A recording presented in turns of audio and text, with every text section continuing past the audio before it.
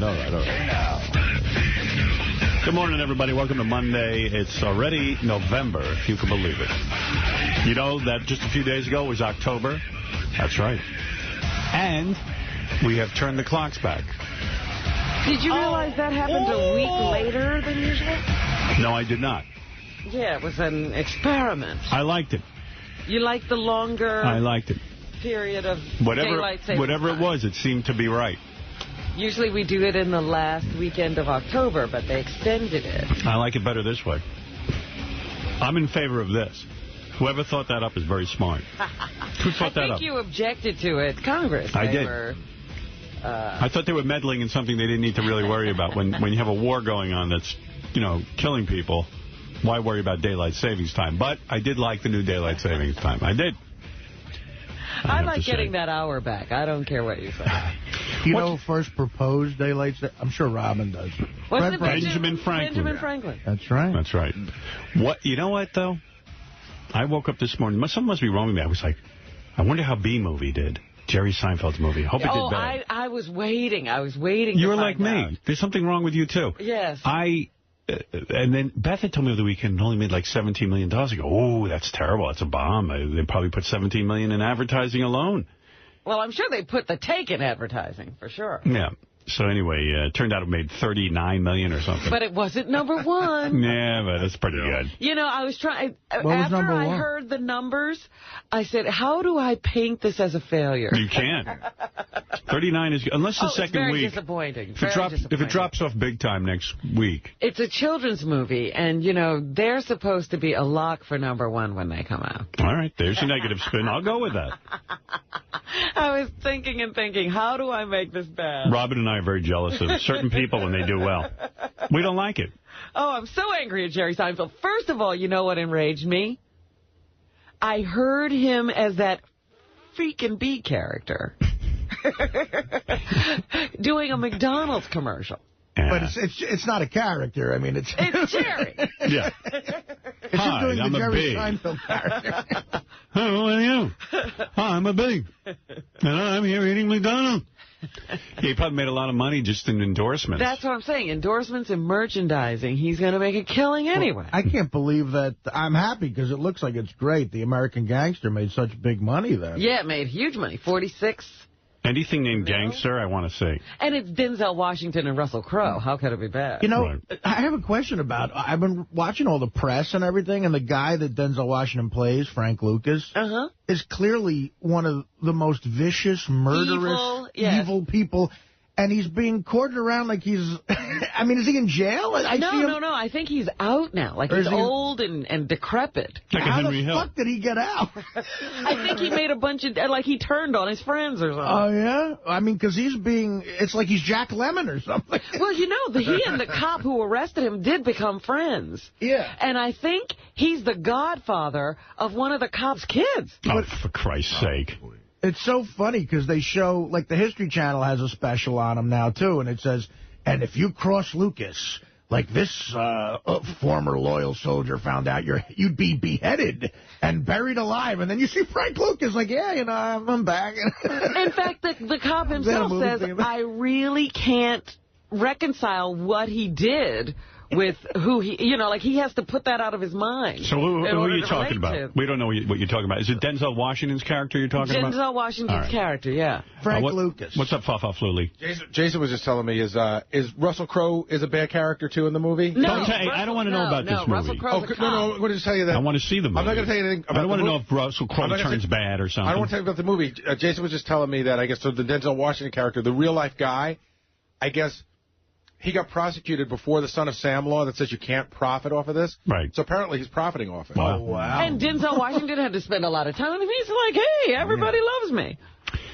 Yeah. Well, anyway, so that was the #1 movie, American Gangster, which who directed that? I'd like to see that. Ridley Scott. Ridley Scott, Oh, yeah. that's right. Yeah, I actually met Ridley Scott, I think. I think it was him I met. Is he the guy who made Aliens? No, he made Blade Runner. Maybe I met him. I don't know. Is this a Ron Howard, Brian Glazer? Yes, it is. Yes, it is. It's a Brian Grazer movie. I was in a restaurant, Da Silvano, downtown, and I ran into Ron Howard and Brian Grazer, and they were sitting there with this dude. And they said, hey, Howard, how you doing? Blah, blah, blah. This is Ridley Scott. I go, yeah, right. Yeah, and he did direct the first Alien movie. Did he? Yeah. And I said, oh, hey, how you guys doing? And Ron Howard said to me, oh, we're working on this gangster movie, and wait till you see it. It's going to be great, blah, blah. And I go, yeah, okay. But, he did Gladiator, too, right? Yeah, he did that. So I didn't know who the hell. I thought he was the guy you auditioned for Dice's movie. Who's the guy you auditioned for? No. That's Rennie Harlan. Wasn't, yeah. Rennie Harlan. Well, I don't know. What Rennie Harlan's, He's no Ridley Scott. I can direct better than Rennie Harlan. Rennie Harlan to Rennie Harlan. For a while, he had a couple of bombs. Some work. The guy's Swedish or something. He's making American comedies and bombing. Well, of course. Then he switched to action films, and those didn't do well. Who knows what he is, but I just know the guy was an obnoxious asshole. I go in the room to audition. And the only reason I was auditioning is because I thought it'd be funny to tell you about it on the air. I'm going to fucking audition for this guy. I go in, and he's on the phone with his, like ignoring me while I'm auditioning. Like the whole time you're working, he's talking on the phone. Yeah, he's on the phone with his head turned. And I went, you fucking asshole. You didn't launch yourself across the room at him? Yeah, and each film that he did worse and worse and worse. I think didn't do well. I think he's directing McDonald's commercials now. I hope he is. He's directing McDonald's commercials with Jerry Seinfeld. Yeah, I hope so, yeah. Jerry, we need a little bee voice here. How are you doing, Jerry? Shut up. Surviving the Dice movie was a trick alone. If he went on after that, it would have been something. Yeah. He did go on and still did badly. Dice a nice guy, but that might be the worst movie ever made. And by the way, I wasn't going to be in it anyway. My agent said, A, don't audition for it, and B, you're not in it anyway. It's a small fucking... I go, I just want to see what it's like. I'll go in the room and audition. And, it'll be something to talk about. He goes, well, okay. Now as long as you're not bothered by it. I said, no.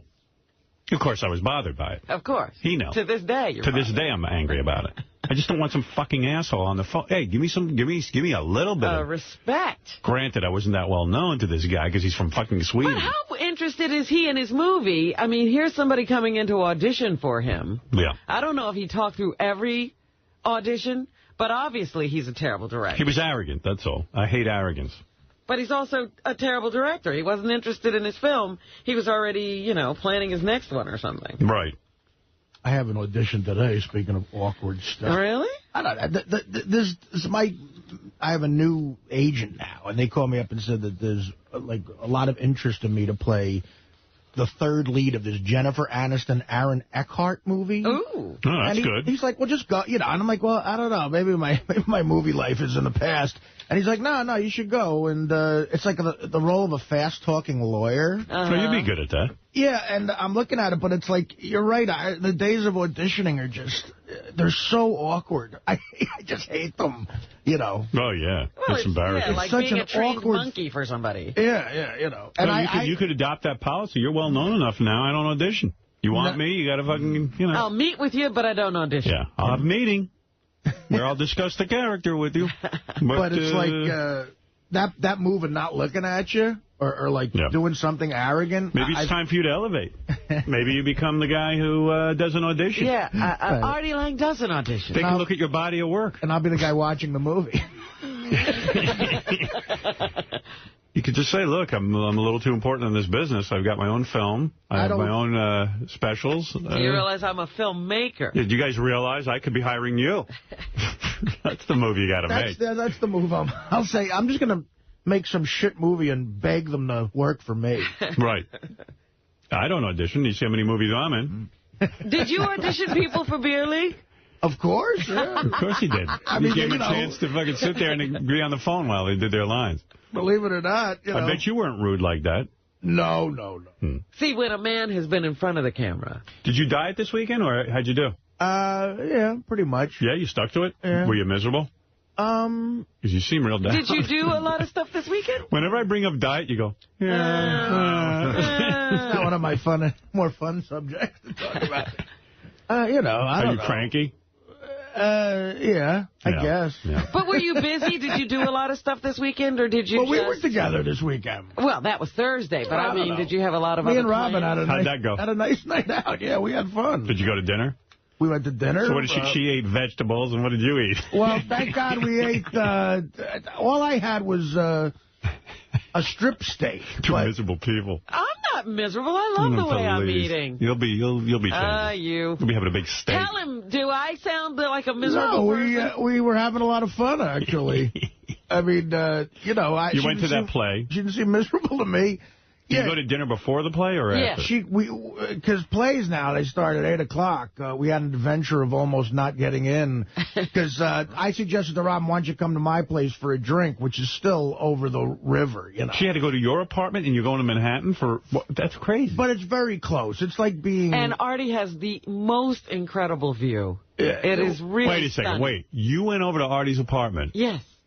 And had a drink with Artie? Yes. At his apartment? Yes. Thank God I had a nice bottle of wine that my neighbors left me. Otherwise, I would have had nothing. That's a weird move. Why? Because you meet in the city. It's you guys again, are just it's friends. not You just like, invite. You don't invite a broad over before to drink unless you're gonna bang her.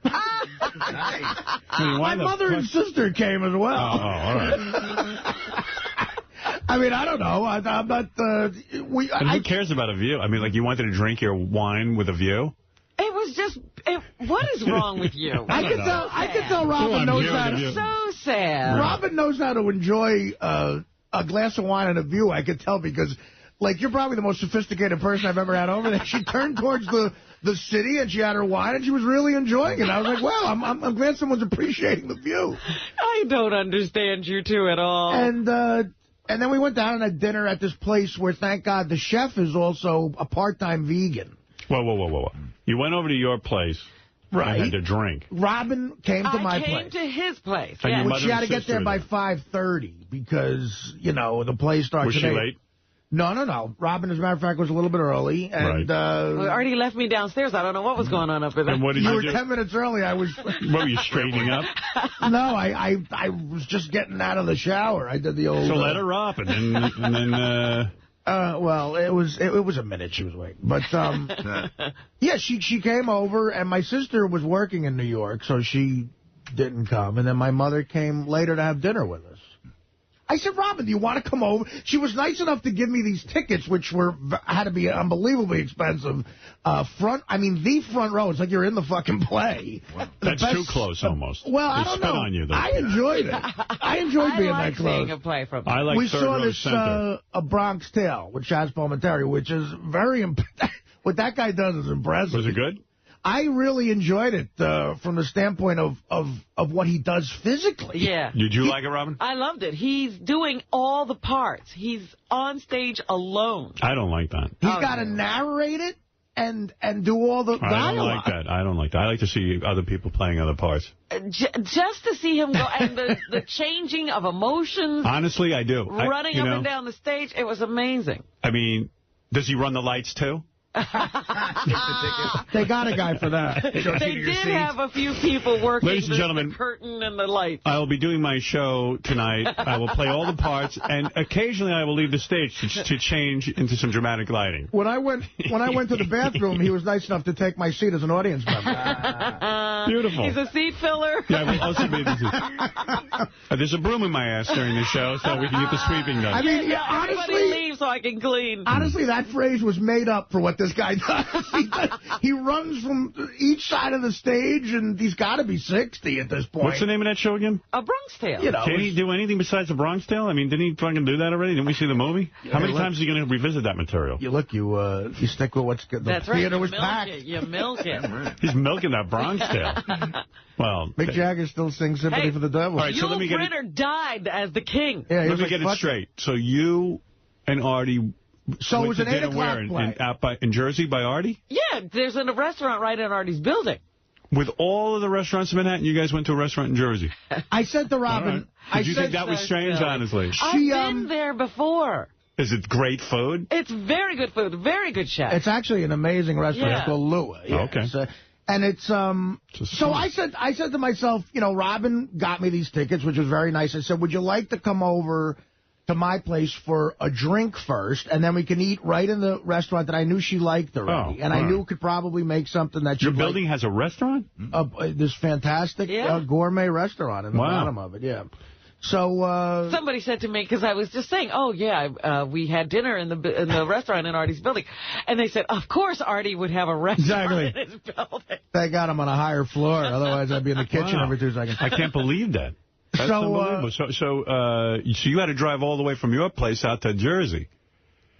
Well, that's not unheard of, but I didn't do the driving. Oh, all right. Yeah, that's what I figured. I would have hired a plane. Yeah, she had to really... I would have helicoptered in. I had a helicopter. Well, that's nice. The two of you had an evening together. Was there bonding? You know what? I got to say the one funny thing, though. Artie doesn't know how to open a bottle of wine. No, I don't. Boy, do you have a lot of cork in there? Well, listen, I had... You know, it's so funny. I got nervous because I'm like, okay... My neighbors are European, and they love wine. So for my 40th birthday, they left at my doorstep what looked to be an insanely expensive bottle of wine. It was a very nice bottle of wine. Yeah, so I said, good, I could save this for a good occasion. And then I remember when Robin was coming over that I had that. I showed it to her, and she was like, because then there's different wine types. I was like, is this a type of wine you drink now? But she said, it's very nice. So then I went over to open it, and I was like, you know what? I'm not clear on how to open a fucking bottle of wine. You know how you got to take the shit off it first before you put it in the cork? I didn't do that. It's all right. But so the cork fell into the fucking bottle of wine. But you know what? They've got, like, idiot-proof cork unscrewers. Like, I got to get one of those. There's one I use. I never can go wrong with it. Yeah, it's impossible. I've seen those. It just twists, and the whole thing pops right out. So you two had a nice bonding night. Actually, we did. Yeah, we had a lot of fun. And I finally got a glass that had no cork in it to her. And I had a drink, and then we ate. The guy made her what seemed to be... the guy's a part-time vegan, so he knew exactly what to do. He had just come off a 2-week detox, Howard. Everybody's detoxing. Everyone's a part-time vegan.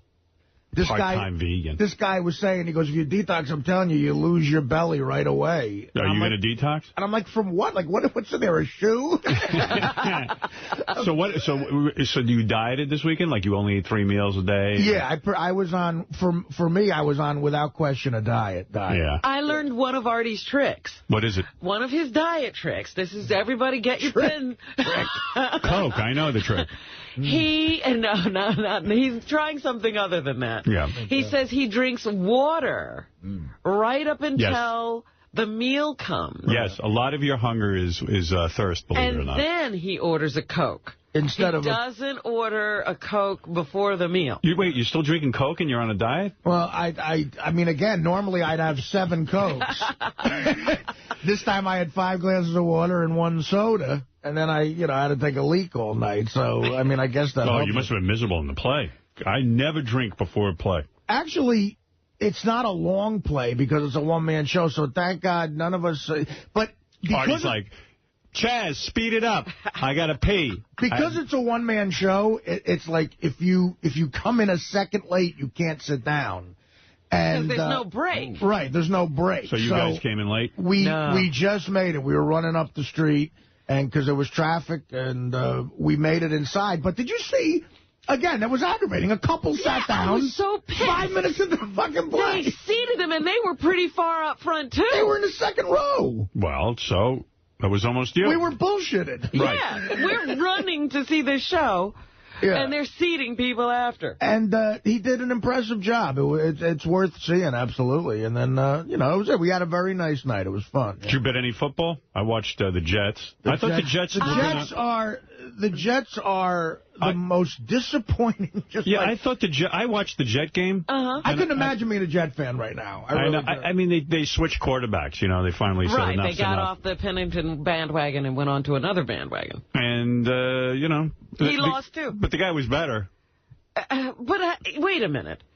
This is the same thing they've been doing all season. They blew a 14-point lead. They get a lead, and then they can't hold on to it. Being a Jet fan, Gary, I mean, describe what being a Jet fan is like right now. I couldn't imagine. It's disappointment. Like 96, they went 1-15, so it's like disappointment like that. But, they're blowing leads. They have a history of... They're probably the worst team in the history of football for drafting players. Like, whenever they get a first-round draft pick... Right, they blow it. They passed over Dan Marino... I mean, a lot of teams did, but there's a guy that they drafted 2 years ago, which was curious just because of his position. He's an offensive tackle, right? Which is a weird guy to pick with the 4th pick in all of the draft. There's running backs and wide receivers, and he's got a funny name, and every time he gets a penalty, I get fucking angry. His name is DeBrickashaw Ferguson. And when I hear DeBrickashaw, I want to fucking choke him. Right. You know, to me, he symbolizes everything that's wrong with the team as far as bad picks. And now, they don't know. They have to find out with this new guy, Clemens, before the end of the season, whether he's good enough to go forward with or whether they have to scrap everybody and pick a quarterback with the pick next year. I also watched New England and the Colts. And the Colts. And they're another team. I got to tell you, I assume you root for New England, right? Because we know that guy Kraft, and he's a good dude. I'll tell you, after meeting that guy and how nice he was, it's hard not to root for New England. So, yeah, I'm a Patriots guy. And, boy, are they good. I mean, you know, that not only is that fucking quarterback good-looking. Yeah, that's the thing that drives you nuts. He's a poster boy. I said to Beth, he can play football. I said, is he really hot? She goes, he's really hot. Yeah. Even with those black things under his eyes. He's the cliche, you know, handsome quarterback. It's fucking up there, really. I mean, look at him and then look at Peyton Manning. Yeah. You know what I mean? Peyton Manning looks like an egg. Peyton Manning looks like he should be playing a banjo. Right. That's exactly right, Robin. But I really think it's like a Joe Montana, Dan Marino thing. Yeah. I think Peyton Manning is more talented. Yes. I think Brady just fits into the most perfect system. Tom Brady, boy, I tell you, he plants his feet. He executes better. He plants his feet in the ground. I mean, he's got great defensive guy. He never gets. He very rarely gets hit. The guy was down 10 points with 9 minutes left in the fourth quarter and didn't sweat. Right. And then came back. I know he's cool as ice, but that now Belichick in that system, he fits in so perfectly. But there is another team on the field. If you had the Colts, you got 5.5 points, so you won. You beat the spread. I didn't even. You know what? I didn't bet anything this weekend, so I don't know exactly what they were saying. I know a guy who bet. He took the Colts. He was sweating it out, but he won. He made it through. He made money because it was 5.5 points he got. But they were saying all game, like, the Patriots had never been behind in the second half all season, and they never lost by, 17 points? You know who's amazing in football? You know who's amazing in football? The guys who figure out the point spread. I got to tell you something. They're geniuses. Yeah. I mean, first of all, both teams undefeated, really good teams. Some guy sat and figured out, if you give 5.5 points to the Colts, that's going to make everybody bet. Right.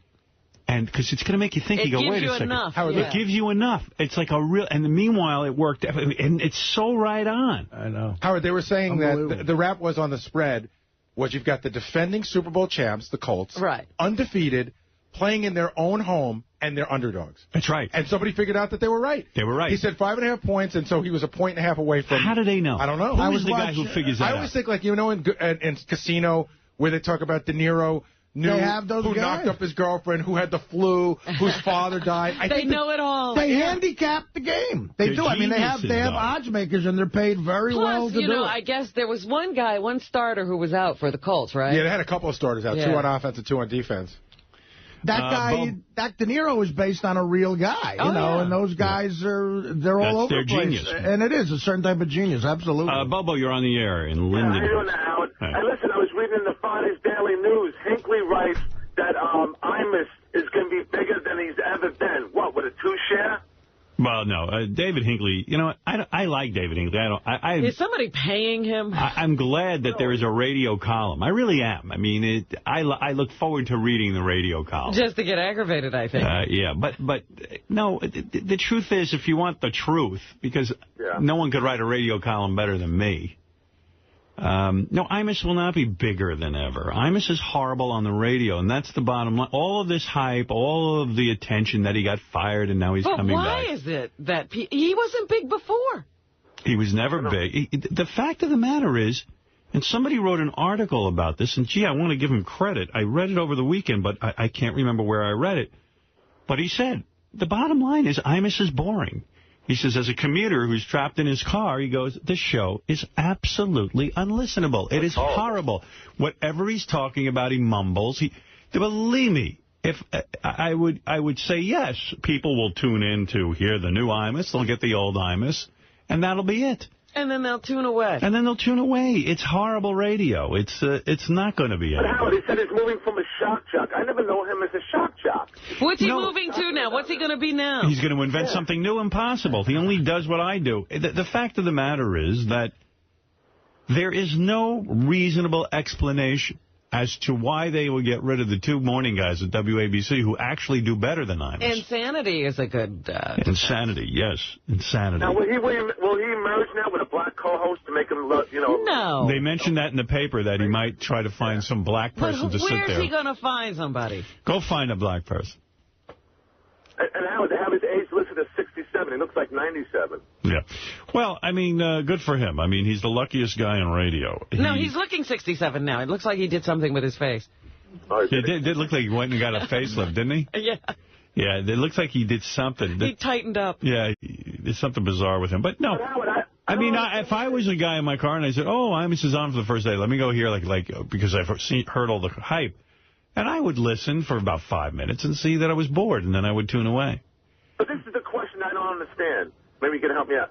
If he doesn't have an audience, why do advertisers continue to dump money? I have no idea. If you come up with the answer to that, Bobo, you're a genius. We'll give you a prize. We might give you a new toupee. Yeah. All right, Bobo, thank you. All right, man. Love you guys. Bye. We have been trying to figure that out for our entire careers. I mean, really. Yes, Brian, you're on the air. Howard, hey now. Hey now. Hey, I'm just want to let you know I'm going to be suing you for $25. Last Thursday I was listening to the show, in particular the Slash interview. I couldn't pull myself away, and I almost burnt my dinner on the grill. Oh, yeah, he was good, Slash. It was a good interview. Yeah. We got a lot of nice email about the Slash interview and about a lot of the stuff on the show last week. Yeah, the whole show on Thursday was incredible, especially like the in-house fighting. How did Artie make out in the hallway this morning? I don't know. I don't talk about that anymore. Well, you made the pact. I didn't. I can talk about it. Well, you can talk about it among your friends. Nobody here's talking about it. I don't talk about that. That's not on my radar. Come on. Art, how'd it go? I'm not allowed to talk about it. I mean, it was... come on. They almost had everything all patched up, and it was like they were getting ready to shake hands, and then all of a sudden Sal said something, and Artie went right back into the kill mode again. It was I'll read you some email about that. I have to go with Sal and Richard on this one. Artie was labeling the guys as hacks, and I think he's forgetting that outside of the studio he may be a comedian and may be just getting started, but your show is about entertainment. In that regard, I think Sal and Richard are equally entertaining and provide some unbelievable show content. Bottom line is I've been listening for over 20 years, and the show is at its absolute best ever. If Sal and Richard were to leave, it would take a big hit. If Artie were to leave, he could be replaced much easier. Boy, there's some grammar here. Sal and Richard rule. All right. Then on Artie's side, Richard is such a red-headed, dim-witted, squirrel-eating redneck. He treats Artie nicely to his face, taking Halloween gifts from a most gracious and generous friend, and then sticks him in the back as soon as he turns around. I hope Artie continues to be the kind-hearted person he is. Fire those 2 jerky boys wannabes. Here's another one of Artie's favorites. Sal and Richard are 2 of the biggest whining pussies. Wah, Artie doesn't like me. Wah, wah, wah.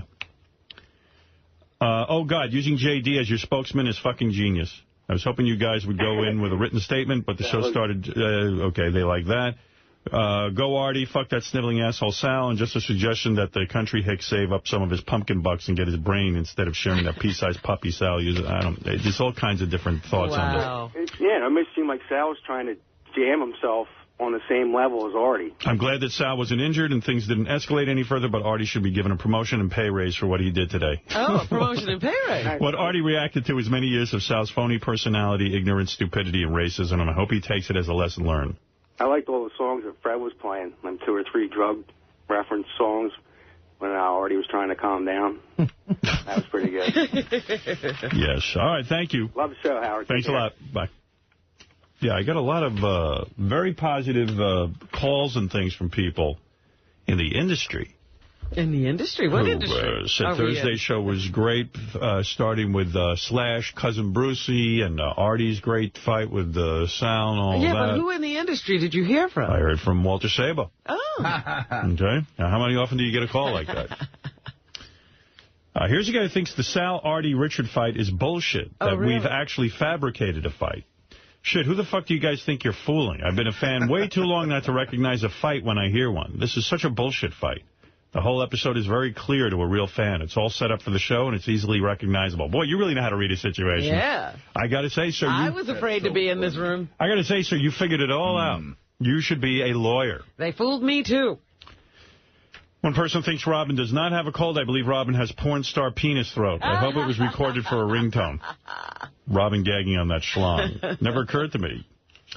I was just ready to cancel my Howard TV, no matter how much my kids love you, but you have been resurrected by Andrea, Miss Howard Stern. Miss Howard Stern is your saving grace. The girl is the best thing that has happened to you. She's a natural. Keep up the good work, Andrea. I haven't laughed that much in ages. He's, of course, referring to the original series on Howard TV for Andrea's reality show.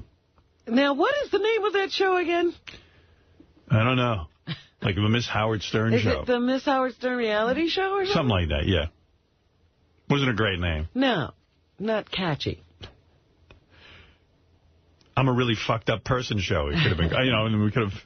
I've got French fries coming out of my nose. That's what it should be called. A lot of people love Cousin Brucey. Great interview. Classic Howard interview. Have Cousin Brucey back again. Just wanted to say that the Slash interview was a predictable day in the life of a rock star, but the Cousin Brucey interview was great.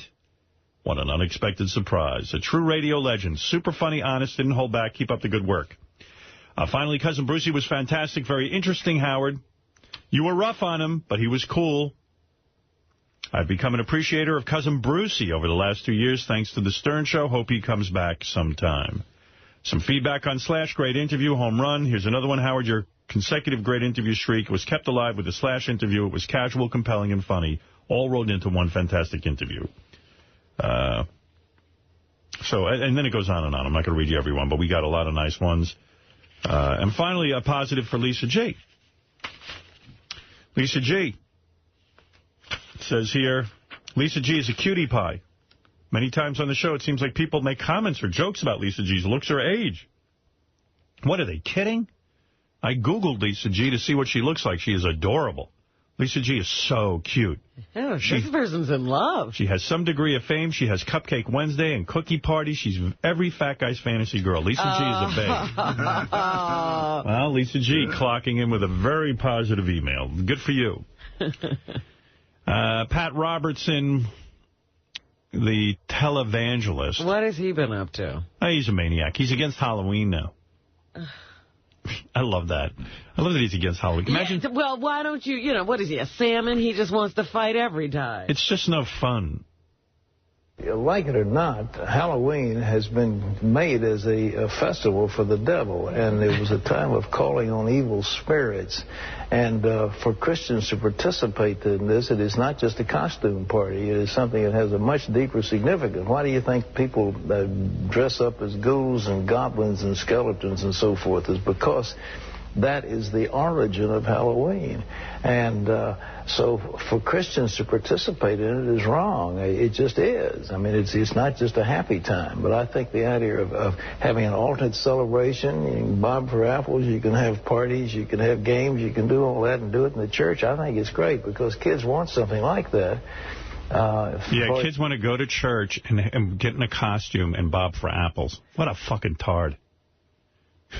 What a douche. Imagine being his kid. Oh, God. I don't think you should be in a costume.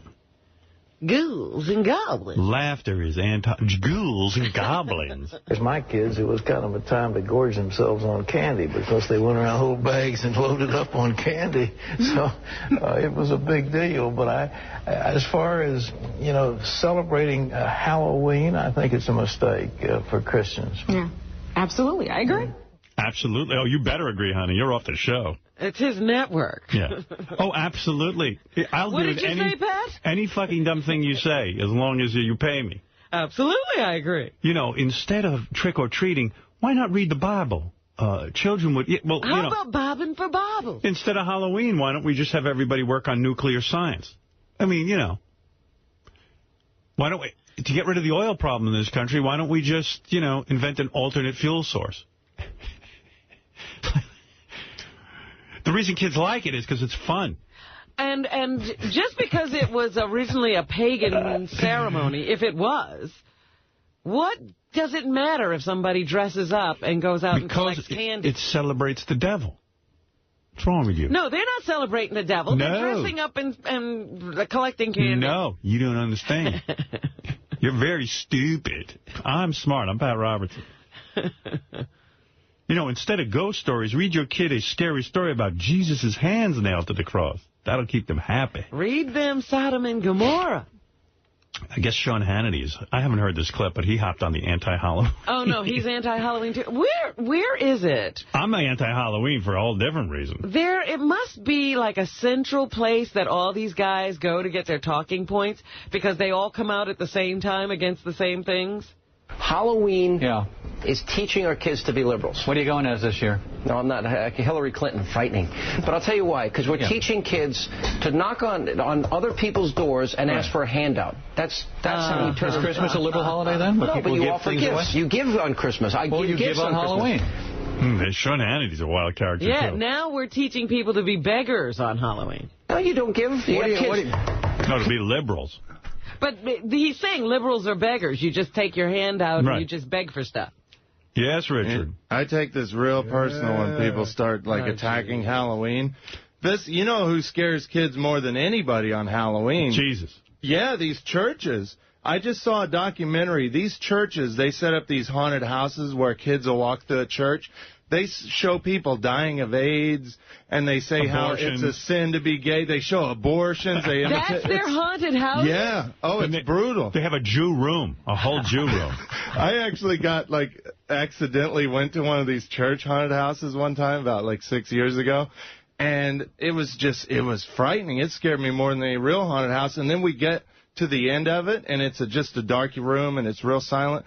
All of a sudden, you hear lightning, and this light comes on, and some guy's up on a cross as Jesus, covered in blood. A real guy. Yeah, and all these people start crying and stuff, and me and my friend, we're wearing, death metal shirts, and we try to sneak out, and these two guys in, shirts and ties, stop us from leaving and try to talk to us about Jesus. And Churches call them hell houses. Yeah. Oh, I didn't know about any of that. There's a documentary, I think it's called Hell House, that I saw. It's crazy. By the way, Richard took more shit on... when was the Miserable Men show? Did you hear it? I heard a little bit of it last night. They were blasting you. I know. What do you do to people, Richard? I don't know. I just asked about money the other night, and I guess that they didn't say to me right there that they were upset because I would have talked it over with them. Here, I'll play you some clips from the Miserable Men show. I don't know what page it's on. Page 1. Oh, okay. Thanks. Far right. Here's Shuley and Bob Levy pissed off at Richard. It's at the point now where the three of us as a group are just pretty much done with it. We're like, we've had enough of it. And it's an issue more with Richard right now at this point. In my opinion, he's a guy who's new to comedy, and he hasn't gone through the ranks as most comedians have gone through.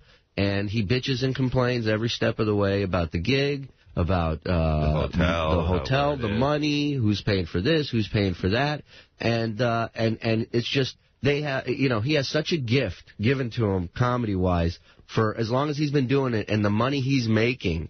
When I was 3 years into doing comedy, I was making $200 a week, and I had to move back in with my folks to make... we all know that. Right. Everyone in this room knows that. Yeah, right. And so, this guy hasn't... Levy's still living with his folks. Paid his dues, bottom line. in the basement. And he's sitting here bitching and moaning as if, he's headlining the show. And it got you going. You went to the pills as if it was like the Grey Goose sponsored. I've been so, for the whole month, I've been very calm, you know what I mean, in my life. I fucking lost it. Yeah, Bob flipped out on me and Sal Saturday night. What happened? You didn't know he was upset, though. Well, I knew he was then, but Shuley said he was upset at me through the whole show. I wish he would have just said, hey, man, I'd rather you not talk about this with you, because I like Shuley, I like Bob and those guys. But let me play the rest. Here's their complaints. Okay. If you got money issues in comedy, you don't talk to the guy before the show. You wait till after the show to talk about it, because it affects everybody's mood if you do it before the show. Right. So Richard comes up to me. We did 2 shows in Connecticut, and he comes up to me and he says, I think I should be paid again for the second show because Bob never told me about the second show. And Bob's like, what are you talking about? You talked to him beforehand. You know there was a second show added on. I said we're doing the other show, and I go, this is what I can get you. And you got paid for the second show. It was the check you got at the end of the night. That's how comedy works. It doesn't mean if you did 2 shows, you get paid twice. Right. And then and so what does he say to you when you said there isn't going to be another check? You got what you got. He says, well, I got to pay taxes. Yeah, you got to. And I said, you see that guy right there?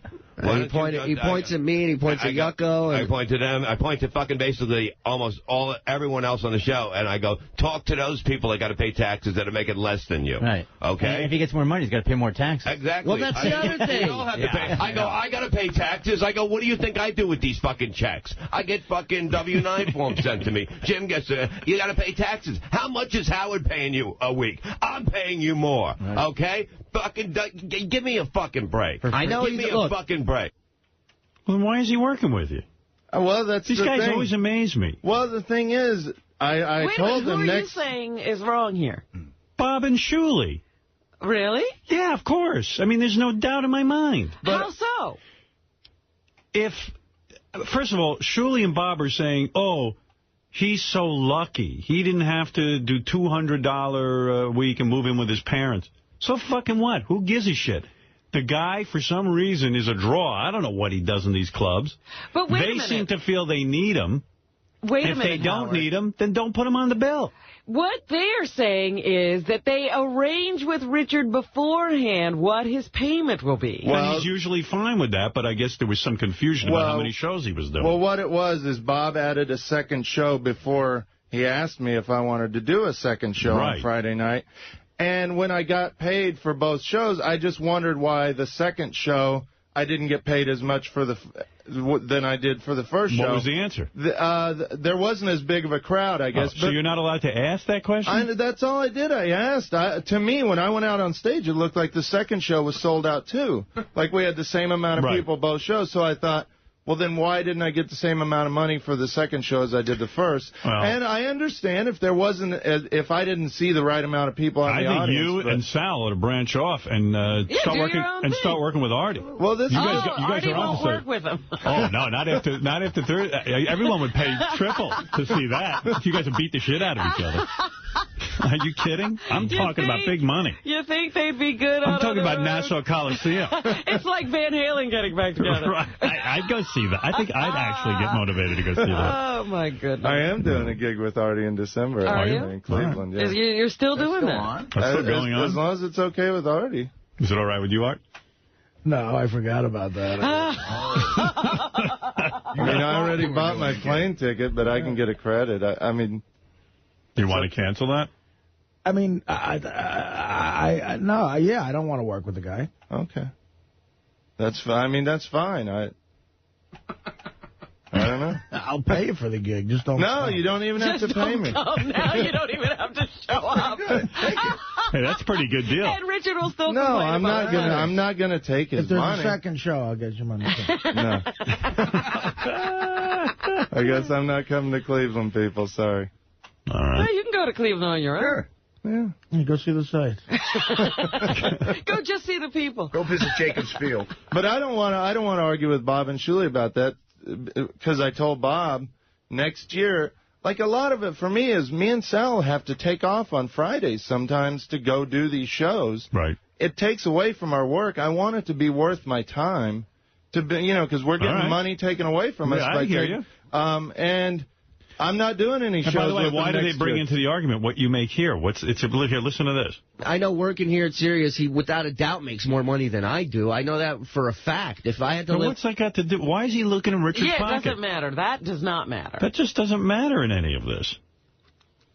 Off the money I'm making just for what I do for the news, I probably wouldn't be able to live in New York, you know? Yeah. And the comedy's a huge thing for me, but it's such a kick in the face to every comic who's gone through the ranks that this guy, A, is making more than you are, and B, could give a shit about it, just wants the paycheck and that's it, and really isn't doing it because he wants to do it, you know? And that, to me, it put me in a really shitty mood the whole night. Both of them went home. Every time I looked at him, I was just getting more and more upset, and I didn't want to get into it with him, and I was just really pissed off because, you know what? We're all up there busting our ass. We've all come through the fucking ranks. We're working as a team. And Bob comes up to me backstage and says, look, I'm going to have to get you your money tomorrow. I said, fine, Bob, no problem. Bob's not going anywhere. Yeah, Bob's not running off with my check. I had to go through so many numbers, and I had to sit there. I got back to your hotel, Jim, at 3 in the morning after Friday night. And you know, I don't know why Shuli is involved with how much money Richard makes. And now the other argument is you have to like stand-up comedy and love it in order to go do it. Like, you mean I have to like doing this in order to do it? And you mean a football player? That's the other rap, too, with sports. Guys go, oh, He's man, just here to get the check. He's just here for a paycheck. Yeah. What the fuck else would you be getting your brains beaten in every day? I wouldn't be here if it wasn't for the paycheck. I'd be doing some other shit. But it is more fun to watch people who love what they do. No, Shuli loves it. And Bob Levy looks like the happiest comedian I've ever seen. Oh, my God. Bob's so miserable all the time. Shit. But you have to love it and be grateful. And what is this rap? I don't know where he gets off saying I don't love it. I get up there and I love it. I love the crowds. I love doing comedy. I do it. No, you don't love it. He says you don't. You're just there for the paycheck. See, that's Shuli bullshit. says you're there for the paycheck. That's bullshit. Me and Shuli go to Caroline's on Tuesdays quite a bit just to work on material. And I love just getting up there and doing it. I get as much pleasure going to Caroline's for free and doing comedy as I do traveling, but to make it worth traveling and worth taking some time off work, I want to get a little bit of money, but there's no argument, because if they don't want to pay it, fine, I just won't go. The one thing I don't understand is this taking time off work. What are you talking about? Yeah, I didn't even know about that. We work Fridays here. Me and Sal come in on Who's giving Fridays. you the day off? Well, we have to take a day off sometimes if we're traveling to California. Why would I go for that? I don't know. I mean, It's crazy. Yeah, did you ever tell Howard you're taking time off? We always, we have a certain amount of days off during the year, and we always... You use your day off. Yeah, we use our day off. We're not taking days off like when the show's on. You're all right. But what I'm saying is we lose getting money. beaten up enough. Yeah, I just I wanted to be clear on what was going on. After last week, I'm just not into arguing. Yeah, well, Shuli's whole attitude is way off kilter. I understand he's bitter about some shit, but... Richard didn't have the $200 a night gigs and live in his family's home. Yeah, for a year. And also, Richard, you know what, but... whether Richard likes doing stand-up comedy or not is irrelevant, and what his salary is here is irrelevant. What is relevant, though, is he good? Is he good? Yeah, well, I mean, I get up there, I do good. I mean, I had applause breaks on Friday, and yeah. People stop you when you're going? People start clapping so loud he can't finish. That's how good he is. And Shuli even comes up to me and says I do good, but, Right. Well, there is the latest controversy. Richard not only... I can't believe you're such a troublemaker. Really? Richard not only mixing it up on our show with Artie and the whole Sal controversy, but... then taking his hits on Miserable Men. Well, all I got to say is I'm sorry if I upset them guys by just asking some questions. Is he here? That's the thing, too. Me and Sal have to wake up at 4 in the morning on the weekdays. That's why we don't, if we're traveling to Seattle and got to come back the next day, that's why we want to get a little bit of money, because to make it worth, being dead tired when we get back here. What is the hotel deal with you? You always that's the thing, too. We stayed at a fan's house Friday night. We're not always asking for great hotels. Great. Bob, Shuli, and everybody stayed at hotels Friday. Me and Sal slept at a fan's house. Sal has to sniff strange panties in the bathroom. Were you still doing that? You mean fans put you up for the night? Uh-huh. Right. He's a great friend of ours. So why are they saying that you're bitching about hotels? Well, because Saturday night, there's a lot of hotels near the comedy club, but we ended up staying about 20 miles away from the club, which it didn't turn out to be a big problem. But I just asked, hey, why don't we stay near the comedy club? And I guess they got upset that I asked. Right. Yeah, maybe you should be running your own thing, and that way you'd have an answer to all these questions. Well, I mean, the thing is, next year, I just want to concentrate on getting more material and becoming better, because really I haven't been doing it for a real long time. I'm not going to say I'm a great comedian, but I told them next year I want to just take off and do clubs in New York and get better at what I do. So you're not even going to travel with them? I don't think so, no. You're going to work on your act. Yeah. Taking a year to become an accomplished stand-up comedian. Yeah. Boy, can you imagine the relaunch of Richard's stand-up career after a year? I think then Artie's going to want to work with him. I think it's going to change. All right. Well, thank you. Thank you. And I'm sorry. Those guys are my friends. I hate, that I upset them, and I'm sorry. I'm truly sorry. Seems like they don't like you either. I don't know. You're losing friends by the day. I guess. Hey, me and Sal, we're best friends. We're working back there. We love this show. That's all that counts, I guess. I guess. Better be, because you don't have much else. Yeah. Artie, is it hard for you not to talk during these segments? Yeah. I don't want to take any jabs out. No, I think, no, let's not go down those roads. All right. Thank you, Richard. Thank you. Richard should not talk behind people's back. I don't, Artie. Jason apologized to me for that, and I'm not talking to Jason because of that. Oh, my God. We got all hell has broken loose. Non-speakers. That was you got to total... pick someone else to talk about me with? I don't talk behind people's back. I don't want to argue about this again. Let's not get into it. You know, what facts or what do you have to say that I talk behind your back? Just you admitted on it. Jason's word. I did not admit it. Yes, you did. You said you talked to Jason about me. And did Jason make that shit up? I never said I talked to Jason about you. I said I talked on the show about how I was upset with what you said at the roast. I never, ever talked behind your back. When did that roast occur? Artie's roast last June. We're still back at June? Yeah. You're carrying around when I told crap? When I told Jason on the wrap-up show, give an example of what I said behind Artie's back. He said, well, you were mad about what Artie talked about at his roast. And, yeah, everybody knows I was mad about that. I talked about it on the air. I never talked about it behind Artie's back. All right. Artie, what do you think of that? I don't believe him. See, that's the thing. No matter what. All right, well, let's not... There's no facts. If Jason can produce a tape that I talked behind your back... Well, why would you be taping your personal conversations? He's not going to tape behind back conversations. I swear, I'm swearing on everything, Artie. I do not talk behind your back. And it really pisses me off that you're taking Jason's word over mine when Jason already apologized for saying that. Jason, do you want to clear this up so I can move on? I regret revealing a private conversation between me and Richard as friends. I really do, but I didn't make it up. I mean, you were angry. I mean, and Artie. When was this, Jason? It was over the summer. It was a few months ago. I mean, dude, whatever. And listen, where did we have this conversation? In your office. And what was it about? Dude, didn't we go over all You're this? going to make him say it again. Jeez. Listen, dude, listen. People bitch about people that you work with. Whatever. It's a normal thing. Like, you know, we all work together side by side. Listen, I'm sorry it got to this point, and I'm sorry I revealed the private conversation we had. I feel really badly about it, but I didn't make it up. But was what I said... So you were apologizing for revealing a private conversation? Yeah, I'm like, you know what, dude? You were just venting. We all do it. Trust me. I mean, you work with people every day. Sometimes people do stuff that pisses you off, and you vent. If this did happen, then was what I talked about any different from anything I said on the air? No, you agreed with everything I said that you said. I said on the wrap-up show what you said, and you said, yeah, I said all those things. Okay, well, then Artie already knows that I said that stuff. I'm not going behind your back and, like, lying or saying anything about you. I was pissed about what you said at the roast. I said it on the air. Maybe I did have a conversation with Jason and said the same thing.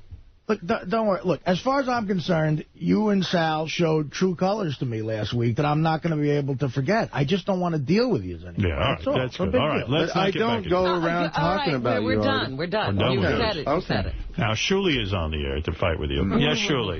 Another guy hates you. Hey, what's happening, man? Yeah, well, I'll tell you what. I'm with Richard on this one. Who cares what he makes here at the station that you're bitching about what you make? So you're allowed to bitch about what you make here at the station and focus on what Richard's making. Secondly, who gives a shit if Richard likes stand-up comedy or not? So what if he hates it? Well, what's that got to do with anything? I stopped liking it 20 years ago. I mean, work with you, though. Artie talks to me about it all the time. He hates it. Sure, well, all comics, essentially we all hate doing it after a while, but still, like, I got to work with the guy, and, for example, we did a show in Canada a few months back, and he uses his cell phone in Canada to call, his girlfriend and other people. And then at the end of the weekend, he wants to call the promoter to have him pay for his roaming charges on his cell phone from calling from Canada. It's like, you know what? Nobody's asking. I don't remember ever doing that. Oh, come on, Richard. You called me. You called Bob. You said, who's I was texting people. I didn't even call anybody there, I don't think. But you still asked for the promoter to pay for your roaming charges. Like, you got, my point is this, like, we're all doing what we got to do to get this tour going. And, right now the tour is losing money, and everybody's kind of eating a piece of this shit sandwich, and the only one walking around that's insulted by it is Richard, the guy who's been doing comedy for 3 years. And that's frustrating to other comics who've been doing it longer. That's my point. Shuli, why is the tour losing money? Because there's some shows that just didn't sell as much as we thought they did, and you got to pay money to rent these halls, Artie. You know that. No, I know. I mean, you're taking. It sounded like it was doing okay though. Right. But the Richard seemed to think that everybody was making money. The thing is, the shows I've been on have done great. We sold out Friday night. They did a bunch of shows. So maybe when you don't show up, the tour doesn't do well. Well, they did a lot of shows without me that I guess didn't make money. But they want me to suffer for that? Yeah, not at all. Howard, you got to understand, this guy, this is his theory. He goes, the second show was sold out Friday night. I go, Richard, the second show wasn't sold out Friday night. There was empty seats in the audience. All I had to do was look. And he goes, well, there was a line around the corner. And I said, Richard, a line around the corner doesn't mean something's sold out. But Shuli, can I not just ask? Like I'm not bitching. I'm asking you. I'm like, hey, why didn't we make as much money the second show? All I was asking. Richard, you did the same move you do with Gary. You came up to me, you looked me right in the eye, and you asked me, and I told you face to face. I said, Richard, it wasn't sold out. 5 minutes later, I see you standing over next to Yucko, telling him the same thing, going, wow, the second show was sold out, right? And you slowly but surely worked your way through the room, asking each person the same thing to make sure somebody was on your side with it. He's like a cancer, in other words. Yeah. Oh, I see now. He's turning the whole crew. No, I'm not trying to turn anybody. You got to learn to just ask, and then once you get a reasonable explanation, just drop it. Okay, maybe I am bad about pressing an issue, but I'm sorry. But do you really think they'd lie to you at this point in the tour? No. Well, then why not accept what they said? I don't know. I don't remember going to Yucko after talking to Shuli. Well, and also, Richard, you might want to do it after a show, not before we do a show, and it puts everybody in a shitty mood. That's the other thing. There's always shows, there's shows that I didn't get the money that I was promised, but you just kind of got to take it and just go with it, how long have you been doing comedy, Richard? 2 or 3 years now. Okay, so, the money you're making for doing this for 2 or 3 years is a gift that's fallen in your lap. Yeah, but Shuli, that's not his bullshit. problem. That I disagree with. What do you mean? If he can get that money, he gets it. Yeah, that's just... What is this? You're so envious with this gift that he's being given. And I appreciate it, too. Sometimes I have some questions. Bob talks about all this money they spend on advertising. Maybe I'd like to know, okay, then how much are you spending on advertising? Maybe I'd like to know the breakdown just to see why we're getting the money we're getting. I'm just curious. But does a guy who's just on the bill deserve a breakdown? Yeah, if it's that much of an issue for you, then why are you doing it? If there's this many questions and this many problems, why are you doing it? There usually isn't an issue. I just wondered about that night because there was an extra show added on that I was put on without Bob asking me, so I was just curious why we didn't get as much money. Look, these guys have a problem that'll never go away. They need each other. Right. Richard and Sal get the plugs on the show, but between the two of them, they can't do more than 15 minutes. Right. I did a longer set on Friday. Shuli even said I did longer than I usually do. Yeah, but I mean, you got to be able to guarantee you're going to do a certain amount of time if you're going to headline. I can guarantee you. These guys can't get the plugs, but they can do it at 45 minutes. So now it's a power struggle of who needs who more. Right. Shuli, it's not Richard's problem that he got on the Stern Show and is able to get paid money for showing up. It's almost like an appearance, but, you two are never going to find happy ground as long as you need each other. Should a person on the bill be asking for a breakdown? No, you're not the producer, and asking other people to get on your side, that would make me flip out. Starting a strike. Yeah, you can't do that. I mean, so... I'm not asking people to get on my side. I'm just asking people what the money situation is. And you're walking around seeing if other people are as disgruntled as you are fomenting, unrest. Well, who's in charge? Bob? Yeah. Right. So Bob makes all the decisions? Yeah. So, and Bob hires you? Yeah. So he works out ahead of time how much money you're going to get? Well, he did on the first show, but not the second show. In general. In general, yeah. He works out. So you know what you're going to get. What the fuck do you care afterwards? Yeah, I mean, well, it was What do you care? Let's say he spends $10 million on advertising. Well, you're still going to get what you get. It was this one instance where usually when it's a door deal, you just got to get that out of your head. Okay, and the thing is, or say no. Then say no, right. Bob. I need more money. That's not enough for me. If it's a door deal. you do have a right to know, well, why is he subtracting the advertising from the door? That's usually when I ask the most questions, is if it's a door deal, because I'd like to know. Oh, so you're not getting a door all the time. See, but you're not getting a door deal, Richard. They are. You're getting paid a predetermined amount of money. No, the first show was. The second show depended on how many people were there. No, but it did? Yeah. Oh. Who knows? I don't know. Information is just splurting out. And that's the thing. I don't want to... But surely you got to understand, it's not about... I know guys who could do 3 hours of stand-up and they're not a draw. I'll give you a real extreme example. If Howard agreed to show up and say hello to the crowd for 10 seconds, who's getting paid the most money? Right. It's not absolutely. Well, exactly. So it's not about that. It's about the fact that Richard is a celebrity from the show, and you have to respect that. And Richard and Sal have to respect the fact that, you know, you and Bob could do an hour and a half on your own, and you got to somehow get into a happy ground. Right. You know? That's right. That's my point. Like, you know, we're all here doing this. And the fact of the matter is Shuli and Bob can satisfy the crowd, but the crowd is showing up to get a look at Richard and Sal. Exactly, and the thing is, too, like, I didn't even know that Shuli made less money than me at these shows until he said it on Miserable Men. I think Shuli deserves as much as me, but, I mean... You better start running your own show, Richard. Yeah, Richard, don't say that. Don't say that. You are not producing anything. You don't know anything. You're saying this off the top of your head. Yeah. Well, I don't know. The thing is, I don't want to fight with these guys. These guys are my friends. That's why next year then why do you fight with them? Well, I'm not. You guys came in and played clips for me. Well, the example Artie gave, do I have to do a second show, Robin? Yes. Bob puts in a second show. You're saying, Artie, all I got to do is say hello, and I'm going to get more I'm pretty sure you could get paid more than anyone there if you just showed up and said hello to the crowd. But you do have to say hello to the second crowd, too. If Bob Levy's listening, let's talk. I'll say hello. Yeah, I'm pretty sure that would be it. Hello. Good night. Exactly. All right, thank you. All right, Shuli, a couple of people want to say, get some stuff off their mind. Chuck, go ahead. You're on the air in Buffalo. Hey, listen, Howard, thanks for taking my call. If I have to hear one more half-assed comedian talk about coming up through the ranks and wear it like it's some big fucking badge of honor, you know what? Every career has the same thing, and some people shoot to the top quicker. Extenuating circumstances play into the game. Fuck all these guys. You know, a badge of honor. We did clubs. We've been doing it for 20 years, making $8. Well, get another fucking job. Quit whining, bitch. All right, there you go, Mike. Go ahead.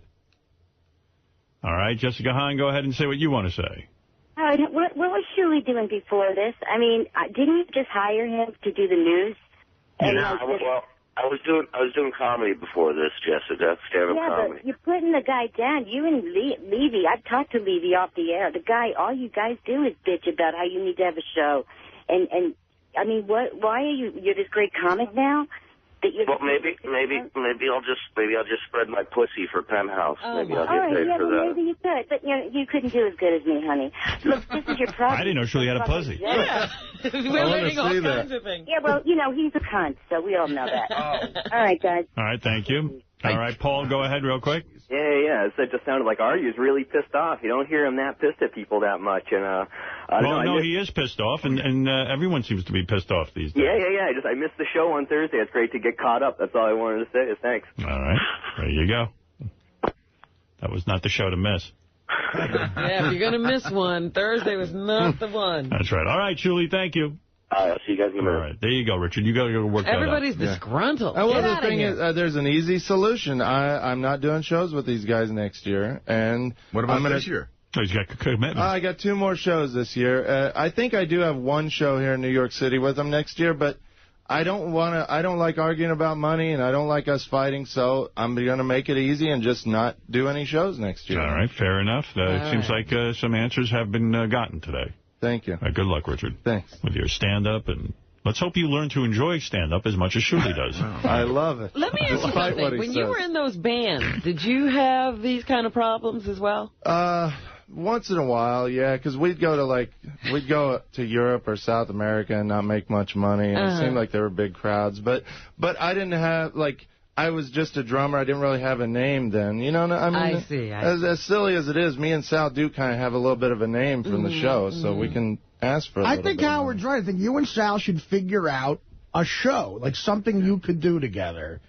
that would satisfy a live crowd, and I bet you could just split it 50-50. Why don't you guys just get naked and blow each other? I mean, maybe. I guarantee you can make tons of fucking money doing that. It's a whole gay, and even some straight people would probably show up just to see what the fuck you're up to. I mean, would you have a problem, Howard, with them doing some of those stunts live? No. Then I think you should do that. What if they just come on each other? They think of puppetry of the penis or something All like right, that. now Sal's going to paint my face with his cock.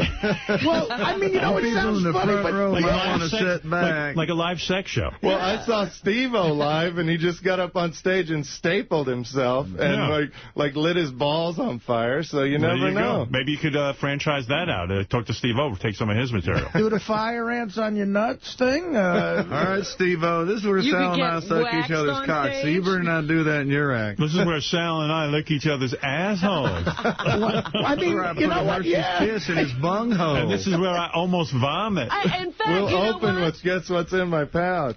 You know what? They have never gone so far as to actually have sex on this show, and that could be their live act. Well, we're dedicated to the show. We would save that for the show. But if you said that you're going to do an evening of guess what's in my pouch, where Sal just hides shit in his uncircumcised cock, and people get up to go on stage and squeeze it and figure out what it is and get prizes, I bet you guys can make some money doing that. All right, we have 3 squirrels in the cage, and Sal's going to try and shove all 3 up my ass. Yeah, maybe you could have the audience bring things to put in. Put in your ass. See, but then, Fred, you're going to get the squirrels wanting more money. Squirrels didn't know there was a second show. I like Robin's idea of, like, the audience bringing shit to put in your ass. Just people showing up with sinks. Put something in our ass. Yes, TJ. TJ, yes. Howard, I got a big question. Why do all these guys want so bad to be stand-up comedians? I mean, I can't understand it. It is a miserable life. I mean, why don't they just stick to what they know? I mean, Richard is hysterical with his calls. I mean, I'm telling you. Well, they're looking to make extra money, and, you know, there is a good opportunity to get out and meet the fans. And, which is wonderful. I'm sure the fans really appreciate that. You want to know something, Howard? I mean, not for nothing. I mean, it's to the point where now everybody is unhappy with everybody. Who's not happy with what they're making? Who's not this? Who's not that?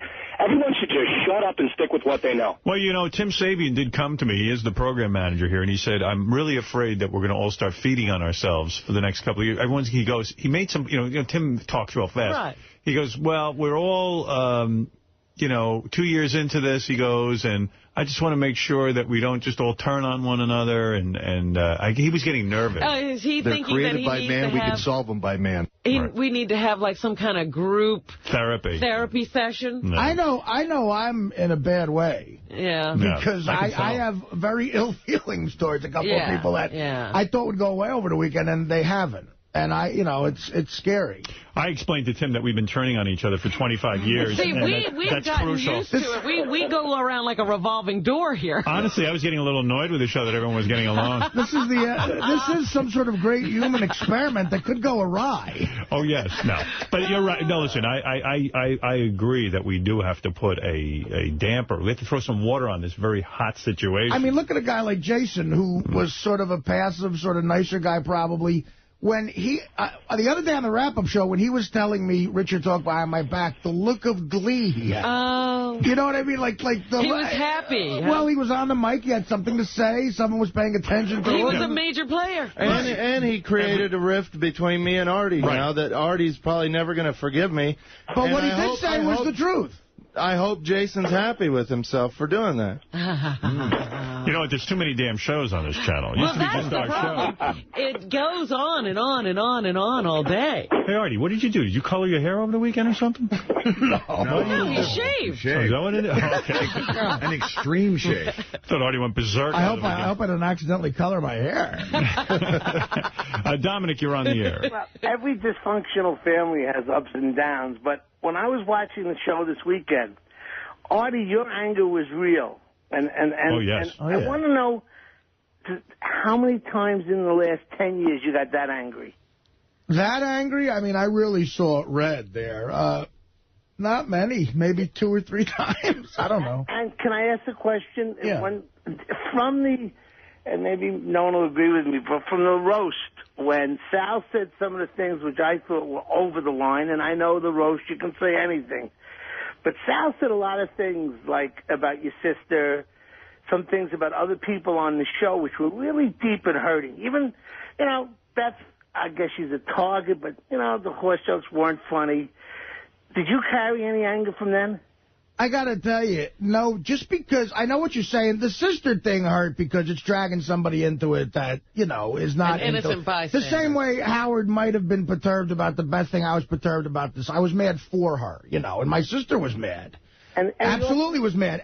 But you know what? Look, you can't sit here and watch what I did to him during that emotional friend segment. And everybody gets it in the end, But what triggered it for me the other day was, to me, I saw the real Sal, and that anger, like that shit was, people are coming in. I must really aggravate people here, too, because people are coming in here with research stats on what Beer League did. This is a prepared statement.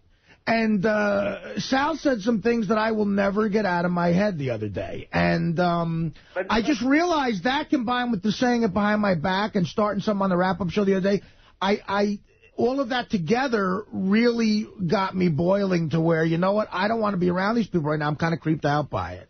Robin and Howard, do you think if Sal's wife got some of what Artie got, it'd be pretty scary?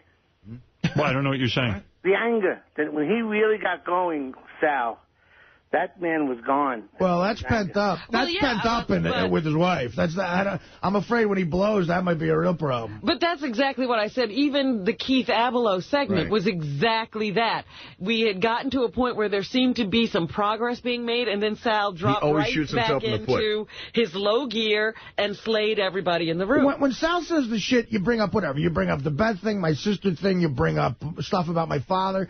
To me, that's like, okay, that just means the gloves are off. So, when you get a chance on the show to get you back, like when I roast him or the emotional friend thing, I really don't give a fuck with Sal. Other people you might lay back, but with him I don't care. And finally, that came to a complete head. But I can't picture you wishing someone's kid AIDS if you're not so deeply hurt by what he said. By the way, that was a joke. That was a joke. Since Artie prayed for AIDS for Sal's kids, the incidence of AIDS in children has gone way up. But Sal's kids are fine. So it's got scattershot. That's true. Yeah, it's like a drive-by shooting. Well, they did a study. I was once on the air, and I wished cancer on several people. Arsenio Hall, I believe. And according to the Onion newspaper, this affected the amount of cancer deaths in the United States. I do believe, though, that you're a little bit more accurate. The actual people got the cancer.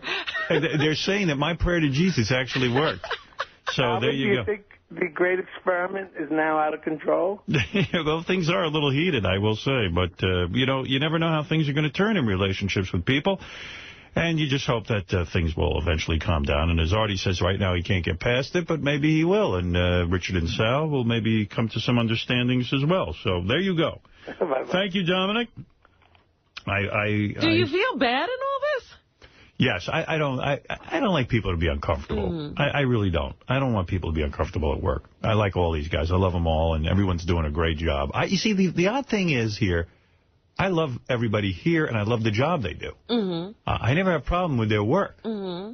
What always ends up exploding is everybody gets into things on the side. If I could cage everyone and let's keep them apart. Just keep them in their little cubicle. Everyone's against being put in a cage. You're against being put in a cage. I'm against being put in a cage. It's too bad. Everybody rebels at the cage. Everyone rebels at the cage. Except Fred. Oh, Fred's in a cage daily. Benji seems to get along with everybody, too. Benji is like no one pays attention to Benji. Because Benji just accepts a pile of shit thrown out. Right.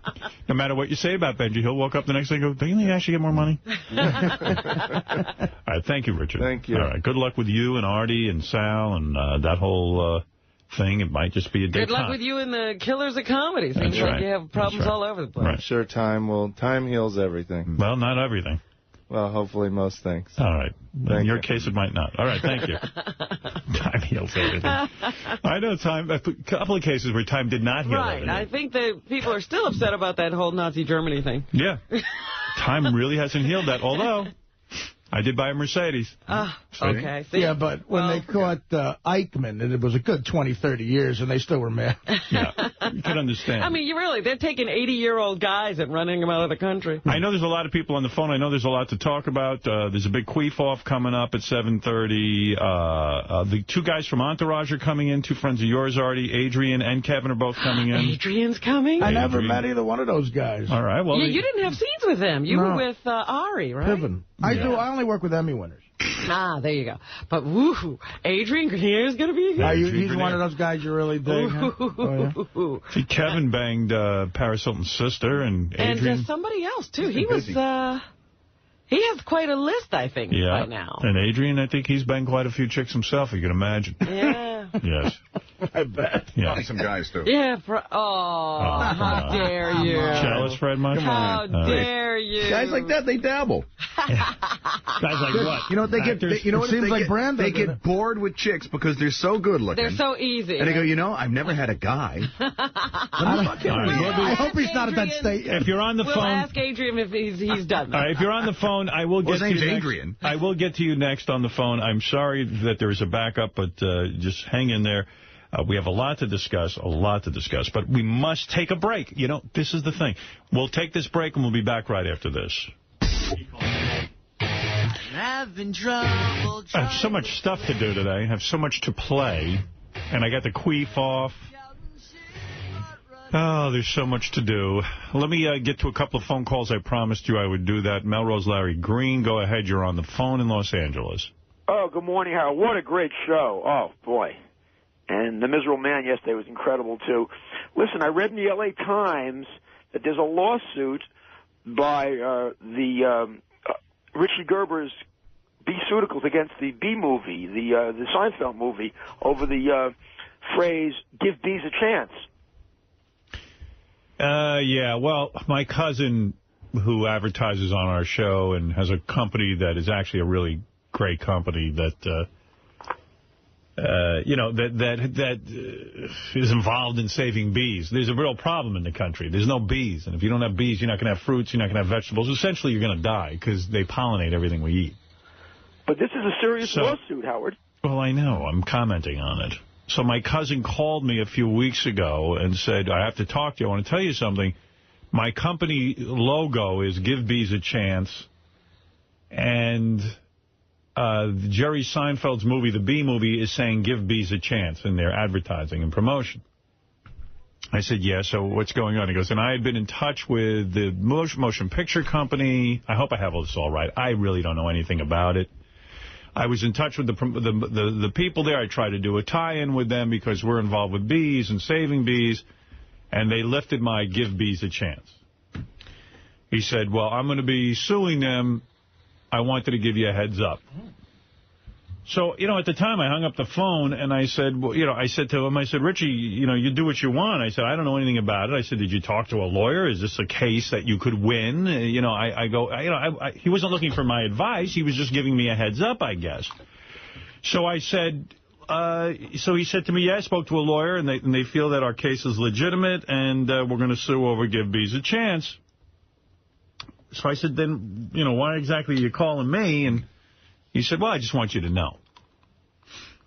I don't know why he'd want me to know, but I'll tell you what has happened is I've seen a bunch of press on this where the headline is Howard Stern's cousin sues Jerry Seinfeld and the beef. It always becomes about me. And I guess, in a way, listen, my cousin can do whatever he wants. He's my cousin. I mean, I see my cousin a couple of times a year, and he's a great guy, and I love him, and I love his company. But sometimes I just wish, it's just kind of, maybe it's my own paranoia, but it makes it seem like I'm suing somebody.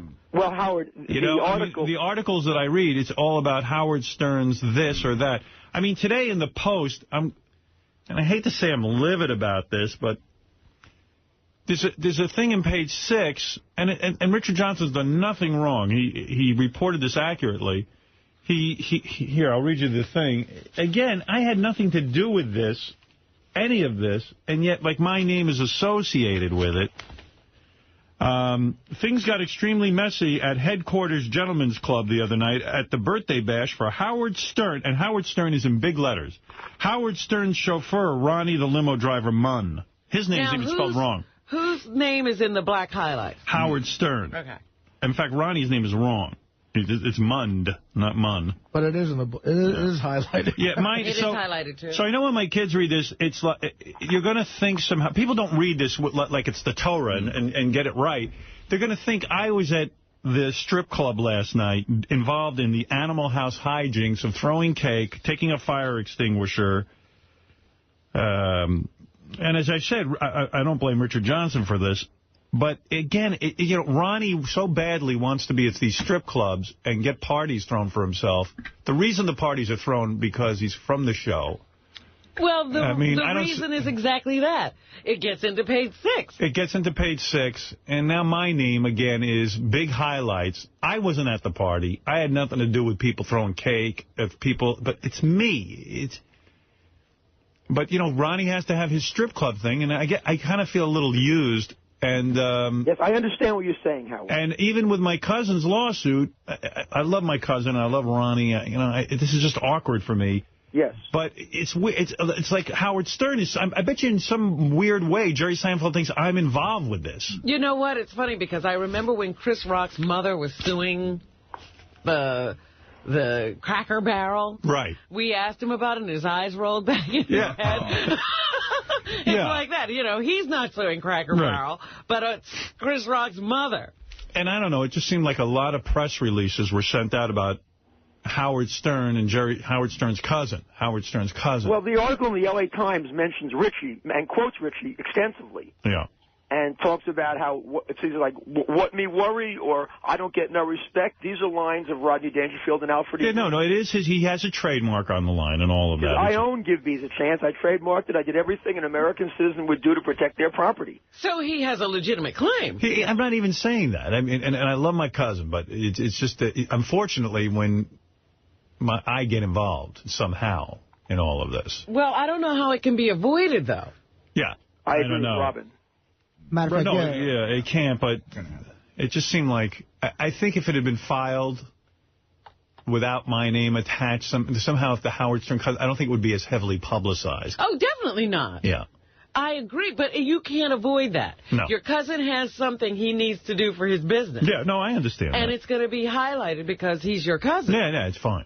And it's Richie, don't call me. I'm fine about it. I'm just saying that and from my world, it's like I'm suing Jerry Seinfeld. And from, Ronnie with his parties, when something happens, it's my, they want the name headquarters out there. Right. So they attach my name to it. They can't get to you. They get to your guy. Yeah. But it's much like having, Jimmy Carter having Billy for a brother. Yeah, that's what it's feeling like. Yeah. I do remember in one of the live commercials, too, in defense of your cousin, actually, he made a big deal of that. Like, all we're saying out is give Bees a chance. No, he has a legitimate claim. It was a big Used deal. it 400 times on the radio. Yeah. I know. I read that, too. Hey, Howard? Yeah. I just want to tell Artie I love him very much. And Artie and we go back many years, Howard. Artie and I. All right. Thanks, Melrose. Thank you, Howard. Yes, Melrose, thank you. I love you, Artie. What about you working with Melrose? So, well, we've done it before. We have worked together, and Artie is a wonderful guy, and I'm on Artie's side in everything. Does Artie pay you up front? Artie paid me out of his own pocket once at a gig. What if there's a second show? Oh, you know what? Don't even get me started with Richard Christie and that. I'm on the side of Bob Levy and Artie. All right, thank you. Thank you, Howard. Melrose hates J.D. because he thinks J.D. stole his job. Oh, Howard, you should hire me. To watch TV? No. Anything you want, Howard. And I will not stay like Sal and Richard in the back if you hire me to come to New York. I will come in anytime my name comes up. This is the Howard Stern Show. This is not... this is unbelievable. You think you would work fine in an office? It's a new Melrose, Rob. Try me. So, Larry, you're saying you're guaranteeing you will come on the air. Yes, I will not sit like so in other words, you'll be interrupting the show every few minutes. All the time. Oh, good. Okay.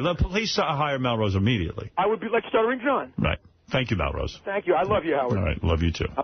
Maggie, you're on the air. Hey, Howard. I was just curious. What about the estate of John Lennon or the Beatles bringing a lawsuit against your cousin? He basically lifted that from a Beatles song. All we are saying... Yeah, I don't know. Yeah, I know. Listen, I have nothing to do with this.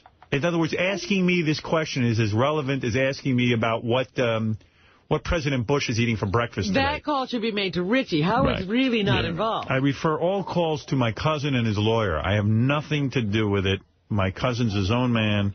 Are you concerned that Seinfeld will think you're after him? Bye, Howard. Listen, I don't really care who thinks I'm after them, but I'd rather just... I've got enough people that I'm after that I don't need to, be involved in this. I have to tell you, I'm still really pissed about the whole McDonald's thing. That he's out there hawking McDonald's while his wife is writing hide carrots in cupcakes is ridiculous to me. There you go. Well, all right, you have a problem. Listen... It's the same with Ronnie, and his parties. The reason the parties are thrown because of me, and now I'm in the paper because of all the hijinks. I'm lucky. I not only don't get the benefit of going to the party, but I am now getting all of the negative publicity. Do you think Ronnie understands that? Absolutely not. Really? Without a doubt, he has no clue what I'm talking about. See, that's what I wonder about. I wonder if Ronnie understands. It's like... You want guys to fly under the radar. Because I think that Ronnie and I think to some extent Ralph suffer from this. Yeah. Well, they're Ralph, operators. They're operators. They all want to operate. Ralph doesn't see it as a reflection on you when he goes and makes an ass of himself at a public event. No, all this asshole stuff gets in the paper, and it's my fucking name, and I got kids, and I got to deal with it. Right.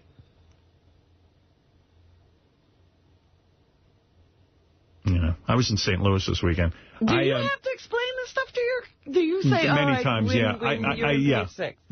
I do. I go, no, that's Ronnie at a party, and I wasn't there. Okay. I have nothing to do with it, and they look at me like, oh, okay, sure. Right. Yeah. You're always not there. Yeah. Yeah, right. You weren't there. No, I wasn't there, but what's the difference? But Ronnie doesn't have a clue what I'm talking about, because he's not me. Mm-hmm. But what am I going to do? So I didn't put that in the paper. Well, as Tim said, everybody's getting a little too comfortable around. Yeah, I just don't. I just need a guy to drive me. Really, I don't need a personality. Yeah, I don't need parties at strip clubs, and I don't need it. And it's obvious why they're giving out funny money and giving free food. Yeah, like why? Why do you think that happens? What happened in the first 50 years of his life? Yeah, like why didn't they throw parties for him at headquarters back then? I don't understand why. Like, how come they weren't doing that? Yeah, where were those parties then? Is Ronnie that likable? Everyone wants to throw parties for him? Well, you know my opinion of that. Yeah.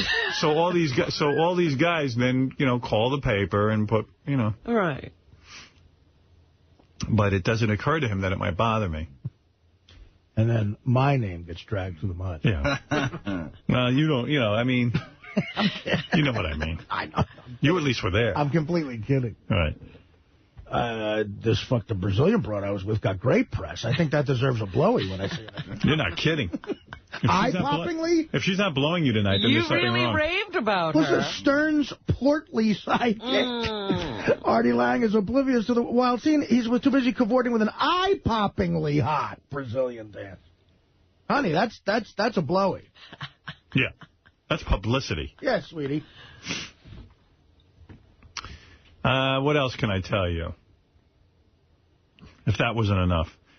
Yeah, I actually, I went with my daughters to this exhibit. It is so weird. I still can't get past it. In St. Louis? Is this the touring? I bet you I know what it is. Body Works. The Body. Did you see it? I have never seen it. I wanted to go see it, but I have never managed to see it. The one that's in the Met right now? There's something in the Met in New York City right now that is... it is so creepy. I think it's the same thing. The shark? Yeah. The shark coming out of the... No. I'll tell you what it is. It's called Body Works. I'll tell you what it is. It is an exhibit of dead human beings. In poses. In poses, so you can see what you have no idea what I'm talking about here. Wow. I mean, the thing was packed. Stripped skin, right? Like you see the inside of the body. Yeah. It's all the inside of the body. They open up, they split the body down the middle. Yeah. You see, first of all, when you see the body open up like that, we look like cattle. It's something really disturbing about seeing human beings looking at other dead human beings. Like, these were actual people I'm looking at. They had a life. They walked around. Although there's one really effective moment. You want to quit smoking? Go see this thing. They show you real lungs, like some dead guy's lungs. Now, how long have they been dead for? I don't know. Some longer than others. In fact, these people, when they die, they will their bodies to this exhibit, and then when you leave, you can sign up to have your body as part of the exhibit. So you could be a part of it. They have a waiting list so long you can't even get on the list. Really? You can't even get into this show. They take people's bodies and split them in half in the guts, and one guy's holding up his own skin to show you how much skin you have on, and like your hearts and your brains open up, and your guts and your balls. I never realized how your balls are attached to your body, but the thing you got to see, because you're a smoker, Artie. They got a pair of lungs, and then they have this big, like, crusty black thing, and they go, this is the lungs of a smoker who died of lung cancer. And they said people just leave their cigarettes right there. Wow. They never touch them again. It's so disturbing to see what it looks like inside. I can't even tell you. I freaked. Do they have fucked up livers? Are they have you fetuses. affected by this even now? Yeah, I'm so affected by it that I think I might even have to become a vegetarian, because when we're split open, we look like beef, and we look like your leg looks like a chicken leg. Well, yeah, it's the same deal. It's the exact same deal. Now when I think about it, I start to gag. Well, you know what happened? A few years ago, I was thinking, wait a minute, what is the chicken leg? I'm joking. I'm eating that muscle. It's the leg muscle. Don't go into it. It's good, though. Yeah, but what is it? I was going to ask you a question about it, because a couple people recommended it. Is it like cool for kids, or is it too gross? Somebody said, Ross said I should take my kids. I wouldn't do that. No. Is it too gross? Did Ross go? He said some friends had gone. Oh, friends went. Because it's educational, but not educational for kids, right? That doesn't sound like something I'd take a kid to. This sounds scary. It is super educational, because, like, it's better than any... Like, you know how you took biology? Like, now you see it. I mean, you see everything, but... It would scare some kids, you think? Depending on their age. It's a very you heavy... went with your kids. Yeah, one of my daughters is going to be 25, and the other one's going to be 22. Would you take a 10-year-old? A 9-year-old? I wouldn't. I got to tell you something. Ashley? You saw it? I saw it. I've seen it twice. I went in Germany in 2000. For a while, they wouldn't let them bring that exhibit to America, I heard. I know. And then I saw it. They had it at South Street Seaport here for a while. Yeah. And it is amazing. I mean, Does it stay with you? Like it does. It does, right? It stayed with me. Yeah. I saw it 7 years ago, and I'll never forget it. And but it is really educational, because you see a whole nervous system. Yeah, like they'll take. It's so gross. Do they separate out each system like that, too? Yes, wow. yeah. The blood vessels, they have a body. It's in the shape of a body, but only the body's blood vessels. Yeah. Looks like little spaghettis. There was one I saw in Germany. I don't think they had it here in the U.S., but they took every piece of a human body and had it hanging on strings, and it looked like a human had just exploded. That's what this looks like in a lot of times. Yeah. It looks like they exploded the whole body. One guy's holding up his own guts. Right. Yeah, and then they'll have a body. I can't even describe it. I don't think I'd have that bad a reaction to it, because you might not. I dissected, and we had our own body and all that stuff. Well, that's a good point. It's like my roommates in college were medical students, and they said to me, you want to come down and see the cadavers? And I said, why would I ever want to see that in my lifetime if I don't have to? I don't want to see a dead person at all. So I went to the exhibit, and now I'm like, I wish maybe I'd never seen it. Right. But it is kind of cool. I understand the importance of it, but... Yeah, I even did things like I snuck a kidney out of the lab once because I needed to study it, you know, and kept it in my room. It's fine. Well, then you might not have a problem with it. Well, you look at it and you realize how fragile people are and how we're just pieces of meat walking around. Yeah, slabs of meat. We could be somebody's dinner. Yeah, it's really hard. And then the thing that hit home with me is I saw one of them, and they still had their tattoo. Like it was a guy cut sideways like 12 different times, and they separate the body, but you still see the tattoo that was on his arm. Right, which makes you realize, that was a living person. The eyeballs are glass eyes, though, I assume. No, they're real. Yeah, everything's real on that. Yeah.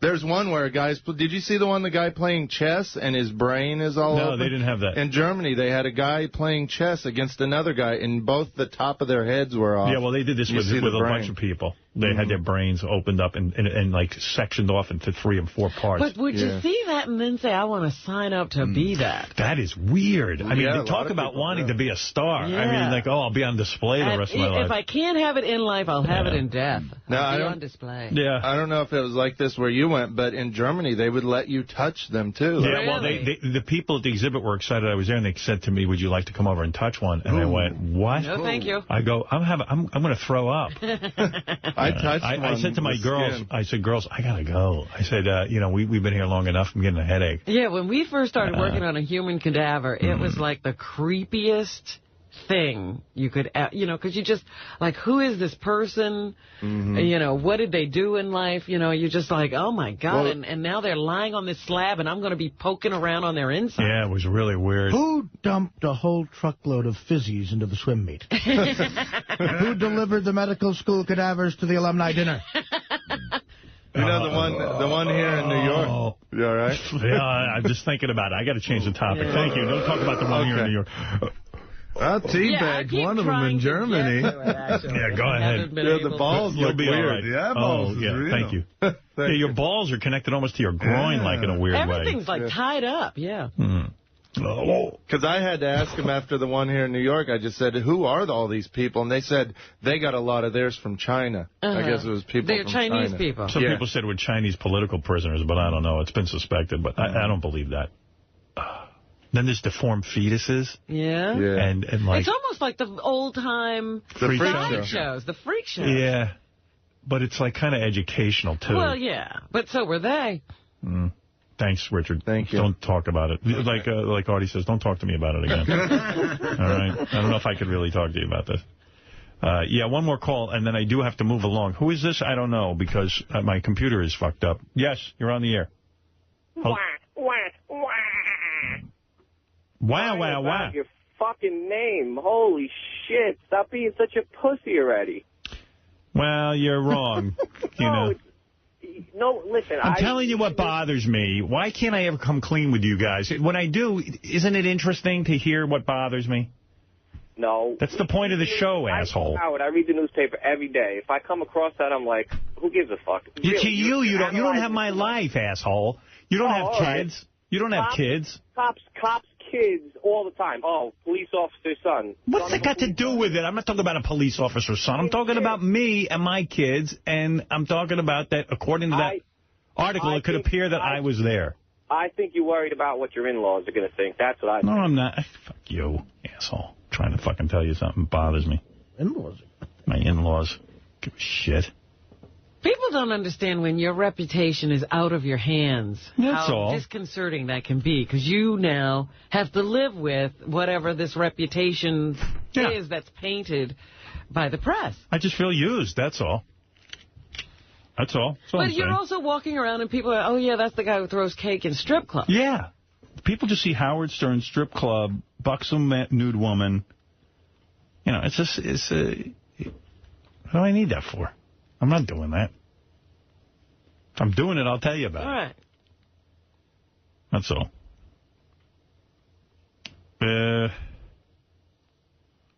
I'm trying to think here if I should get right to the queefing contest. Oh, you know what? You haven't talked about the marathon.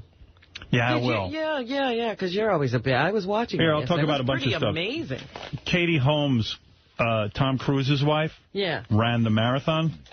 Took her 5.5 to finish. I think she walked it, probably. Well, I was looking at her. I said, she doesn't look like she trained for it. No, she doesn't. Because I'm saying, oh, wow, that's pretty good. Katie Holmes ran the New York Marathon. That's quite an accomplishment. I see 5.5 hours. I think a guy in a wheelchair beat her. I think he rolled by her. Yeah, I'm pretty sure. I mean, that's barely moving. 5.5 friggin' hours. Okay, for great. 26 miles? Yeah. You can throw your stones, my friend. I cannot. Sounds like a great time to me. No, I mean, it's listen. Anybody who You're does a runner, though. Yeah, but I mean, if you walk, right, you could probably, if you walked fast, you could probably do it in 5.5 hours, Art. I'm saying, okay, you're out of shape now, but if you were in shape, you could walk it in 5.5. That's you 5 really miles an hour. Yeah. Nah, 5 miles an hour. Yeah, you could walk break 5 miles in an hour. What was the winning time this year? The winning time was... 2 what? Lance Armstrong, by the way, did it in 2:46. That's amazing. 2 hours and 46 minutes. And I don't see how he does that. I don't know what the winning time was. 2 hours and 46 minutes? Yeah. Well, he deserves all that pussy, I guess. Mm-hmm. Well, I'm looking at him, and he's saying, yeah, I can't do this all the time, because everybody's like, are you going to do it again? He says, look, I have a family. I like to go out. Leave me alone. I like to have the Olsen twins on my lap. Well, that's what I was thinking. Yeah, he likes to go out all right. He sure does. He's having fun. He can't keep running around the world for you guys. Yeah, you're not kidding. Let me He see. wants to have some fun. This takes practice. Let's see. Oh, there's a score stripper who... I saw this big article. She has 2 of those little white dogs, those fluffy dogs. What are those called, Malteses or something? I don't even know what they're called, those little fluffy dogs. But anyway, the score stripper saying she's hanging up signs all over New York City saying her 2 dogs were stolen and she's distraught and they're my whole life. I take them everywhere. I take pictures with them. They're my whole life, my dogs, my this. So then I start reading the article. She goes to a restaurant on... I don't know where the restaurant is. Daisy Rojas is her name. The brown-eyed brunette says she went to a restaurant called Sofrito on East 57th Street near First Avenue. She tied up the 2 dogs outside the restaurant, disappears in the restaurant, disappears in the restaurant for a half hour. And now she's distraught, and she loves her dogs. You know, I see this all the time. These people have dogs, and they tie them up on the streets of Manhattan, and it makes me berserk. The poor dogs go crazy because they love their owners, and they want to be with them. Don't bring your dog on Don't abandon the dog. If you're going to eat for a half hour, why not leave the dog in your goddamn apartment, go to your lunch, and then go home to your dog and then walk your dog? Why would you leave the dog outside a restaurant for a half hour, you asshole? I see that all the time, too. But usually it's a bigger dog. It's not a cute little thing. Rojas says she says her dogs were tied to the scaffolding with their matching Louis Vuitton leashes outside the Sofrito restaurant. Oh, man. The brown-eyed brunette said she was in the restaurant for no more than half an hour, but when she returned, the dogs were gone. Rojas said she and her dogs are well known on the Upper East Side neighborhood, and it never entered her mind that they could be at risk so close to home. Yeah, because people in New York don't steal anything. You know what? People leave their babies out like that, too. I felt comfortable. Yeah, because they don't want them. I felt comfortable leaving them outside, Rojas said. Okay, then feel comfortable knowing that somebody else took them. They love them, too. They probably stole it for the Louis Vuitton. The leashes? Yeah, they probably threw the dogs in a river somewhere. No, they probably use them for pit bulls. Right. A lot of people like to take those little dogs and, like, I think they bait the dogs, like, for, right. You know, to get them used to, like, killing animals. So, like, they throw them in there, and they're pit bulls. Listen to this statement. I felt comfortable leaving them outside, Rojas said. If there's ever a problem with them, someone else comes and finds me. Oh, yeah, because everyone knows those are your dogs. The whole town is consumed with the fact that you're a hot chick. And so she leaves them all over town. Yeah. Rojas showed the Daily News the many pictures of her dogs decorating her apartment, including a portrait painted of her posing with Charles and Darwin. See, Charles Darwin. She said she never even had the dogs. She even had the dogs baptized and gave the news a peek of a tattoo she has of her dog name. She loves the dog. She paid $3,500 for one, $4,000 for the other. They're the ones that when I'm down, I hold them. I have no worries. Oh, my God. Adding that her locker at Scores East is festooned with more photos of her pets. Well, one thinks she would have taken better care. Why would you do that? Why would you leave your 2 little tiny dogs outside a restaurant for a half hour unattended? What the fuck? People are fucked up. They just are. And notice the dogs didn't make a peep. You got to hear this. They opened up the tomb of this King Tut. They're always messing with King Tut. I could care so little about King Tut. Why is he so popular? So they figured out a way that if they open up the King Tut tomb, you could see his real face. And why would they need to see his face? Well, they should have kept it closed. This is one ugly son of a bitch. I mean, you have never seen... He looks so good, all painted gold. They got a picture today in the Daily News of King Tut, what he looks like when they, you know, when he was painted in gold on the outside of his casket. With the eye makeup and everything. Yeah, he looked kind of good. They open it up. He looks like, I don't know, like Morgan Freeman or something. Oh, not even that good. Who does he look like? Let me take a look at the picture again. I didn't really think he looked like anybody. Maybe... You mean the computer? No, I don't know. The real face the real they got face, here. the head. Yeah, because they did a computer thing where they made it look like he would, if he were in real life, and he looked like Jorge Posada to me. Oh, okay. There you go. Jorge was the king of Egypt? Yeah. And Paul McCartney married that woman. This guy's got to be, I mean, he must be kicking himself in the head. Last week I played you this. I don't even know what's going on. Heather Mills. She's losing it. She booked herself on Good Morning America, Extra, the early show on CBS, Inside Edition. She did a round of publicity like what Jerry Seinfeld had to do to promote his movie. Right, I don't know what she's promoting. I don't know what she's promoting either, but she's out there, and Paul McCartney heard these interviews, and he said, now I'm suing for full custody of my kid, because she's talking about, she says, people are after her, they're trying to kill her, the baby's life is in danger. He goes, well, give me custody of the kid if this woman's that loony, and somebody get her some help. Well, she's saying she was going to kill herself so he could have full custody. Yeah. So he'll just take full custody. Yeah, don't kill yourself. So he got smart. His lawyer said, listen, you can see this woman's a loon. She needs, he says, he quotes, she needs professional help. But anyway, so she went frankly, if I was the judge, I would say Paul needs professional help. He got married to her without a prenup. Yeah, well, he's got to have his head examined as well. Why would a guy that wealthy not have a prenup, ironclad? What was so great about that pussy? I mean, the guy is just terrible. You want to hear some of these interviews? Listen to this. And it's just unbelievable. What is she promoting? The people who look up and say, this is just more pressure she's trying to put on Paul McCartney here. This whole thing yesterday was just trying to put more pressure on it. Pressure to do what? Pressure to do what? We get divorced on the 2-year separation point. There has been no other situation. Pressure to do what? If I wanted to put pressure on Paul, I would expose the whole truth. Well, they say it's a I've been protecting him. Strategy for money. Sorry, Dan? They say that it was a strategy for money. It's not a strategy. It's not a strategy at all. I said I would walk away with nothing if he protected me. He has not protected me. I've been put in debt of $3 million with my lawyers. One thing you said... There is no protection. Would you allow your partner to go through that as the father or mother of your child? Would you allow it when you had the power to stop it? Oh, what a nightmare. 2 years with her, and now... Look at, what is the problem? Unbelievable. What? What she's going on all these talk shows for, and even the one in England, she's pushing for a law to be changed in England where if you print a lie on a paper... No, that's not why she's going on these talk shows. She's got some convoluted thing about being a celebrity. What does she care about any law? She's now a spokesperson for everything. Yeah, for everything. She just so desperately wants to be somebody, and she married Paul McCartney. Now she's on tour talking about her divorce. And shut up. Saying that if she really wanted leverage, she could tell you things about Paul that would curl your hair. Right, which means, which is a threat. Yeah.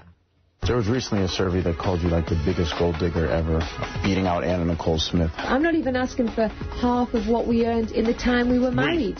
Half of what we earned. We? What did she earn? And that's what I'm entitled to. Well, why do you think you're the subject of so much bad press?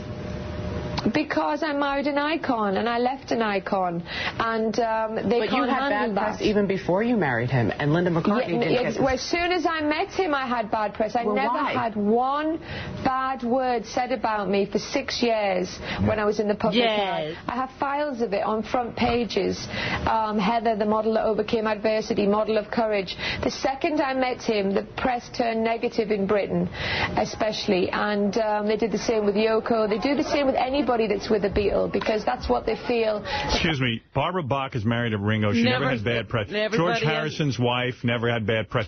Patty Boyd ran off from Clapton, went to George Harrison, never had bad press. Right. What is she talking about? It might be that she's just a pain in the ass. Yeah, maybe it's just you and Yoko. Fans want to read, and it's very sad. I met Paul, and he was a devastated man that cried every day for a year, and I spent my whole life for 7 years taking care of him and doing whatever I could, and this is how I'm treated at the end of it.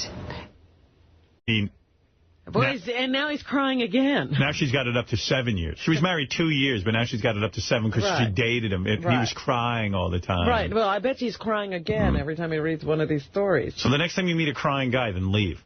You know what? You're asking who King Tut looked like? Yeah. He looked like the guy who won the marathon. Yeah, that guy. I knew he looked familiar to me. published reports in Britain say she has an audio tape in which Paul admits he hit his deceased first wife, Linda. Let me ask you this question, Miss Mills. Have you ever been struck by Sir Paul McCartney? I can't answer that. I can't answer that. Being alleged in interviews today that you have an audio tape in which Sir Paul admits hitting his first wife, Linda. Is that true? I can't answer that. What is the impact on all of this? Look at it. She's going on TV. I mean, this woman is... I can't answer that. You can't answer that. What is it you can't face? You know, my daughter has a wonderful father and a wonderful mother. Her father may not be a great husband, but he's a very good father. And the one family member, Heather, now reveals busted up her relationship with Paul. Every single week, Stella tried to break up our marriage. Paul's daughter. Constantly. Paul ought to give that kid an extra couple of million. He was so jealous. Heather tells Extra Paul's fashion designer daughter, Stella, told a close friend she had it in for Heather early on. She said to Stella, why do you hate Heather so much? She said, because she's going to get all the planes and the diamonds. It was so sick and so sad. Stella wasn't interested in her dad's happiness. We found out, scraped my face out of a photograph. There are reports today that Stella called you a witch. She said a lot more than that, and she's done some evil, evil things. Because she saw I have a lot of evidence, so if she dares make any more statements, then I will show all that proof. Oh, she's a terrorist. She's terrorizing that family. If they make any more statements, I will show the proof. Just go away. I thought she had a gag order on her. That's what she was saying. Oh, now she can't shut up. What is that woman doing? Poor Paul McCartney. Well, as you say, should have signed a prenup. Yeah, give me the kid. Neither one of them are qualified. Right. Give Robin the kid, for God's sakes. I'll take Paul's kid. You want to do the queef off? Because the guys from Entourage are going to be here soon. Okay. They don't want to be a part of that? They probably do. It sounds like it might be up their alley. Yeah, this will be an episode next season. And by the way, Baba Booey was right. Here's the article from the Post. The guy who, Denzel Washington has the #1 movie this week. It's American Gangster, and the gangster's name was Frank Lucas, who was a Harlem heroin kingpin. And they say because he was convicted of his crimes before the Son of Sam law, Lucas has already received $300,000 from Universal Pictures, another $500,000 from the studio in Washington to buy a house and a new car. Ugh. Lucas also says he has plans for a gangster video game and clothing line. Wow. And is negotiating a possible sequel to the film. Now, Henry Hill, was he under the Son of Sam law or not? I don't know. Probably.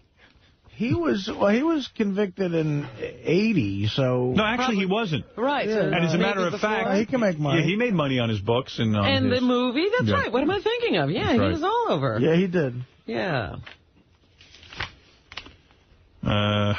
What else I wanted to tell you? What a shame. I mean, there's every piece of evidence that guy was ruthless as ruthless. Yeah. You know, it's been 10 months since Sirius and XM announced that they want to merge. It's still no answer on whether or not the merger. But you know who chimed in? Jesse Jackson. I guess we forgot to give his son a gift or something. But what happened? He's against the merger. And you know why?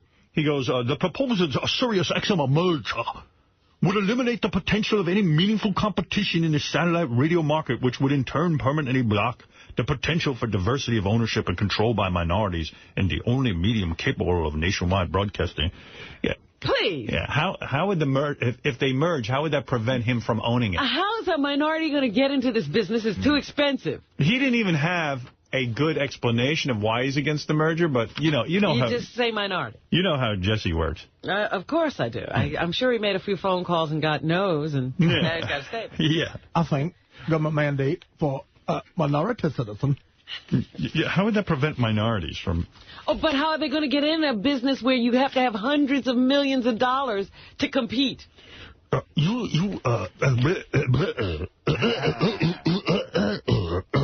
ridiculous. 10 months, really? It's been 10 months? 10 months. Yeah. I'm telling you, oil companies merge faster. Babies are born within this time. 10 months. It's too much. Where was I? Sometimes you just got to say fuck it and have a queef on. And he didn't have any problem with Murdoch buying the Wall Street Journal. Not that I saw. Maybe he did, but I didn't see it. Never said a word. All right, let's take a break, and then when we come back, let's finally get this queef-off going and let Abby or Debbie take the reigning championship title. It's time to choose a winner. We'll be back right after these words. All right, the boys from Entourage are going to be in here. Adrian Grenier and Kevin Connolly of Entourage will be here. Abby the Queefer and Debbie the Queefer are here. I want to get this over with and have a world championship match. As you know, we've had several queef-offs in the last couple of months. Debbie the Queefer was the reigning champion. She was the queen of the queef. Yeah, and she called up distraught. She said, this isn't fair. Abby's getting all this attention. Wait, so this ain't the broad from Boston? The broad from Boston? She lost. She lost. Abby won. Remember this is the queef-off between Abby and the girl from Boston? Yeah, okay. Hi, Abby. How are you? Let's say hi to... No, I'm trying to say hi to Abby first. Oh. Give me 1 second. Abby, hi. Hi. How are you? I'm great. How are you? All right. You had the queef-off, and you won. Yep. Debbie the Queefer called us almost suicidal. Right, Debbie? It was other things, other arty influences were influencing me. What were you on? Chemical-dependent things that I'm not on anymore. What Artie influences? Something that Artie had a problem with, I had a slight problem with. Were you on heroin and coke? I will never reveal, but it's gone now. All right, you've gotten... And I'm very depressed. Well, Debbie called us up and said, look, I'm the Queefer. I'm the one who kicked off the Howard 100 channel.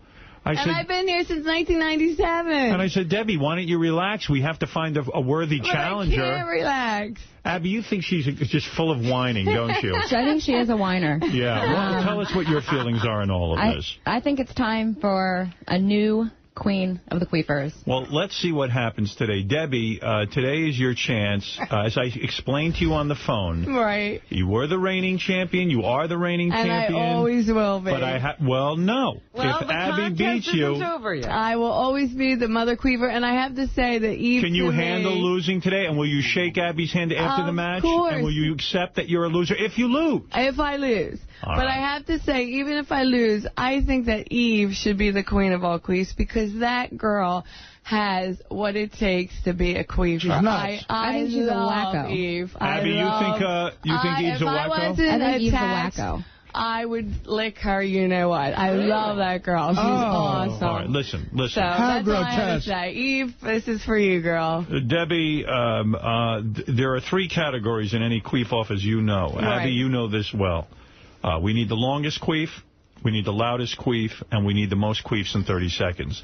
Loudest is measured by that very elaborate computer device you see over there. We'll be able to know through the computer how loud your queef was. So this is all very scientific. Great.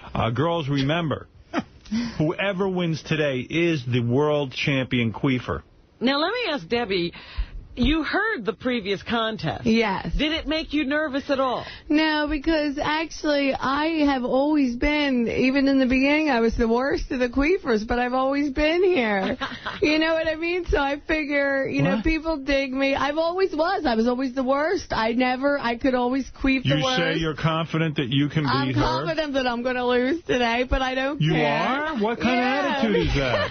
It would be nice to have the head queefer be a crazy drug addict. I am a crazy drug addict, and everybody go to www.queendebbie.com, please, because that's for my writing. All right. That's all my writing. Let's get down to it.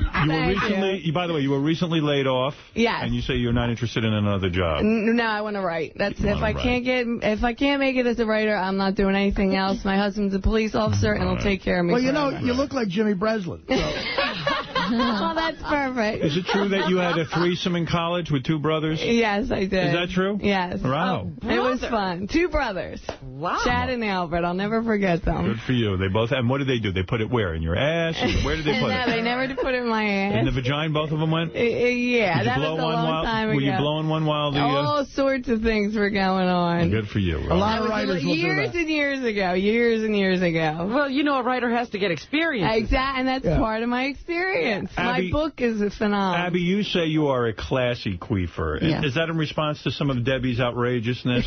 Yeah, her and Eve. I mean, I think it's time for a sane queefer to take over the title. Well, she is very prim and proper and very cute. Interesting to see that she can queef, but, right? yeah, exactly. But I don't know if you've watched other shows, but we love Lunatic. And I'm a lunatic. You are, honey. I am Queen Lunatic. Abby, you are a nurse. You're married. You have 2 kids. You're a little more normal than some of these other ladies. I've definitely got a wild side, definitely. Yes, Let's see it. Although you had a threesome with your husband. Hey, let's snort some heroin. Yes. Bring it on. Give her the prize. Bring the smack. She wins, huh? Give her the prize. Are you holding, honey? Marty, I'm holding. Let's get in the back room. Oh, my God, I love her. Well, I don't want to hear that. I'll give you the good I'm trying to keep Artie straight. Yeah, wait a minute. Whoa. Screw that straightness. If you have any pink tie or China White on you right now, you win. China White, baby. That's the best. Because then you can't tell. You think it's Coke, and then you can fool someone and get them really wasted. This is fantastic. Good idea. But Abby had a threesome, you were saying? I said Abby's wild, too. Debbie, you are wild with your heroin stories and all that. And that wild cough you have. What is that cough you have? Is that from smoking? Bronchitis. I don't smoke. Right, I hate cigarettes. Well, I hate them. You have bronchitis right now? I've had it for, believe me, I've had it, the patching stage is far gone. I have asthma. I think it's tuberculosis at this point, right? Abby, as wild as Debbie is with her stories and her bronchitis. But they're all true. You say you had a threesome as well. You had a threesome. With her husband. Yeah, and you brought a girl in, but you didn't like it that much. I did. I wasn't into the girl all that much. Right. But you once had sex in a bathroom.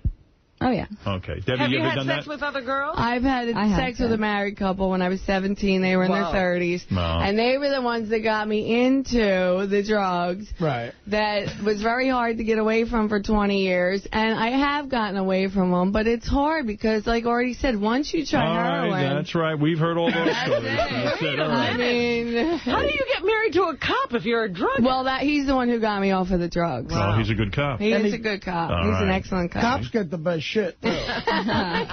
He doesn't. He's totally straight. All right. Now, Abby, you are here to finally put this to rest. Debbie is the reigning champion. If you should win today, Abby, you will be the reigning champion, and Debbie will have to bow to you. But Abby does say she likes girls, so you've been with other girls. Oh, yeah. Oh, yeah. Oh, good for you, baby. I've got a wild side. I'm not a drug addict, but, you know, I like girls and You're not a drug addict. Stuff. There's the door. Sorry, all right, who's going to go first? Let's, I would say... Are we going to alternate with each competition or something? No, I'm going to do each girl one at a time. All right, I can alternate. Yeah. That's true. All right, let's go longest first. Longest is easy. Who is doing the timing? Is this Ganji? You're on the clock? I'm doing it. I'm on the clock. You know how to do this? Yes, we did it last time. All right. It is one continuous queef. For those of you listening at home, a queef is a vaginal fart. Abby or Debbie, explain what you do. You swallow air with your vagina? You bring it in. It's mostly your abdomen that does the work, and then you let it out. That's a queef. A vaginal queef is actually from the abdomen. Okay. Abby, what are you doing over there? You're going to get undressed? I'm taking my pants off. You're taking your pants off? What about you, Debbie? How are you going to work today? I have to sit. I have to lay down. All right. I have to. All right. Why don't you... now, Debbie, you're pulling your skirt up. Are you taking your panties off, or are you leaving them on for I'm going to leave them on because my husband will come in here and kick my ass if I go. What about you, Abby? You're wearing... by the way, you have a beautiful pair of panties on, Abby. Thank you. Did you wear those especially for the show? Yeah. Yeah. Are you going to do it in your panties or nude? I'm going to do it in my panties. All right. Remember, that could affect you on loudness. There is a muffling effect with the panties, but all right, that's up to you. We're not up to loudest yet. We're on longest. All right, I'm going to ask, since Debbie is the reigning champion, I'm going to have Abby go first. Okay. All right, the challenger. Abby, I got to say, you have a very attractive body. Seeing you in your panties excites me. She's putting her shoes back on. You probably. I got to look sexy. All right, you're putting your shoes back on. That wasn't mandatory, but I appreciate the effort. Yeah. Abby, she's adorable as little Abby. Little Abby looks better with her pants off than her pants on. Oh, thank you. All right. Now, you say you have kids, too, with that body? Yeah, I have 2 kids. No kidding. Do you want to take your shirt off for this? I can. Yeah, take it off. That's smart. Yeah. I don't have tits, but... Hey, you don't need tits. There's another contest we could enter you. That's right. That's next month. Ganji, Jason, and I have the tits. Don't worry about it. Have you entered the Hottest Chick, Smallest Tits contest? No, but I should, because they're really... $5,000 if you win that one. I'm just, I should. All right. Now, what position are you going to get in for this queef? And again, this is for longest. I just stand. You're going to stand. Okay. Please, Ganji, what is it? Just make sure we get a go when they're ready. If you want to, do you want to warm up, or are you just going to go? Let me do one warm up. All right, let's listen to the warm up, and you have to say go. He's right. All right, that's your warm up. get another microphone on her mouth while she's doing this. Come on, Isaac. You wake up over there. All right, so I'm going to do one long one. All right, you say go. Okay. Wait, sorry. I have to... All right, you didn't say go. I can't say go. Like, I have to suck in the air first. All right, from now... So the next one we hear is your start? Yes. Okay. Okay, ready?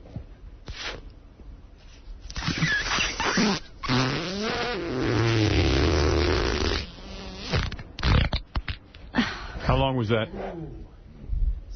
6 seconds. Nice. Very nice job. 6 seconds. All right, Debbie, you got your work cut out for you. Okay. You can see she's got a lovely physique, this girl. Debbie, you are a champion. Debbie, how long have you had this title? Since 1997. All right, this could be either the greatest day of your life or really a saddest day of your life. Okay, here we go. To lose her title. They're swinging her around. All right, I don't know what they're doing. In many ways, it's already the saddest. Do you want to warm up, Debbie? What's that? Do you want to warm up? Get one warm up. What's the finger? Why are you fingering yourself? All right. All right, that's the warm up. Now, you got to tell us when you're ready. All right, I'm ready. All right, ready? All right, from this moment forward, go. That was my weakest. Oh. That was my weakest. What happened? That's my weakest. Hey, let me give you a little pep talk, honey. You're the reigning champion. Mine is speed and the loudness. You think you're going to come back in the next two events? Exactly. All right, so you threw this event. You didn't even That's fine. All right. Well, how long was that, Ganji? 1 second. 1 second. The first round goes to Abby, the challenger. Abby, this could solidify the world championship for you. There will no longer be any question as to who the winner is. By the way, the music you're enjoying right now is actually Debbie the Queefer and some of her wettest queefs.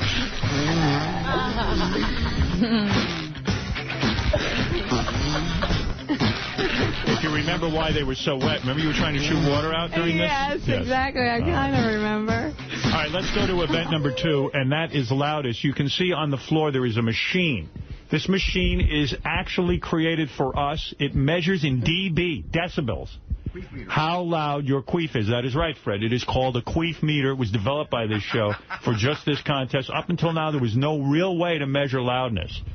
For example, you can see if the boys just tap on a microphone, you can see how it registers. Do you see that? Check. All right. Did it register? Are we set with this, Ganji? Okay. We're ready. You should be. Do you know how to read it, Ganji? Yes, I do. You know how to read the queef meter? I've been instructed. All right. Once we start, I'll need quiet in the room. Now, Abby, I'm going to let you go first again because you are the challenger. This is for loudness. Do you want to warm up again? No. You do not? No. All right, Ganji, measure this one, and I will be quiet. You ready? Wow, we got a negative 8.5. Now, let me explain what a negative 8.5 is. A negative 8.5 is actually very, very high. Is it? Yes. Explain, Ganji. Yeah, it's up to 0. So 0 is the highest they could possibly go. Right. Oh. So she's pretty much almost right under 0. Wow. She got it almost as high as she can get. Right. Very, very nice. Now, this is a big event for Debbie. Debbie, you need this win. Okay. Now, this is your forte, the loudness. Yeah, loud I'm good at. All right, I'm going to be quiet. Do you want to warm up? Yeah, a little warm up. You can take as many warm-ups as you want. Okay. You tell us. You got to tell us when. Don't shit yourself, Debbie. Hold it. Wait. I'm not even hearing it. I'm not hearing this. The meter is reading it, though. All right. Is she ready? All right. Tell us when you're ready. All right. I'm ready. Here we go. All right. What did she get? We got it. We got it. Was that first one we measured? What is it, Angie? Wow. What do you got? Negative 1.8. So she took it. Wow. What? Now we got a contest. Abby, I told you my longest is the worst. Abby, you look shook. You were very loud.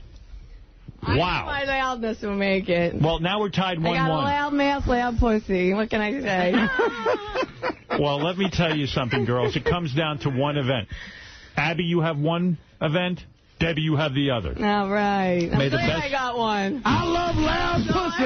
Yeah. On one hand, we have the classy Abby. On the other hand, we have the rowdy Debbie. A freak. Who is going to take it? Who will be the world champion? Who will it be? Class versus ass. I like it, Debbie. Woo, there it is. Yes, okay. Debbie, Abby, I root for both of you. Both nice ladies. Just very different approaches in your work. All right, this is the tough event. I love you, Artie. I love you. I wanted to say that because I never met him. I always met Jackie. All right. Well, that's the police officer. That's how long I've been here. I mean, I love you in spirit. I love my man. My police officer's the king. You know what, Abby? You're not talking a lot. You're nervous, aren't you? I'm not nervous. Like, I felt like the last time I came on here, I couldn't get a word in edgewise because of the wacko Eve. Right. And now I kind of feel the same way. And I'm a wacko, baby. I was pretending in the green room I'm a freak. She's a fucking loon. Like, I'm a fucking loon, baby. I mean, they take pride in that. That's fine. But I take pride in the fact that, you know, I'm sane and not... I'm on the loudest. She's a Trojan horse of nuttiness. Hey, you know, Abby is right, though, Debbie. In all fairness, she would like her moment in the sun, too. I take this very seriously. You do, I know. Very seriously. I want to walk away with this title in the worst way. Do you want to be nude for your last event? Are you drunk? Abby, do you want to be nude? Debbie, excuse me. Abby, do you want to be nude for your last event? I don't think that I look very good. Like, I do. I hate my boobs. You're crazy. They're too small. And, like, I don't think there's anything sexy about watching the Queen. I do, but that's up to you. I'm certainly not gonna press the point, but what is it, Robin? Debbie's on something. Debbie, are you on something? No, she's not on. No, she's not on it. Do we have an ambulance outside? All right, Debbie is... I'll be in the bathroom, Marty. Abby's really irked. I mean, Debbie, you're not letting her get a word in. Will is getting coughed on. It's coming from every end.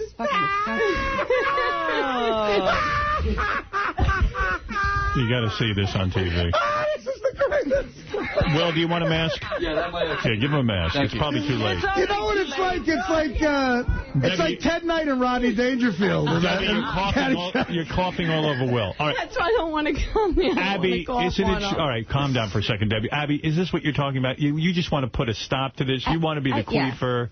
You want to be the one? You want to represent queefing proudly. I want to represent Howard, you know, for being the queen of the queefers. I love you, Howard. Been, you know, you do have a lot of personality, but you tend to get obscured by everyone else. I kind of like stare at like her and like Eve, and it's just like I can't. I mean, it's just I'm baffled. Who is that awful person? Like they're freaking. I don't know. All right. I like Debbie.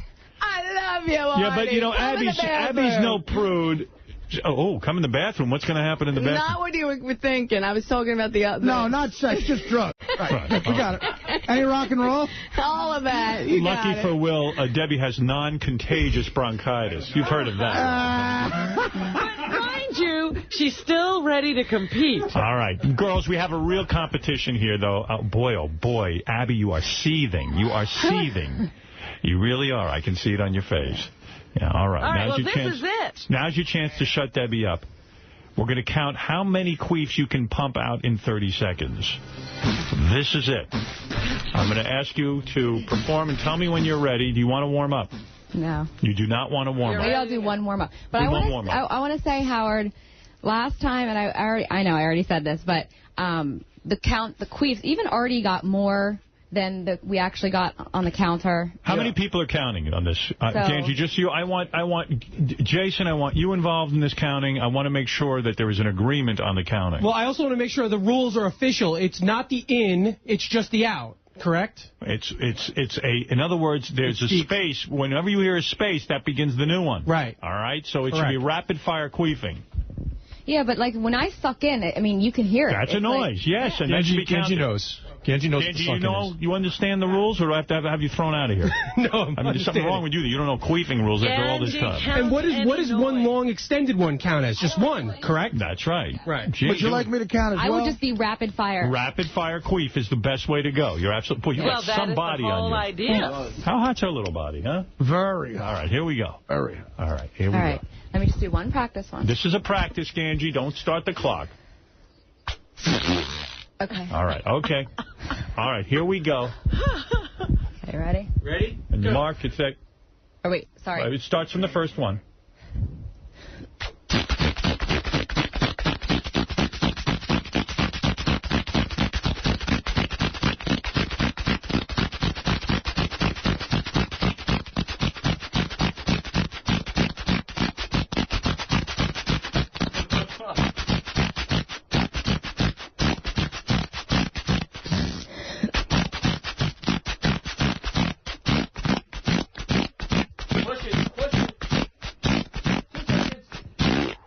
What's that? 93.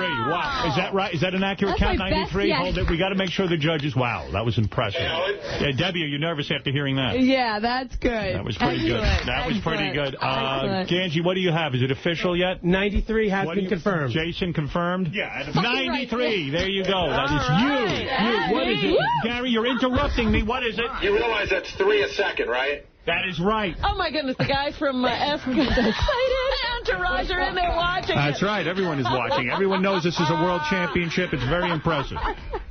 All right. Yeah, wait, I had 91, but fuck it. Oh, I got to go with the judges, Artie. I'm sorry. It is locked in at 93. What, you rooting for Debbie? Well, she's got the H. You gotta be a party. Abby, congratulations. That's a great showing. This is what it all comes down to, girls. All the years of practice, all the years of trouble, turmoil, being goofed on, whatever. Your sport is now. Debbie, are you nervous? No, that's okay. Do you want to practice? A little bit. Who has the stronger vagina? This is a practice. Nobody get nervous. I'll just go for it. All right. Now, in a second, I'm going to ask you to see who has the strongest vagina. I noticed you were fingering yourself. There's some ritual that goes...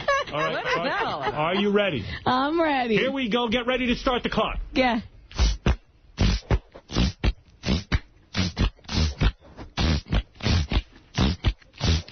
We're at 11.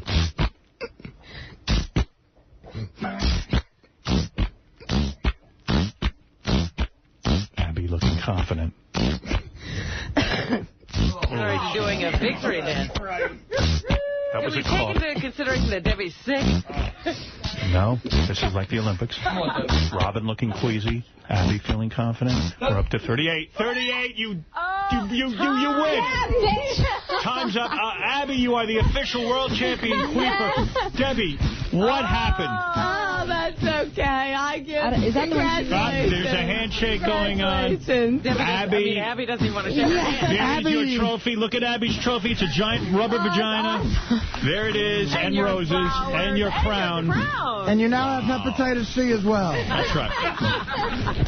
First of all, let's go to our former reigning champion, a great contender, a great sportsman. Let us talk to Debbie. Debbie, how do you feel right now? I feel like I will always be the mother of the queefers. I still believe that Eve is the queen of all queefs because she's got the spirit for it. That is a little bit of a disgruntled kind of answer. But I promised her I would say that because I really do like It's not Eve. fair, though. Abby deserves all the credit. She defeated you all. I give Abby all the credit in the world. She's the queen of the queefs, but I'll always be the original. Well, that leads me to sing, there she is. A little music, please. Come on. Don't leave me dry here. Before you make your statement, Abby, I just want to say... Fred, immediately music? I wasn't prepared for that here. What was that? I wasn't prepared for that here. Prepared? Whoever prepared? When were you going to use it? When the Entourage guys were here? No, that was not even discussed. I don't believe in preparation. The queef song. Hey, it's a contest, and woman gets a crown. I don't even have lyrics. I don't know what's going to come out of me. I just wanted to sing a little bit and say... I know. Well, I wasn't ready for you. All right, forget it then. Okay. This is embarrassing. Yeah. In the middle of the next interview, a queef contest. That's embarrassing. There she is. Thank you. I said there she is. Beautiful Abby the queefer she is. She used her vagina to make strong queefs. She blew us out of the room. She let it loose. She has no tits, but she's got a great vagina. There she is. Beautiful noises it is. Congratulations, Abby. Go ahead, make your speech. I am just so ecstatic. I knew I would walk out of here as queen of the queefers. Did you think you were in trouble after the first round? No, I mean, when she got the loudest, I was a little concerned. I mean, that 93 was best ever. I was up to 77 in 30 seconds. You were awesome. Mother of two you are. You're our reigning champion. Abby the queefer is our champion. And by the way, girls, I'm going to give you each $500 cash. Oh, you rock, Howard. Courtesy of Cash for Gold. Turn your unwanted gold and jewelry into cold hard cash. That's cash, the number 4gold.com, or call 877-GOLD-590. Our dear sponsor who offers you great prices, and you each get $500 apiece for being here today. I'm really putting it on the line. And I want to say anybody who would like to follow in Abby's footsteps, does she have any words of encouragement? Abby, what can someone do to really get their queefing? Just keep practicing. Is it a good career? Is it something you're proud of? I am very proud of my talent. Well, how old were you when you started queefing? Probably like 10 or 11, 12 maybe. That's awesome. Yeah. Good for you. I really think life is like that. Like, to me, like if Gwyneth Paltrow didn't have like rich parents, she'd probably be doing this. You know what I mean? It's right. like, yeah, She you got to queef in the queef contest. And can we please, winner or not, hear a speech from Debbie? I'm very happy for Abby. That's I had better. The title. Well, I always feel like that. I'm a very gracious person. All right, that's a little better. That bullshit? But Howard, I always been here. You know. I know. Like You're terrific. Debbie, we love you. We love you. It's a sad day, but Abby, it's a happy day. I love all you guys. I mean, I always will love the Howard Stern Abby, show. Debbie, quick words of advice for the young girls out there who are listening and parents are thinking getting their kids into this. What can they do to get into queefing? How does one learn to suck air into their vagina? Real quick, Abby, you first. Lay on your back, put your legs in the air, and suck it up. Did it happen by accident for you the first time? Yeah. And then you realized what happened and you were able to replicate it? I was trying to fart. I see. And then this happened. Yeah. And Which I can do that, too. I can suck air up and fart. Let's hear that. You know what? I have to... Go ahead. Give it a shot. Wow, we could have a chick farter. I will try, but it doesn't... It takes You're better at queefing? I'm much better at queefing. All right, go ahead. Give it a shot. Like, hold my... Hold it in. I'll try. Why do you have to hold your vagina? So I don't get air up there. Okay, good. Good for you. Wow. Did you ever shit yourself? No. You never shit yourself? No. Debbie, quick words of advice for the young girls out there who are thinking of getting, parents who are trying to get their kids into this. Please keep them as far away from drugs as you possibly can. Because it affects your queefing. Debbie, how old were you when you first queefed? What age? I was 5. 5. And me and my friends we were just having fun, and we were like, what is that? And we just started queefing. And 5? Yeah, as early as 5. Figuring it out. All right, girls. Fun. Thank you so much. It was wonderful. Please, Abby, don't forget your trophy. It's a beautiful trophy. I wonder where she's going to put that in her house. Hide that. On the fireplace. You have 2 children. Are they getting into queefing yet? No. How old are the girls? I have a 3-year-old girl and a 7-year-old boy, and they know nothing. When will you start your 3-year-old girl? Probably never. Oh, come on. You don't want That's her selfish. to be a queefer? I don't She's know. got the gene. Well, you know. We'll see. Yeah. Let's see if What you... was Artie going to ask? I was going to ask if you could fart, sweetie. No, I can't fart on command. No. What a shame. All right. Well, there you go. Abby, Debbie, thank you. We're going to be with the guys from Entourage, Artie, your hit show. What is it, Gary? You know, I have points on the show. One of the funniest things is this, so Kevin and Adrian from Entourage are sitting in my office and watching this, and they must have made a bet when I was out of the room. So as soon as she presented the trophy, Adrian got up, took a 20 out, and handed it to Kevin. Oh, he had his money on Debbie. Wow, a lot of people look at Debbie. I love Adrian. God bless. All right, He's a cutie a lot pie. of people think Debbie was going to win based on size and Debbie's attitude. also itching. What is that? You know what this is like? This is when the Chinese guy wins the hot dog eating contest.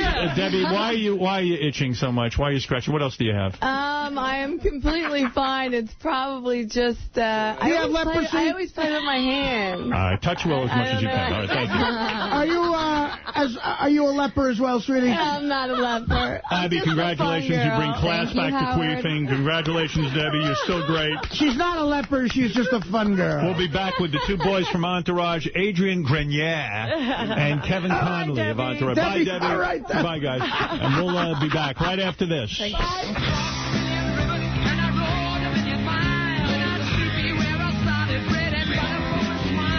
As it Keep Yourself Alive, Keep Yourself Alive. From Entourage, Adrian Grenier and Kevin Connolly. It's actually Grenier. Adrian Grenier.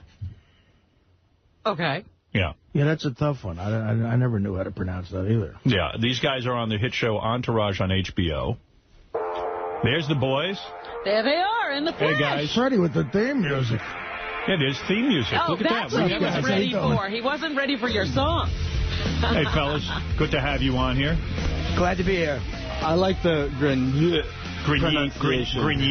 Grenier is the right way to say it. Grenier. Is it? No, it's Grenier. You don't even You're telling me?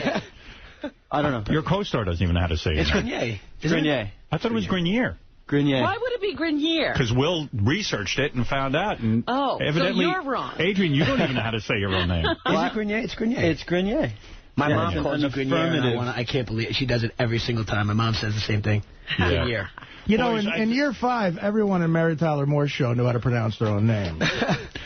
When Entourage was first coming out, I remember we spoke. We had you in with Mark Wahlberg. Marky. And now the show's a huge hit.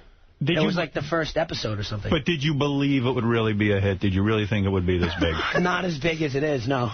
Pretty shocking. But, yeah, at the time, it was like, I think 1 or 2 episodes it aired. What had you done up until then? I mean, you weren't that well known, right? I wasn't. I mean, I had done Unhappily Ever After. We talked about Bobcat Goldthwait. Right, yeah, that's Kevin. Kevin has quite a sexual history. He was dating a very hot chick named Nikki Cox. Yes. And Bobcat Goldthwait stole her. Swiped her out from her. Yeah. And then Jay Moore swiped her from him. Is he now married to her? Yeah. She's a very hot chick. She is, in fact, I remember Artie met her once when he was working on the set of I worked the with Norm her for show. a year. The Norm show, yeah. And she'd show up in like a 12-year-old boy's T-shirt, like one of those guinea T-shirts.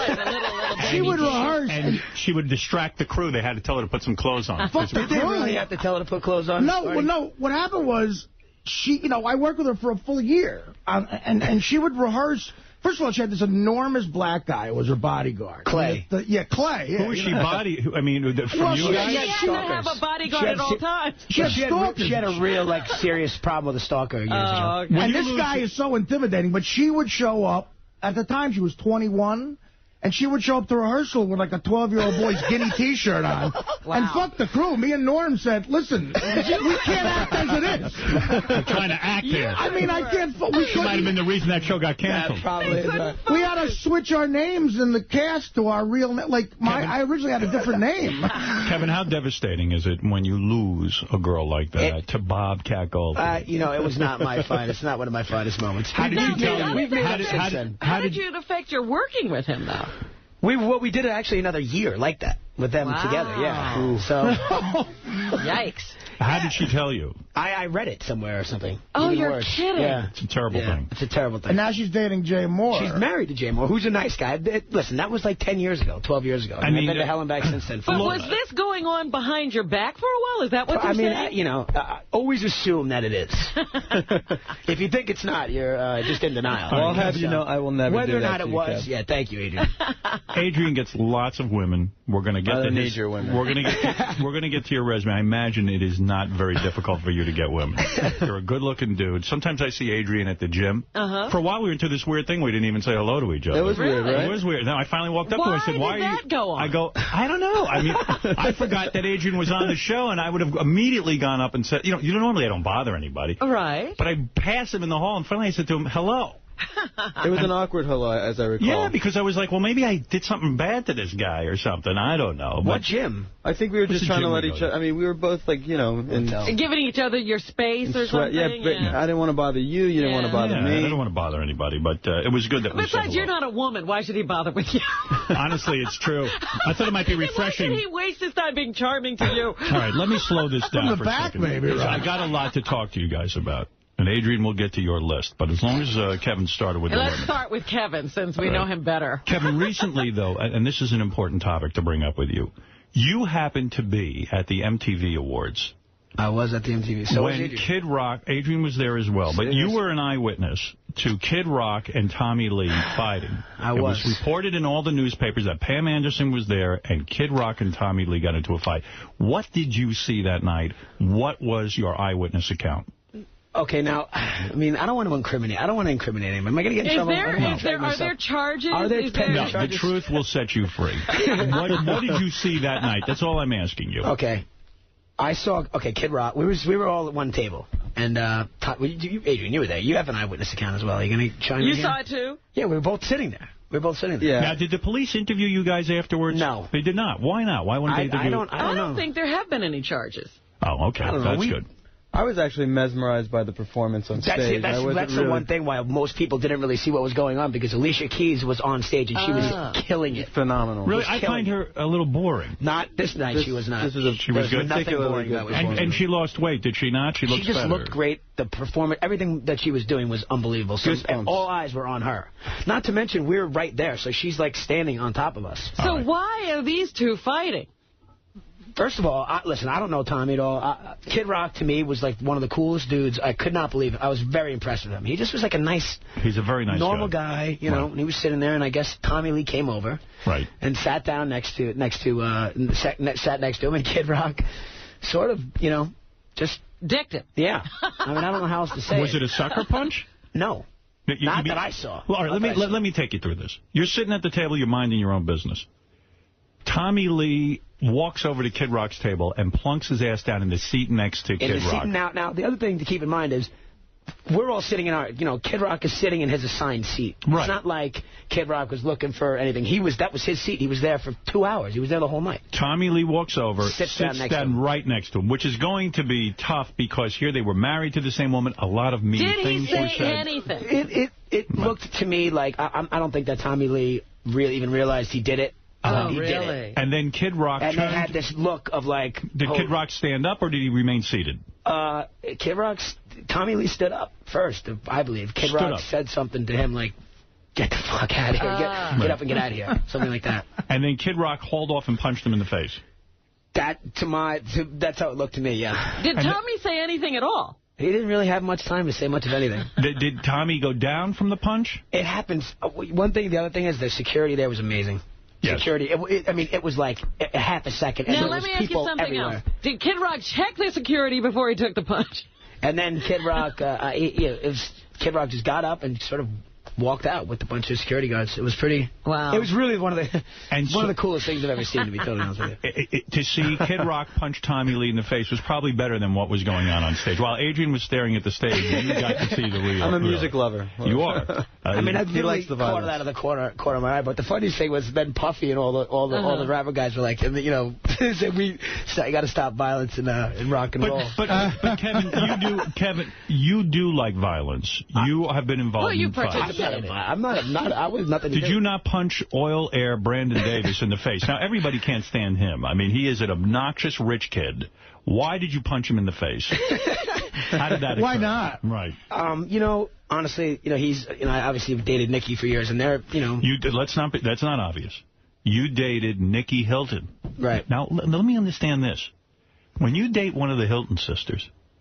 Yeah. That's a very wealthy girl, right? Correct. Does she pay for stuff? No, well, no. I mean, why should she pay for stuff? Because she has more money than Kevin. I mean, Kevin's making okay money. He's working for HBO. He ain't a millionaire. We know that HBO is very cheap. Right. Well, they've been good with us. Adrian, have they been good with you? They've been all right. They've been all right. I don't see you doing any dancing. I don't have anything to compare it to. Okay. All right. Fair enough. Yeah. I mean, no, listen. I mean, I earn enough living to where...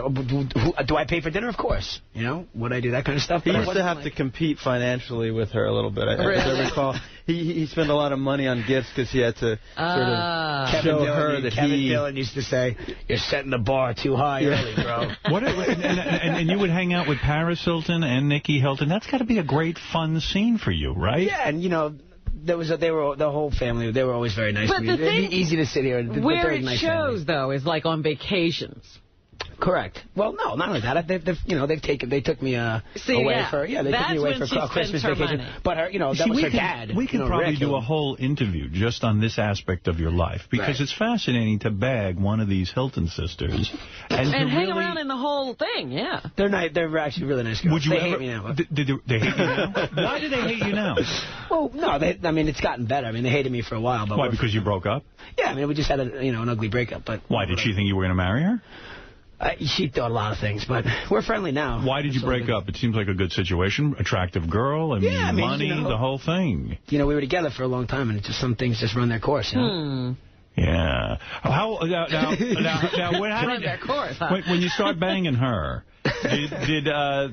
was this before Entourage? Actually, yeah. No kidding. Yeah. So did you have to choose between the sisters? I mean, you go out. No, should I go for Paris or Nikki? No. Who's got the tighter vagina, Nikki Cox or Nikki Hilton? Oh dear. Come on, let's be. Oh dear. Who's tighter? Who's better in bed? Who's better in bed? Nikki Cox or Nikki Hilton? You go to a girl. You go into an island. They say to you, the only thing you can bring. You get one Nikki. That would be a tough one. You go with Cox or Hilton? That would be a tough one. It would. That would be a tough one. Well, what's your choice? I'm giving you Schindler's List now. Honestly, the other thing, Nikki Cox, it was so long. I mean, it was literally like So you would take Nikki ago. Hilton over Nikki Cox? No, not necessarily. Not necessarily. I would take Nikki Hilton. There's a chance Nikki Cox might blurt out Jay Moore's act. You mean if she blurts out Jay Moore's act, you would throw up? Yeah. That's very, very mean. So...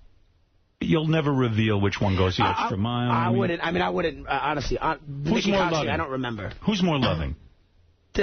No, that's a tough one, too. Well, look, you've seen neither of them. Neither of them are loving? No, they both are. Listen, honestly, I get along pretty well with both of them at this point. Nikki Cox and I, are really... And Jay Moore, too. Jay Moore's a good guy. But wait a minute, Kevin. You've seen One Night in Paris. I actually haven't seen One Night in Paris, but I'm friends with Rick Solomon's a friend of mine. Is that Rick Solomon's an old friend of mine. Is he a nice guy? Very nice guy. And what do you think of him marrying Pam Anderson? I think he seems happy. Really, really. You think that's real? I don't think it's real. I know it's real. He's a good friend of mine. Did there come a time when you saw both of the Hilton sisters naked together? No. That never happened. Never happened. You never saw them nude? No. Did there come a time when you found yourself attracted to Paris? She was a very attractive girl. Right. Well, but I actually met Nikki through Paris, so Paris and I have been friends for a long time, but, Did you try to get Paris and didn't work out? No, she was always dated Rick. Adrian, I think, banged her a couple of times, right? Adrian, I want to see if, let's hear this. Good for you. I mean, I would do that in a minute. How was that for you? Well, I haven't, but you haven't, I imagine it'd be great. You made out with her a little bit? Never. Nothing sexual. It was rumored that you were doing her, right? We have a very professional relationship, in fact. Why would you have a professional relationship with her? Well, because I'm making a documentary about the media, and she has a very intimate role. Yeah, she does. So it's a natural Good looking subject. as you are, she didn't come on to you at all? Come on, let's be serious. I mean, we flirt, of course. Of course, yes, absolutely. I'm going to get to your documentaries in a second. Let's get through Kevin's fights in sexual history first. Yeah, because, you got right off of him socking the guy. I don't know how. Yeah, I don't know how we got off that. So when you punch this Brandon Davis character, who is a very, obnoxious guy, what happens there? Why would you punch him in the face? I like that. The thing, it's always the people around those girls that I had the biggest problem with. He's all right now. He just at the time was just going through, I guess, some problems. I mean, obviously. His substance abuse problems. Whatever the case is. I just think that at that time he was going through a bad period, and I just was like... Was he rude grouchy. to your girrend? No. Was that why you punched him? No, he was being rude to me and just about... What would someone say to you to get you ticked off? We were just at work, and we worked late, and I showed up, and I just was like sober. I was like, everybody else was like kind of drunk, and I was just kind of sitting there, and I don't know. He was going to prove to the crowd that he's going to show everyone how hip he is by insulting you. He was insulting everybody. I see. Yeah. But, since then... And then you walk up to him with a closed fist and you just smack him right in the head, right? Well, not really. I like that. The story's gotten better with time, but, Did you knock him out? No. What did he do? Did he cry? Was it as cool as Chris Rock and Tommy Lee? It was... Kid Rock. Or Kid Rock. Unfortunately, it was not as cool as the Kid Rock Tommy Lee. Have you done that a lot in your real life? What? Punch someone in the face? No. Do you ever have to go to anger management? No. Never had to do that. That's never been a thing. All right, now what about the time you punched out pro skateboarder Chad Muska at a club after... Where do you guys get this? He made a crack about Nikki, your girlfriend, Nikki Hilton. Right. And you punched him out. That's very manly. What happened there? Chad's actually a good friend of mine. And you punched him out? No, but he was out of control. He was out of control. But he's apologized. What did he say? Tell me what he said. I mean, should I be? I shouldn't be saying this. What? Yeah, I mean, this is satellite, right? We can say whatever. You can say whatever you want. He was in the DJ booth and he was like blurting things out to everybody for everybody to hear, like, Nikki, I want to suck your tits. Vagina. Yeah, something like that. Nikki, I want to suck your vagina. Is that what the DJs say now? The C word? No, the P word? P word? Pussy. Yes. All right, let me help you with this because we're playing Mad Libs. Right. You're saying he yelled out over the loudspeaker. Not over the loudspeaker, out to the crowd. Nikki, I want to suck your pussy. That set you off. Wow. I mean, would it not? Honestly, I would like to suck Nikki's pussy. Don't punish me. But the worst thing is he and I are friendly. I mean, I got him on Entourage. Right. He was the guy that Kevin Dillon beats up his the car with the golf club. Oh, right. Yeah, okay. So I'm the one that got him that job. So he and I are friendly. But it was just one of those things, you know. All right. We were fine like a couple weeks ago. But once you gave him the shot in the face, he calmed himself down, and that was the end of that. Right. Boy, good for you. And then he called, and like the next day, he like apologized. And I could have handled that differently, obviously. Where do you punch him, in the nose or in the jaw? Be more specific. It was through a little crack in a window. I don't even know. You just landed one. Yeah. Boy, you're very manly. I mean, I respect your fist goes right through the window and connects with whatever's on the other side. No, it was a cutout. It was a cutout. Adrian, are people jealous of you? I mean, here you are on Entourage, and you're really a very handsome guy. You know that. You're a leading man type with the good looks. Do you find that other men are resentful of you? I wouldn't want to hang out with you. I know I... He wouldn't even talk to you at the gym. Exactly. I would be very hideous standing next to you. I like to hang out with uglier guys than me, and that's not easy to find. How do you think we got the job back? Do you find that problem? Honestly, the guys that I hang out with aren't. They're, not really superficial like that, and they do all right with the ladies. He's got the same friends for a while, too. Right. So you have these friends, and you're this good-looking guy growing up. Did you start very young with your sexual resume? I would imagine that the girls were all over you early on. They were, but I was a late bloomer. But you had a power over women, did you not? Did you recognize it? I'm being serious. Were you an ugly duckling, or were you always this kid was never ugly. Give me a break. How old were you when you get started in show business? I was about 18. 18? Mm-hmm. And were you the best-looking kid at the high school? I'll bet you female teachers came on to you. No, I wish. Never happened to you? Never. What about male teachers? I could see that, too. Right? Yeah. Guys hit on you, right? Occasionally I'll have to, let them know that I'm not that way. Right. So you get into show business at 18. And what's the first job you land? Well, I didn't get my first job until I got serious with acting around 21, and that was driving me crazy. It was like I got 2 roles, actually, an independent called The Adventures of Sebastian Cole, and Drive Me Crazy. And you get into show business, you get on this show, Entourage, and things really break for you. Not only a good-looking dude, but you're on a hit show, right? This is very, very big in Hollywood. I mean, I can't imagine there's a party that you don't go to where you don't get laid. Well, that's the show. Yeah. That's the show, but I'm talking about real life. In a way, is it getting boring already? Like there's no chasing? I mean, have you ever been turned down by a woman? Well, especially in the last couple of years? I mean, the thing about it is people expect me to be Vince. Right. They want me to be. I mean, they fantasize about my life. So I almost have to put it on for them a little bit in order to satisfy. For example, you're dating a Sports Illustrated swimsuit model right now. This is very exciting to me. I mean, it really is exciting. The name is Melissa Keller. For 2 years you've been banging her? Do I have that right, or am I lying? We've been hanging out for a couple of years, yeah. And when they say on and off, that means you can... Oh, you take time off? Yeah, they take time off. Oh, my goodness. And she's so wrapped up in you. Now, Every time you meet somebody else, you take time off. On and off. You know what's so great about I'm not married. No, you're not married, but what is the move? How do you convince a girl to be on and off? Is it that... I mean, this girl could get any guy she wants. This is pretty much. Yeah, pretty much. Yeah. And you can even treat her shitty and go, well, let's be honest. You can go out and bang a few broads and then say, okay, I'm ready to come back to you. This is a wonderful, wonderful story. And I would like to hear more about it. You're ready to be on again. Yeah. How do you meet a broad like this? When you get lonely, Right. How'd you meet a girl? You've seen her, obviously. She worked on Entourage. I was there when they met. Oh, is that the move? I was standing right there when they met. In fact, I took a step back and let Connolly hit on her first. I both. He couldn't close, so I had to come in. Was it love at first sight on the set? I mean, how does this work? I actually really did find her extremely interesting in the van ride, yeah. What do you mean? Where you take a van to the set. Yes. So we were shooting at the Earth Cafe, and we pile into the van, and you could just see him. He was kind of... Yeah, these two... He was zoning. They're the two best-looking people in the van, and there's no reason we shouldn't make love. Right. You just leave them alone with that. Yeah, no. I mean, and he was putting on the full court press, too. It was very obvious. I've been in that position before in show business where you got to make the ugly people small talk.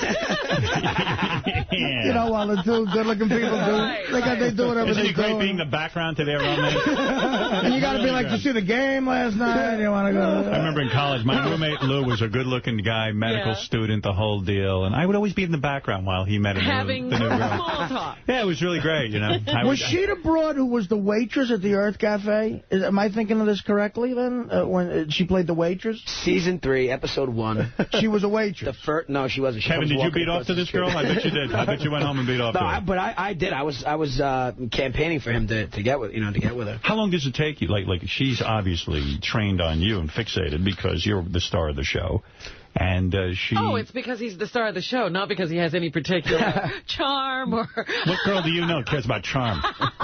So how long does it take before the two of you become lovers? She actually was quite flaky. I called her several times, and she... Smart. And good move. Yeah, good move.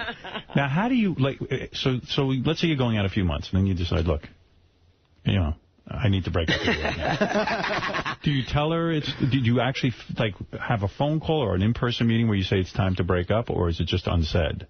Well, it's not so much of a breakup. I mean, it's just about, not really knowing whether or not you want to make that commitment, that full, so when she reads in the paper commitment. But when she reads in the paper you're out with some other girl, does she say, okay, that's it, we're off now? That's it? The papers always lie. Come on.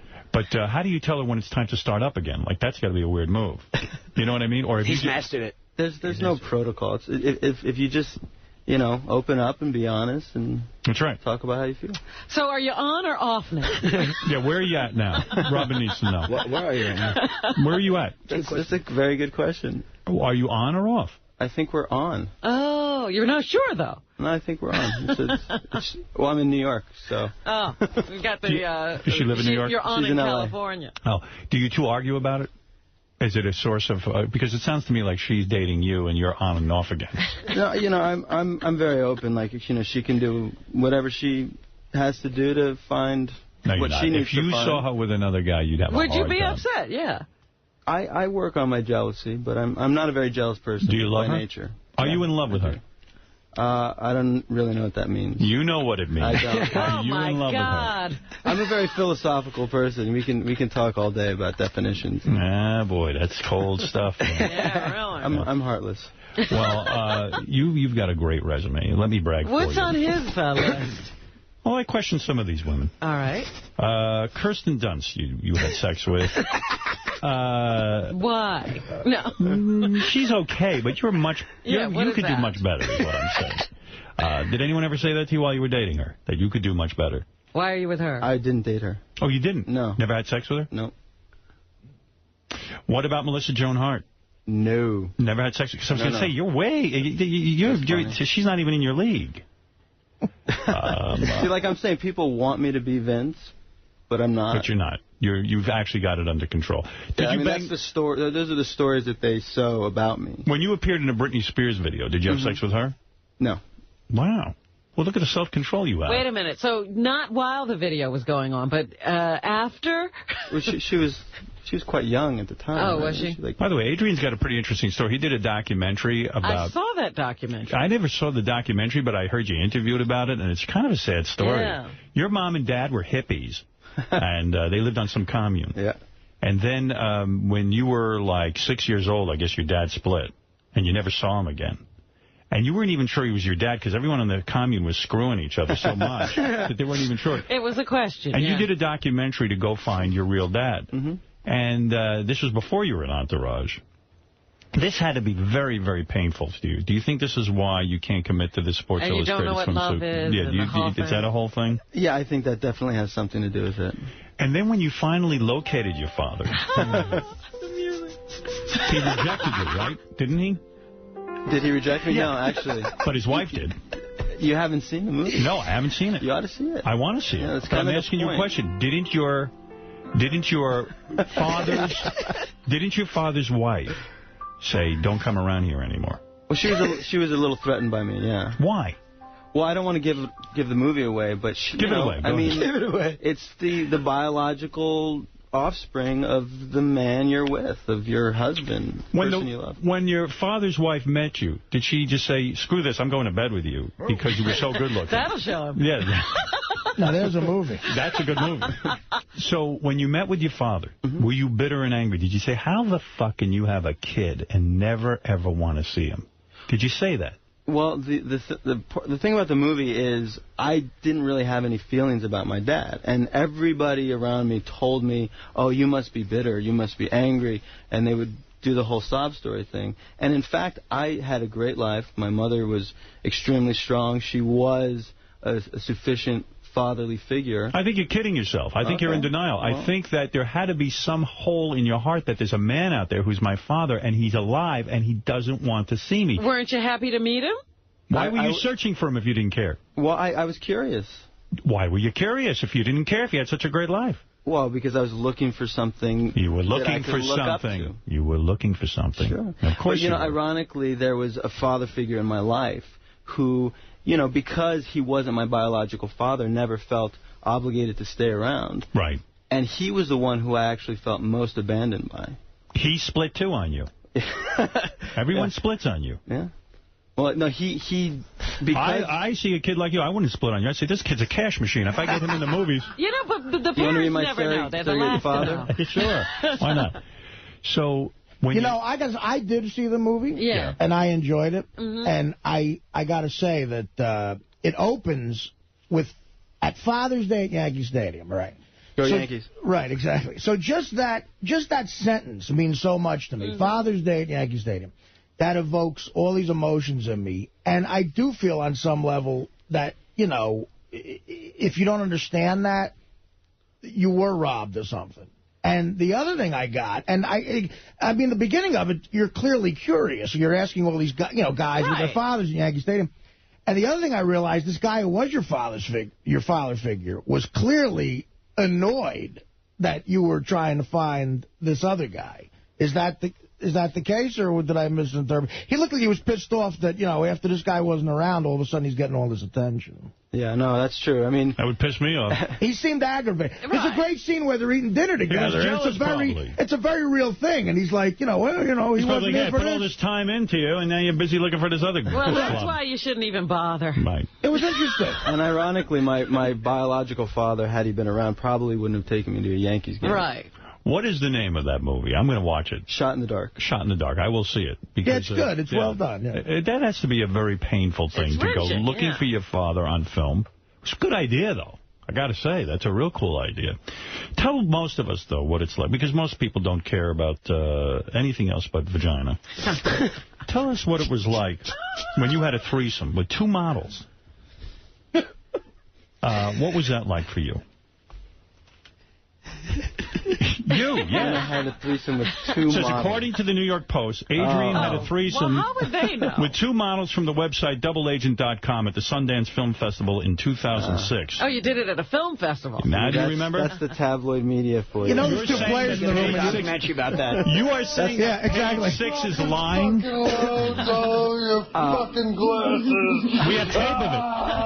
There you are. There's 2 players in the room. When you ask that question, they don't know who you're referring to. Which one of us is he talking about? I'm saying they're speculating. I think they mentioned some sort of sex toy business. Yes, right? They did. Right. So you think it was just a publicity thing? It's a publicity thing. I mean, I actually did go into, at Sundance, they give you a lot of free things. Right. And I went in, and there were these 2 girls, and we were all talking about the toys and having fun and joking around. And then we left with bags of stuff, and they put, But you have had... But they also plugged their store. Right. But you've had 3 ways, true? They made the assumption that... But you've had 3 ways. I've done my fair share of experimenting in my Kevin, you too? Yeah. You've had 3 ways, too. Everyone is out there having 3 ways. You, Bobcat, and Nick? Have you ever done it with 2 guys and a girl? No. Adrian, have you ever done it with 2 guys and a girl? I think at one point I tried but my friend was a little too excited and it made me nervous. It is weird to be in a room, I imagine. I've never had a threesome with 2 guys, and a lot of guys on this show have. it's got to be weird to see your friend there nude, and he could even accidentally shoot a load on you. How about a stranger? It was awkward. Right. So you did it, but it was hard for you. No, I did not ultimately go through it. Really? You backed out? I don't believe that's true. I'm going to bring in a lie detector on that one. I think you did go through it. I'll take it. Let's go to... Who the heck is on the phone? All right, let's say hi to Kevin from Manhattan. We are here with the boys from Entourage. Are we just celebrating Entourage or something new? The Entourage coffee table book. Where's the plug for that? Entourage coffee table book. There's a coffee table book. Oh, I see here. The book Entourage, A Lifestyle is a Terrible Thing to Waste, is in stores now. Do you guys get a cut of this action? No. Why are you pushing HBO, it again. Well, because, we're team players. Oh. And they asked us to come out here and... Adrian's getting a call. Oh, who's calling? It's my alarm. Adrian and Kevin... I'm supposed to be waking up right now, not 3 hours prior. Adrian and Kevin will be signing copies of the book this morning at 10:30 at the HBO shop on 6th Avenue, Manhattan. And this afternoon at 1 o'clock at Borders at Columbus Circle. And girls, I would really recommend you get down there and try to have sex with these guys. Is everybody hooked up right now, Kevin? Are you dating someone again? Or I'm sort of, Yeah. Look at you. I'm on and off. How about the blood on the show? I never know how to work on and off. I really do wish you guys would come clean and explain on and off to me. Because it's just a hard life. I feel guilty. I mean, I'm like, you know what? If I'm on with somebody, I'm on with them. That's it. And then I'm off permanently. I don't know how you keep coming in and out and get the girl hooked into that whole rhythm. Sometimes it's not always the guy. Sometimes it's the girl that's doing the on and off thing. Really? Well, no one's doing that with me. Girls are the new guys. That's right. Girls are the new guys. I have enough time arranging the on part. I'm not that anxious to get on the off part. All right, let's go to Kevin in Manhattan. Kevin. Hey, Howard, how are you? Just two quick things. I met Kevin at a club called The Pool in Atlantic City. Mm-hmm. And, Kev, I saw you with some smoking hot broads. Did anything come of that? We were very jealous, me and my friends. Remember that night? Yes, I do remember that night, bro. You guys are great. By the way, we're wondering if Kevin... on the phone, did he punch you when he said it? No, but I have a theory about that, too, Howard. That was my second point. Much like the caller said last week with Howie, with Audie, with the New Jersey attitude. Kevin is a typical Irish boy from Long Island, because I'm an Irish guy from Long Island. We're the same way. You cross us, and that's it. It's all over. It's game on right away. That's all. You punch someone, and that's it. I mean, listen, I would punch people, too, but I'm too much of a You're pussy. afraid. That's why I'm afraid. I'm afraid I'll get beat up. I grew up with Irish families who will beat the shit out of each other. Yeah. Did your family beat the shit out of each other? No, I mean, my brother is actually a cop in Suffolk County. He's a detective, so, and he's big. He's far bigger than I am, so that was never really much of a match. So I would never want to do that. But no, the Atlantic City thing. I'm a typical Jewish guy from Long Island. I sue people all the time, constantly. I bring them into court. Yeah. The Atlantic City thing was fun. That was a good Kevin. That was a great night, bro. Good time. So you remember these girls? Yeah, no, they were nice girls. Yeah, and do you keep in touch with them? Are you on and off again with them? I keep in touch with them, though. I actually do keep in touch with one of the girls I met that night. Yeah. Let's go to Amy. Amy, you're on the air in Baltimore. Oh, my gosh. I can't even believe I'm talking to you. I've been calling for 10 years. Howard, Robin, I love you. Artie, I love you. And you guys, I love the show. I want to know if you really smoke weed on that show. And if you don't, what is it that you smoke? It's not weed. It's not real weed. You can't smoke real weed. It's at 7:30 in the morning. Besides the fact that it's illegal. Do you guys do weed in real life? Do you like smoking weed? I did years ago. It kind of faded. Adrian, you're not into weed? I do, but I don't inhale. Let's go to Jamie. Jamie in Worcester, Mass. Go ahead. Hey, how's it going, guys? What's up?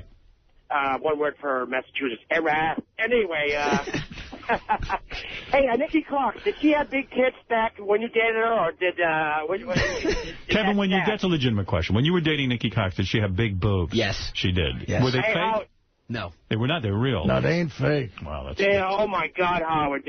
What's it like when you the first time you get inside a girl like that? Do you say, oh, my God, let me pinch myself. Acting was the right career. I'm meeting these hot chicks. Yeah. You do. Basically. And she was obviously way out of my league, especially at that time. She was unbelievable. And, at the time, I mean, seriously, she was like one of the most beautiful girls. Why isn't she the biggest star in the world? She was at that time, like the hottest, one of the hottest girls. When you first got her, how old was she? Howard. Like 17. Yeah. Wow. Are you serious? Look at you. Howard. Did you have anal sex with her?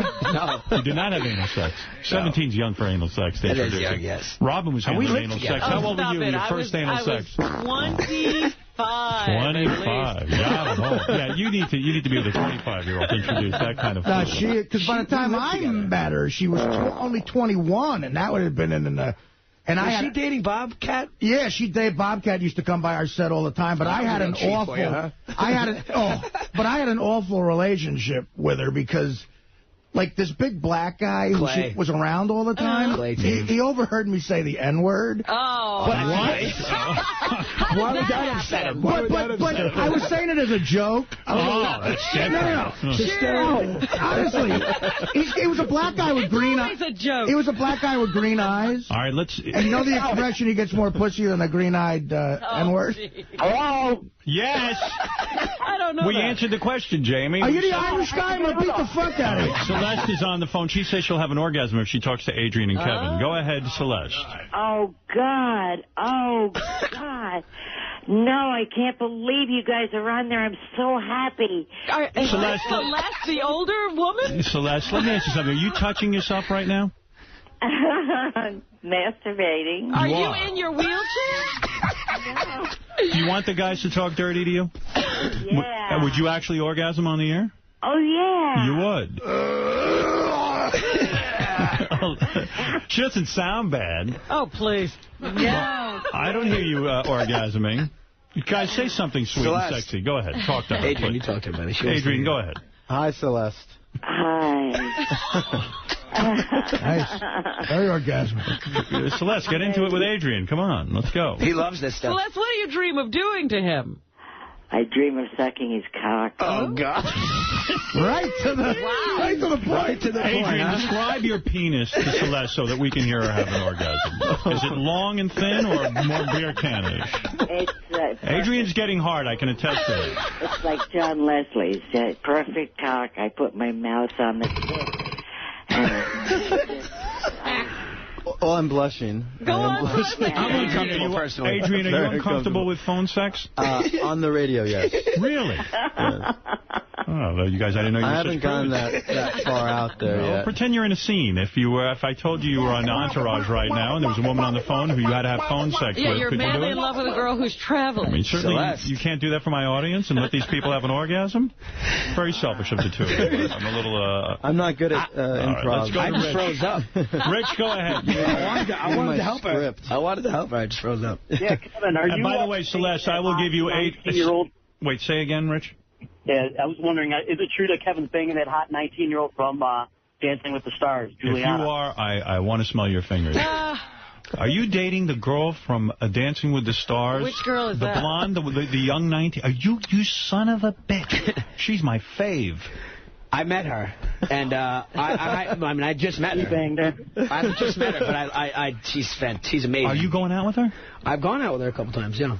Oh, my God. Oh, you motherfucker. Well, I love this guy wants to pleasure himself. Punch me in the face because I'm about to say something. No, she's amazing. She's amazing. Wait a second. Hold it a second. You're dating the blonde chick? I didn't say I'm dating. Don't scare her off. That chick has the greatest body I've ever seen. She's the most amazing thing I've met in years. I would marry her. Is she a dancer or is she a contestant, Howard? I don't know. She is a professional dancer. Oh. She's 19. Who's she dancing with? The soap opera guy? The race car driver. Oh, the race car driver, who I think is trying to get in her pants, too. I don't know. What do you think? I mean, I don't know. How did you get a date with her? I met her out, and, I just met her somewhere. And ironically enough, she said, "You want to dance?" I said, I don't dance. I didn't know that she was. And then I watched the show. I was like, wow, now I really don't dance. But I've gone out with her a couple times, and where do you take a girl like that? No, we went out to dinner a couple times or something. Oh, look at you. You take her to dinner, huh? Then where do you go? Back to your Malibu pad? Your bachelor pad? You got a bachelor pad? What kind of pad you got? I got a house. What a house? You got a little house going, huh? Yeah, I got a look at you, son of a bitch. I didn't know you were in that league, man. I bow to you. Listen, she's fantastic. And I'm actively pursuing her, but who knows? What do you mean? Is she seeing some other dudes? You want I don't know. I mean, I'm just trying to, What do? You kick your roommates out for the night? I don't have any roommates. You got your own place? Yeah. Look at you. I would hope they have their own joint by now. Adrian, have you met her yet? I haven't. I was just telling him about her in there, though. He hasn't brought her to meet the family yet. Do you watch Dancing with the Stars at all? I've never seen the show. How did he know? Is that caller? I hung up on him. How did he know? How did they know? I didn't know anybody. Probably like soccer.com or something. How do you meet a chick like that? You're at the club. I met her out. Where are you out that you meet her? I met her at Hyde. Hyde? That's a club? It's a club, yeah. It's like the... Son of a gun. He picks up women in clubs. I see how they know. There's a picture of you and her in Us Weekly. It's not in Us Weekly, is it? Yeah. Wow. This girl is a 10. She is a 10. She's a perfect 10. She's a perfect 10. I'm going to tell you something. She's fantastic. I think she might be a 12. She might be. There's such a thing. Yeah. No, but is she a moron, or is she kind of bright? She's the sweetest, smartest. I mean, she's perfect. He's really laying it on thick, isn't he? Yeah, but he must not have banged her yet. I'm actively, that's the way it is. I'm actively, so you haven't banged her yet? No, of course not. I'm actively. What do you mean, of course not? I would get her on one night. I would say, I must have you. This is it. But I'm trying to, I like her. I do. I can't believe. Did she say she likes you? I think, no. But I think she does. I think she might. A little bit. Has she seen some other dudes, too? I don't think so. I mean, who knows? Again, you have to never put anything past anybody. Do you speak to her on the phone every day? Yeah. You do? Oh, I do. Fuck. No, she's great. Who's hotter, her or Adrian's girl? The swimsuit model. One thing Adrian and I always said, we like to, thank God. Different types? It's so far one way, and it's like ridiculous how different. Yeah. So it's been... It's good. Yeah, it's great for work. Because who we talk to, it's like... Yeah, I'm sure Adrian would throw up at the sight of this Dancing with the Stars. The real opposite. But generally... You kissed her already? No, I haven't. You did. You're lying. I mean, if he's calling her the smartest person in the world, too, that's... No, I didn't say she's... I said that she's not by any means any dummy. She's really like... You can have a conversation She's with it. She's, and she's very independent. And she's been dancing. Is she American? Because most of those dancers are from somewhere else. She's American. She can dance, boy. Boy, and you should see, she's almost naked on this show. And this girl's got some body. And she's a good dancer. Not that she's a great dancer. She's great, Howard. Not just good. I hope she's not listening to this. This will be the end of my pursuing. I would give it to her so hard. She wouldn't even know what hit her. She's in bed with Kobe Bryant. Oh, man. I would be... No, she's a... Yeah. I would give it to her very hard and very fast. Good for you. Good for you, man. I got to tell you, that's a major score. Now I got to watch this fucking show. Yeah, you got to see. No, you have to watch the show for her. Yeah, it's true. And vote for her. I never even see the guy she's dancing with. Are you voting? That's really in love. I'm voting. I would vote for her. You got to vote. Hey, guys, put up a picture of her. Find some picture of her on the Internet. You have to vote. What's that chick's name? I don't even know. Julianne. Oh, if you vote for her, she better bang. I vote.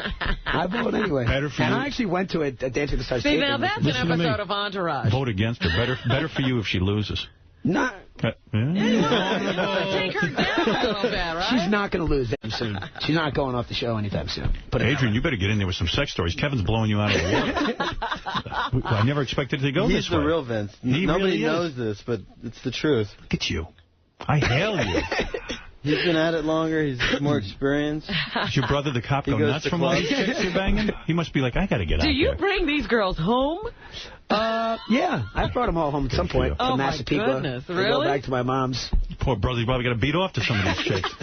Poor guy, working his ass off as a cop. Your dad. What does your dad say? Dad punched him in the face. My dad passed away a long time ago, but he'd be proud of you. He didn't see the success. He would be proud of you. He would be proud, I'm guessing. This is a keeper. Unless she's a royal pain in the ass. She's not at all. And the thing is, what the hours on that show are insane, and we work long hours. I know what long hours are. Yeah. These people, it's insane because the dancers decide. The stars routines. Decide how long they work. So if Mark Cuban decides, hey, I want to rehearse today for 10 hours, they have to do that. Wow. Or I have to go here on business and I want to dance during the day, they have to go with. Where's your dad buried? Long Island. You give me the location. I'm going to go over with pictures of this girl to your father's grave. Put him on the grave? I want him to see. Part of me believes he needs to see. He's with you. He's with you. Quick, cue that music. I got a feeling you banged this chick. Wow. But I do like her, though. What is it, Ralph? Is she going to be scared? I think what he's saying, he likes the fact she works long hours so she doesn't bother him too much. No, that's not true. I wish she didn't work as many hours. She's tough to... You can't hook up with her. Ralph, you know which chick he's talking about? Yeah, she's hot. Oh, okay. Get off. You're officially gay. Wait a minute, Ralph. You're officially gay. Listen, you could go to stores.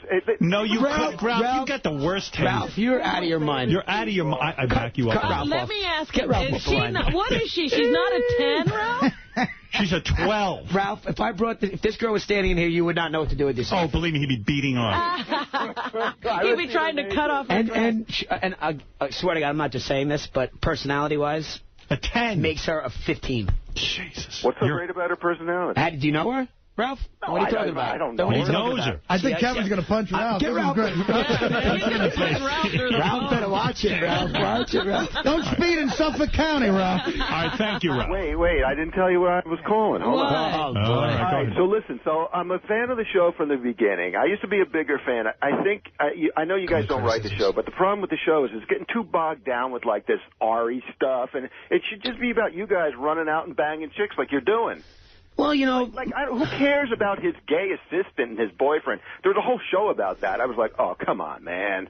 Look, here's the thing. When you do a TV show and you do a lot of episodes, there's going to be times where people are going to be heavy and people are going to be light. And look, Piven's won back-to-back Emmys. I mean, to deny What about that? Why are you guys not winning Emmys? What's going on here, Adrian? We're not very, Kevin Dillon should win an Emmy. Kevin Dillon should definitely win. He should definitely. He got robbed. But, you guys going to get into movies or what? That's where the real action is. Adrian's been in movies. What movies you been in, Adrian? I took a break this year because I'm making another doc. He was in The Devil Wears Prada. Yeah. I was. Oh, that was a good movie. I love that movie. Yeah. It was a great movie, but they made you too whiny. You were just like, you know. That was a massive kind of hit. A passive, almost. Yeah, you were like a girly whiny boy. bitch. You're like, What's about whiny? Is this Ralph? That's Ralph Ralph. doesn't like other Hey, whiners. Ralph, take it easy over there, buddy. Well, Adrian's an actor. He doesn't create the part in the sense that he writes it. He didn't write it. He looks at the lines. He does the thing. I didn't like seeing him in that role. It wasn't good. Oh, thanks, Ralph. It wasn't a good role for you. Adrian, what about Kevin? What's on tap? Now you got the Entourage fame. What are you guys going to do? I'm actually working on a movie right now called He's Just Not That Into You. Scarlett Johansson. Oh, yeah. Is that a big problem in Hollywood? Everyone's always saying, like, what are you going to do next? What are you going to do next? Nothing's ever good enough. You know what I mean, Adrian? Is there pressure here?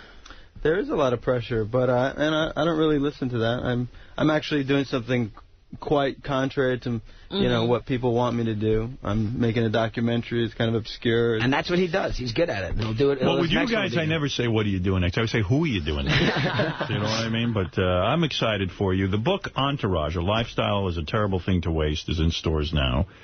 Adrian and Kevin, good guys, will be signing copies of the book this morning at 10:30 at the HBO shop on 6th Avenue, Manhattan. You can actually go over there. They can shake your hand. You'll sign the book. You'll carry on, take pictures, this kind of thing. Will you stay there and sign every book, or will you just book out when you have to do? We'll do what we got to do. All right. And also this afternoon at 1 o'clock at the Borders at Columbus Circle. So 2 chances to meet the boys.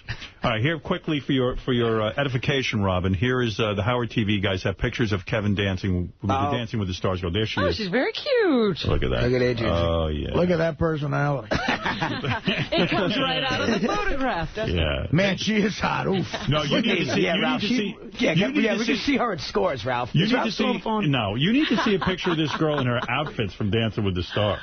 That's nothing. Tell Ralph to come down to Borders, 1 o'clock. You're Adrian. going to punch him when he gets there. Just identify yourself. Jessica, quickly. Take 2 more phone calls and I'll let you boys out of here. Go ahead. Isn't that girl? Hey, Kevin, it's Jessica Hahn, honey. Hi. Hey, Jessica. Did you bang Jessica? No. No? No, he used to work for Ronnie. Ron Levitt. Yeah. How are you, Jessica? What, guys? How are you? I'm good, but you know what, Howard? Kevin would be on set, like, with Nick. Nick is, like, ridiculously gorgeous. And all these girls would come up to me and go, can you set me up with Kevin? If you knew the women he could have, I mean, it was he was so loyal to Nick, and he's just, everybody wanted Kevin. He's still. Well, I'm surprised you didn't. Well, Jessica, did you know that Nikki was with Bobcat? Yeah, I was there. She was a witness. I was with Ronnie. Ronnie created the show. And all right. Thank you, Jessica. Wait. Yes. Kevin came up for me, and he hugged me. He thought I was Nikki. Remember, Kev? Yeah. From back. From behind, you look just like her. Okay. That's quite a compliment. All right, fine. Thank you, Jessica. Love you. Yes, Matt, go ahead. Last call. Go ahead, Matt. Yes.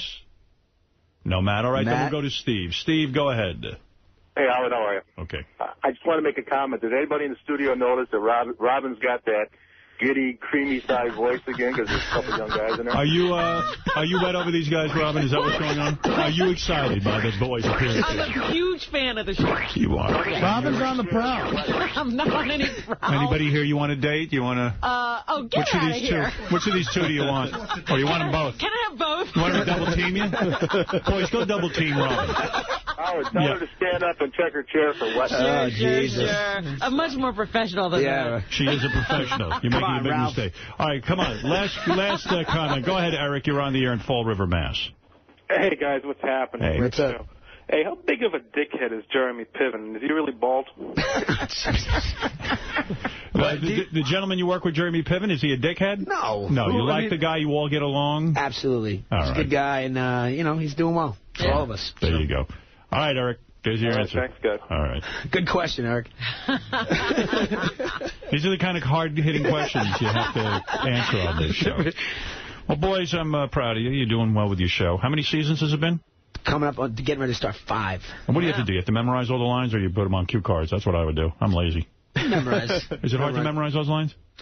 Not really. You guys are already, you're already finished shooting, right? The writer's strike is not The strike is going to affect us greatly. Of course. You know, I understand why a writer's strike would affect you guys. Your show is a written show that you act.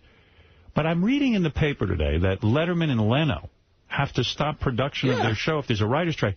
Who's going to write the monologue? But can't those guys go up and do a show? Didn't they used to write everything for themselves? 1 or 2, probably, but how many can you do without, Also, they're in the Writers Guild as well. Oh, so they can't write. Yeah, they can't. But they can improv. They can get up and improv if they want. They can't get over and have you guys on and interview without writers? Just come out and talk to us. I think it's about the monologue. I bet you the show would be better without writers on those kinds of shows. Oh, the writers don't want that to happen. Regis Philbin, he's going to do a show. He's not going to stop his show because there's no writer. There's nothing written there. Like Stephen Colbert and Jon Stewart. Yeah, forget those. Why don't you take over, Howard? Let me tell you something. I would, just to prove something. I don't need a writer. I'll sit there and I'll entertain the masses, and I'll get higher ratings than all of them. How long is the opening monologue? How long is the opening monologue of those shows? Too long. Like 5 minutes. Does Letterman do more than 2 jokes? Because when he had that old show, he only do 2 jokes. He can't come up with 2 jokes on his own? I mean, come on. Do you want to speak to Ralph again? He wants to get back. Do you want him or not? Ralph is going to all right, Ralph, go ahead. It's going to be a problem now. Ralph, I'm only kidding. What is the problem, Ralph? Ralph, I was kidding with you. That's all right. Hey, Piven used to be bald. He's got like he more used hair to be. Now than you. All right. Is this Ralph or the other guy? This is Ralph. Eric. This is the Ralph. other guy, Ralph. So I got some free fashion advice for Adrian on the show. You have like a narrow upper body, and they put you in tight T-shirts and make your hips look wide. You should be careful of that. Ralph, 1 o'clock at Borders. 1 o'clock at Borders. Adrian, what about that? Are your shirts too tight on the show, Entourage? And do they make your hips look wide? No. That's ridiculous. Ralph, you're looking really gay right now. No, I know, but I do wardrobe and fashion. I'm trying to help the guy out. I like him. All right, so you're saying... Thank you. So would you listen to this advice? Do you sense that Ralph has some... No, but now I'll develop an insecurity because of Thanks for making me feel bad about our star, making me feel bad about I may not never get laid again. How many guys really worry about how their hips look anyway? What guys are looking at Adrian? Ralph. I'm trying to make him feel insecure because he's good looking. Yeah, exactly. Well, that I go along with. Trying to knock him off his game. Exactly. All right, thank you, Ralph. You know, I got a question for Adrian. That guy from your documentary, your best friend, I like that guy. He was awesome. You take care of him, you get him laid? I like that kid. You know, he's actually engaged, so he's off the market. His fiancé wouldn't like that. Yeah. See, but, you know, that's the thing. He's got a friend that could step on the pussy bomb. You get hit with some shrapnel. Well, maybe he did. Maybe he caught a good one. I told Adrian he's got to bring him into the new documentary. Got to try to work him into the new doc. Yeah, he was a sidekick. He was fun in that. This friend of yours, how's his upper body? Is it narrow? Well, he's actually shirtless in my doc, so why don't you watch the doc? Are his hips big compared to his He's dressed just right in the documentary. Oh, he is dressed. I don't know who did the fashion there. I am going to watch your documentary. How do I get that documentary? I can shoot you a copy. Yeah, it is. I mean, I can get it in a video store? Not yet. Oh, we'll have one sent over, though. All right, I do want to see it. All right, one more plug. The book is Entourage, a Lifestyle is a Terrible Thing to Waste. The boys don't get a cut of the action. I don't understand. But you can meet them. I hate to tell these guys this. I got interviewed for the book. I got 10 G's. But it's actually pretty good. And I'm not, listen, I don't care. Like I said, I'm not getting a cut of the book, so... You're happy for your success, and you like the show, and you love doing it. Now, what kind of a cut are you guys like in the producer role on the show yet, or no, you haven't been able to work that out either? No. Wahlberg ever show up on the set still, or is he now he's completely uninvolved? Well, it's not that he's uninvolved. I mean, he's smart. He cast the show, he sold it, he pitched it, he created it, and then he set it in motion and let it go. Him sitting around on the set behind the monitor isn't going to do anybody any good. That's right. So he handled it perfectly. Does he ever have you guys over for dinner? Does he ever party with you guys, or what? He's got a couple kids now, and he's a lot... Mark is like a completely different guy than he was. Mark really blew it, didn't he? I mean, he's really just kind of, he's a family man. He's retired. He's retired. He is retired. I feel bad for you guys, though, because when you got to hold out, that season you're going to have to hold out like Soprano did. I think you're too friendly with the people you're going to be holding out against. Yeah. Isn't it great that you guys get better pussy now than Mark? Good for you. Well, I mean, I don't think his hat's in the ring right now. Yeah. Mark. Who knows? Or it might be short. Yeah, Mark's looking for an Oscar, I think. Yeah, exactly. That's right. But the show is working out well. And how much longer are you guys under contract with the show? 2 more years. 2 more years. 2 more years. Will you try to renegotiate? Listen, I would do 10 years on the show. It's the greatest job as an actor you could ever have. I don't care what movies you're doing. Well, just because of the nature of the show. We shoot in different cool locations close to our houses every day. Right. It's pretty Adrian, gross. do you feel that way? Do you Absolutely. You want to reopen your contract or not? I will do it for as long as they ask me to. No kidding. Right. As long as they'll have us, we're in. It really is a dream job. And even if you went on to do, like, big movies and all that kind of stuff, in terms of actually going to work, there's just, It's a good, meaty role, is what you say. Greatest acting job you could ever have. No, I got to tell you, it is such a pleasant set. Everybody's happy and, You guys aware that Artie was on your show? Do you know that? We were not, only, we didn't get to act with Artie, but but very popular. People walking up to us on the street for months asking about when's the episode with Artie, when's the episode with Artie. There's a lot of cross-promotion going on here. I do worry about Turtle. Turtle, does he catch anything? Is all the girls are running? I bet he's getting laid in real life. He's got a girl that he's like madly in love with that he spends every waking second with. Yeah. How does HBO show their appreciation to you guys? They need hit shows. You guys have one of the few hit shows since The Sopranos went off the air. Do they show their appreciation? Very much so. How so? I mean, they've been great with us, or contract-wise, and someone told me they gave you a free subscription to HBO. Is that right? You get it for free? I mean, there's never been. They go out of their way to make us happy. I see.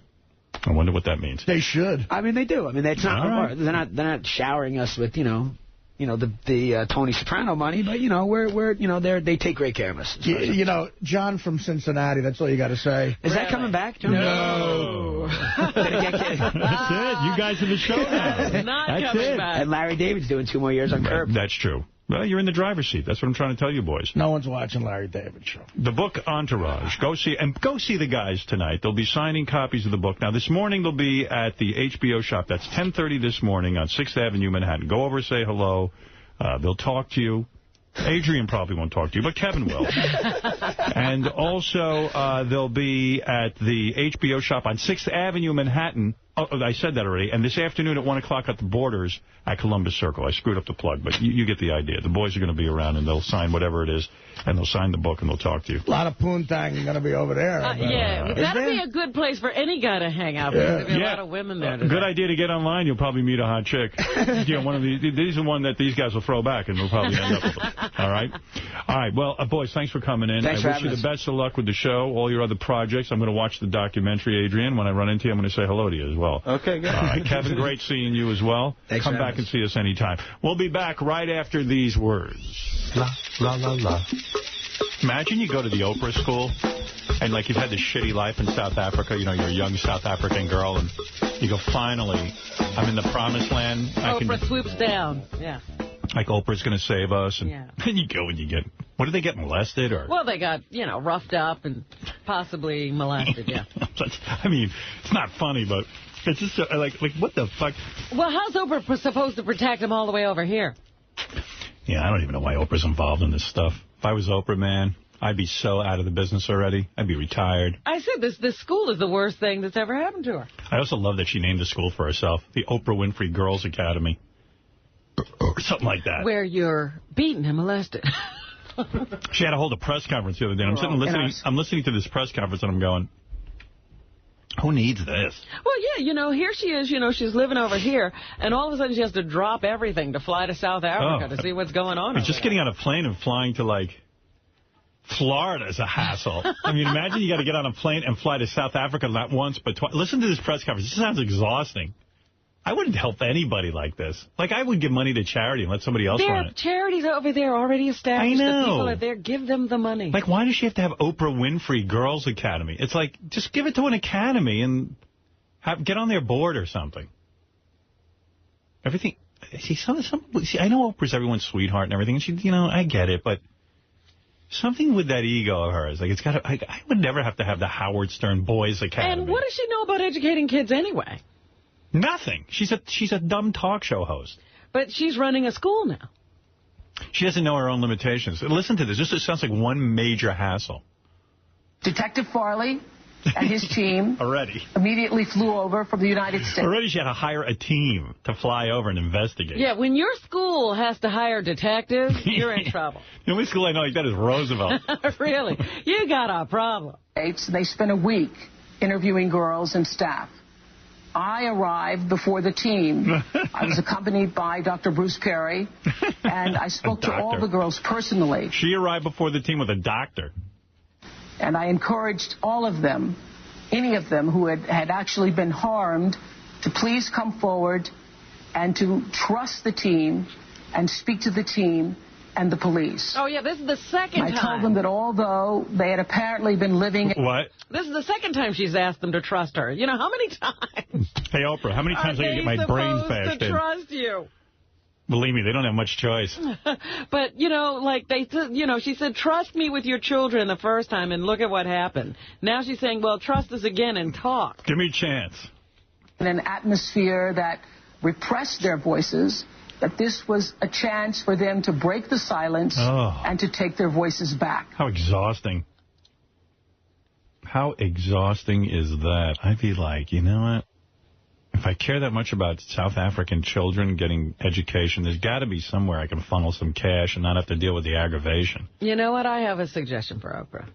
Adopt one and watch that one.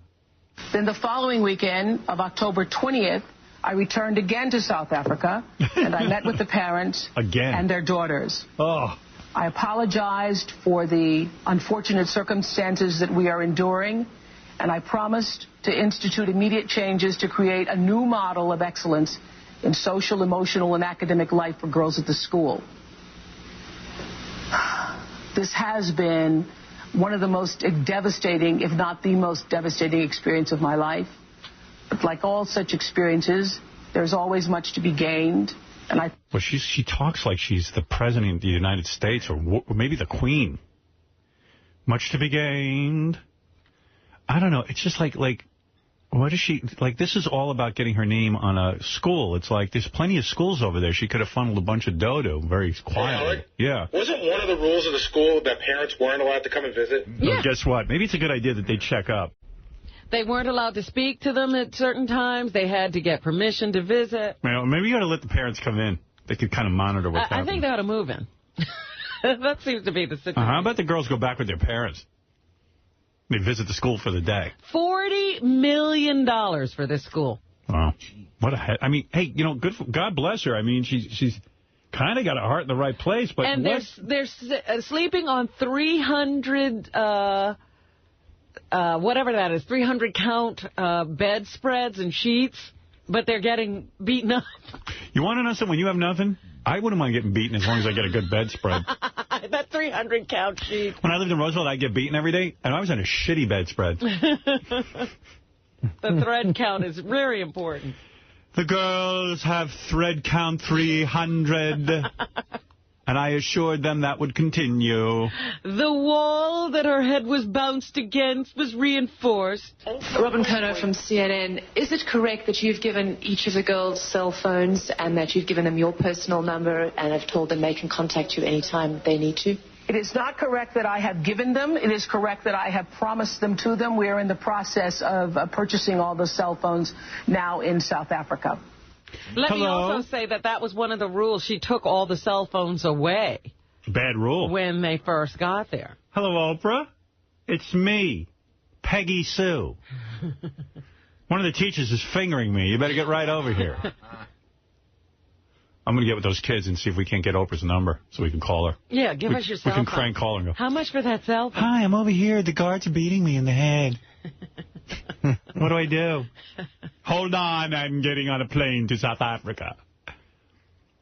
Yeah, so, you know, she's trying. I get it, you know, but, geez, it's kind of funny in a way.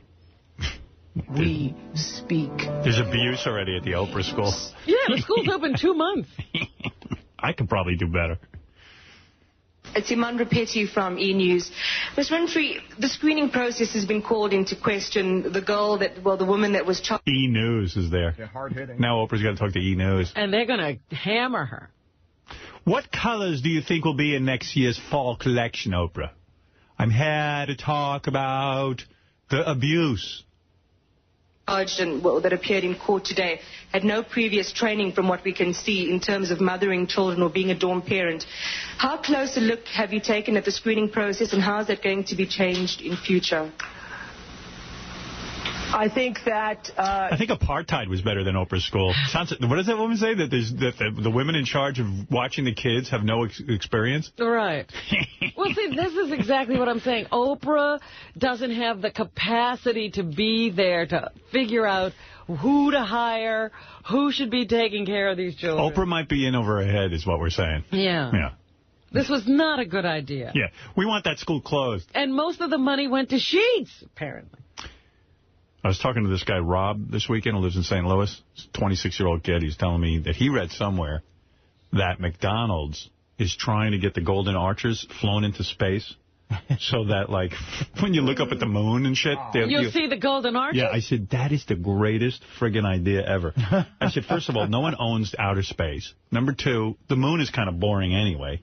I mean, you look up at it. The moon is beautiful. Imagine how great would it be I to don't look want up. to see any damn golden arches. How great would it be if you could just piss off the entire world with the golden arches on the moon and you look up? You know, we'll have World War III because of those golden arches. Oh, I was just saying, if Sirius, we've got a satellite up there already. Why don't they just, could they just fly the Sirius logo onto the moon? Put the little dog up there. It would be, the dog or the Howard Stern Show fist or my face on the moon. I think, you know, Sirius is always saying to me, what can we do for promotion? There you go. Fly me to the moon. Fly me to the moon. Put my face up on the moon. There's no law against it. We could do it.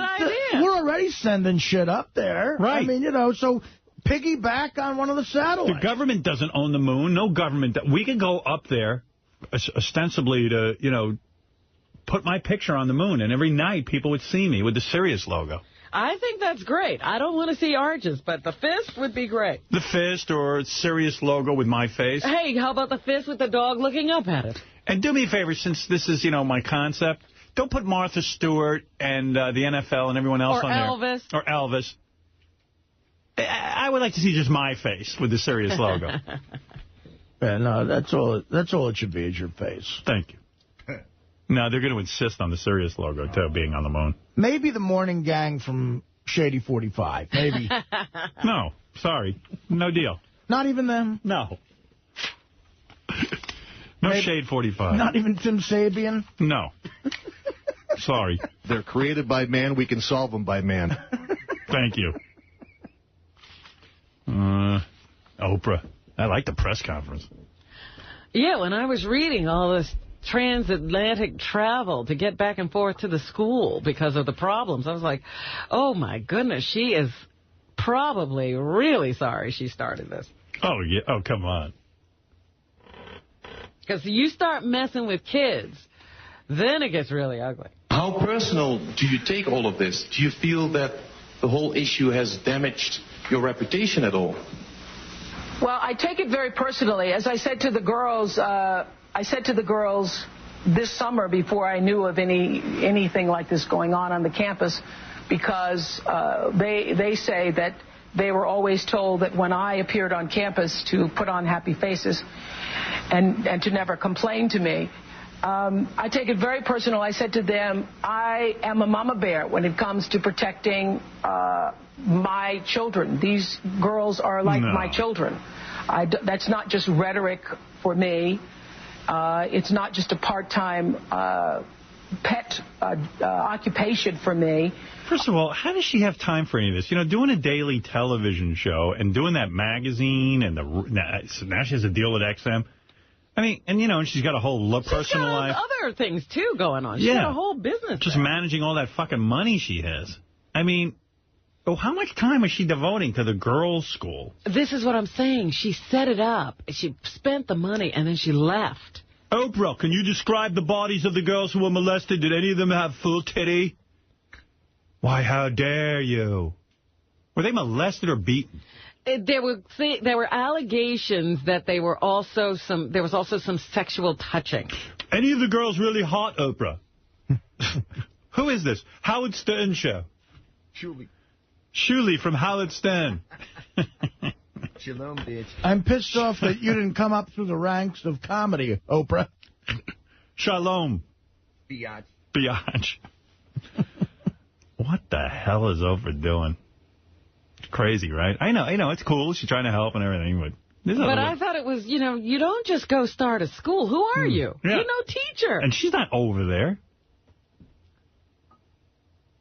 She's taking away their cell phones, no contact with their parents. And then, you fly a bunch of stars open to help you open the school. So you shine a spotlight on it before you even get it started. She's the fat chick from The Color Purple. I mean, that was all she was for a while. I take their futures and the possibility for what their futures hold very seriously. And so in that way, I take it personally. I don't feel that it has harmed my personal reputation because I have done nothing wrong. From the beginning, I have only done what I thought was best to protect the children. Unfortunately, I think I and other people at the Academy spent a lot of time putting up walls to keep people out, which we felt were necessary considering the Oh. She must be saying herself, I'm going to hit myself in the head. Unfortunately, you lock them in with people who would abuse them. You said that early on you were devastated and also mentioned that the girls are receiving counseling, right? How are you dealing with the events that happened over the past 3 weeks? I'm drinking heavily and calling Gayle King every 3 minutes. I'm on Xanax. Emotionally. Look at me. I've been eating. Oprah got heavy again. Well, maybe that was it. Maybe she started eating when she heard all this. I drown my sorrows in food. Thank you, Gavin, for that question. Well, I have, as I said earlier, it has shaken me to my core. But at the core of me is a spiritual foundation and a belief that all things happen for a reason, and that no matter the devastation, this too shall pass. And so it is my spiritual belief. How did the Howard Stern show not end up at the press conference? What's the matter with us? They must have called it in secret. Yeah, that's what they do now to keep us out. All of these press conferences are secret. Eve the Queefer's on the phone. Yeah, Eve. Hi. Hi. How you doing, Howard? How is everybody over there today? Did you hear the contest? We had a big queef-off. Excuse me, may I turn up the volume on you? I'm a bit hard of hearing. Hold on. Okay, that's a lot better. I was at the SFN Fall Ball, and my ears are still suffering the consequences. And what can I do for you? Are you there with me? Yes, what can I do for you? All right, well, I listened to the show, and it was great. I mean, Debbie really made it fun and interesting. And, Debbie is the queen. As she said, she's been there since 1997.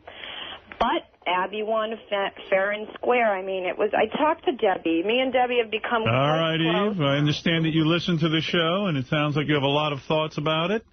Yes. I just have to move along real quick. Okay, no, all I got to say, well, okay, I'll get to the meat and potatoes here. Please hurry, because my life, it feels like it's slipping away right now. Okay, it's not going to slip away. Listen, Abby, she won fair and square, but a classy queefer, come on. I mean, Eve, I don't want to hear bitterness.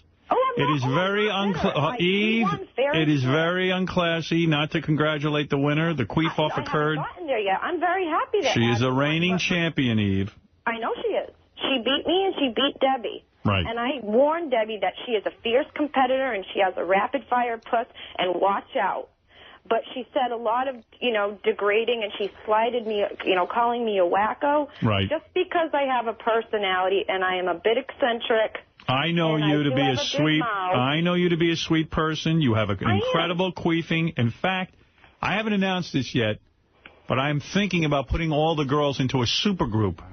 Why not? To perform why can't together. We all be friends? Yeah, I'm thinking of putting Eve. I don't know if Abby would be with these girls. Eve, I'm thinking of getting Eve, Abby, and Debbie the Queefer together to perform a song using all of their abilities. Of course, Abby as the reigning champion. She's got to be the lead. She would be the lead, yes. You know what, though? I know Abby is listening, and it's okay.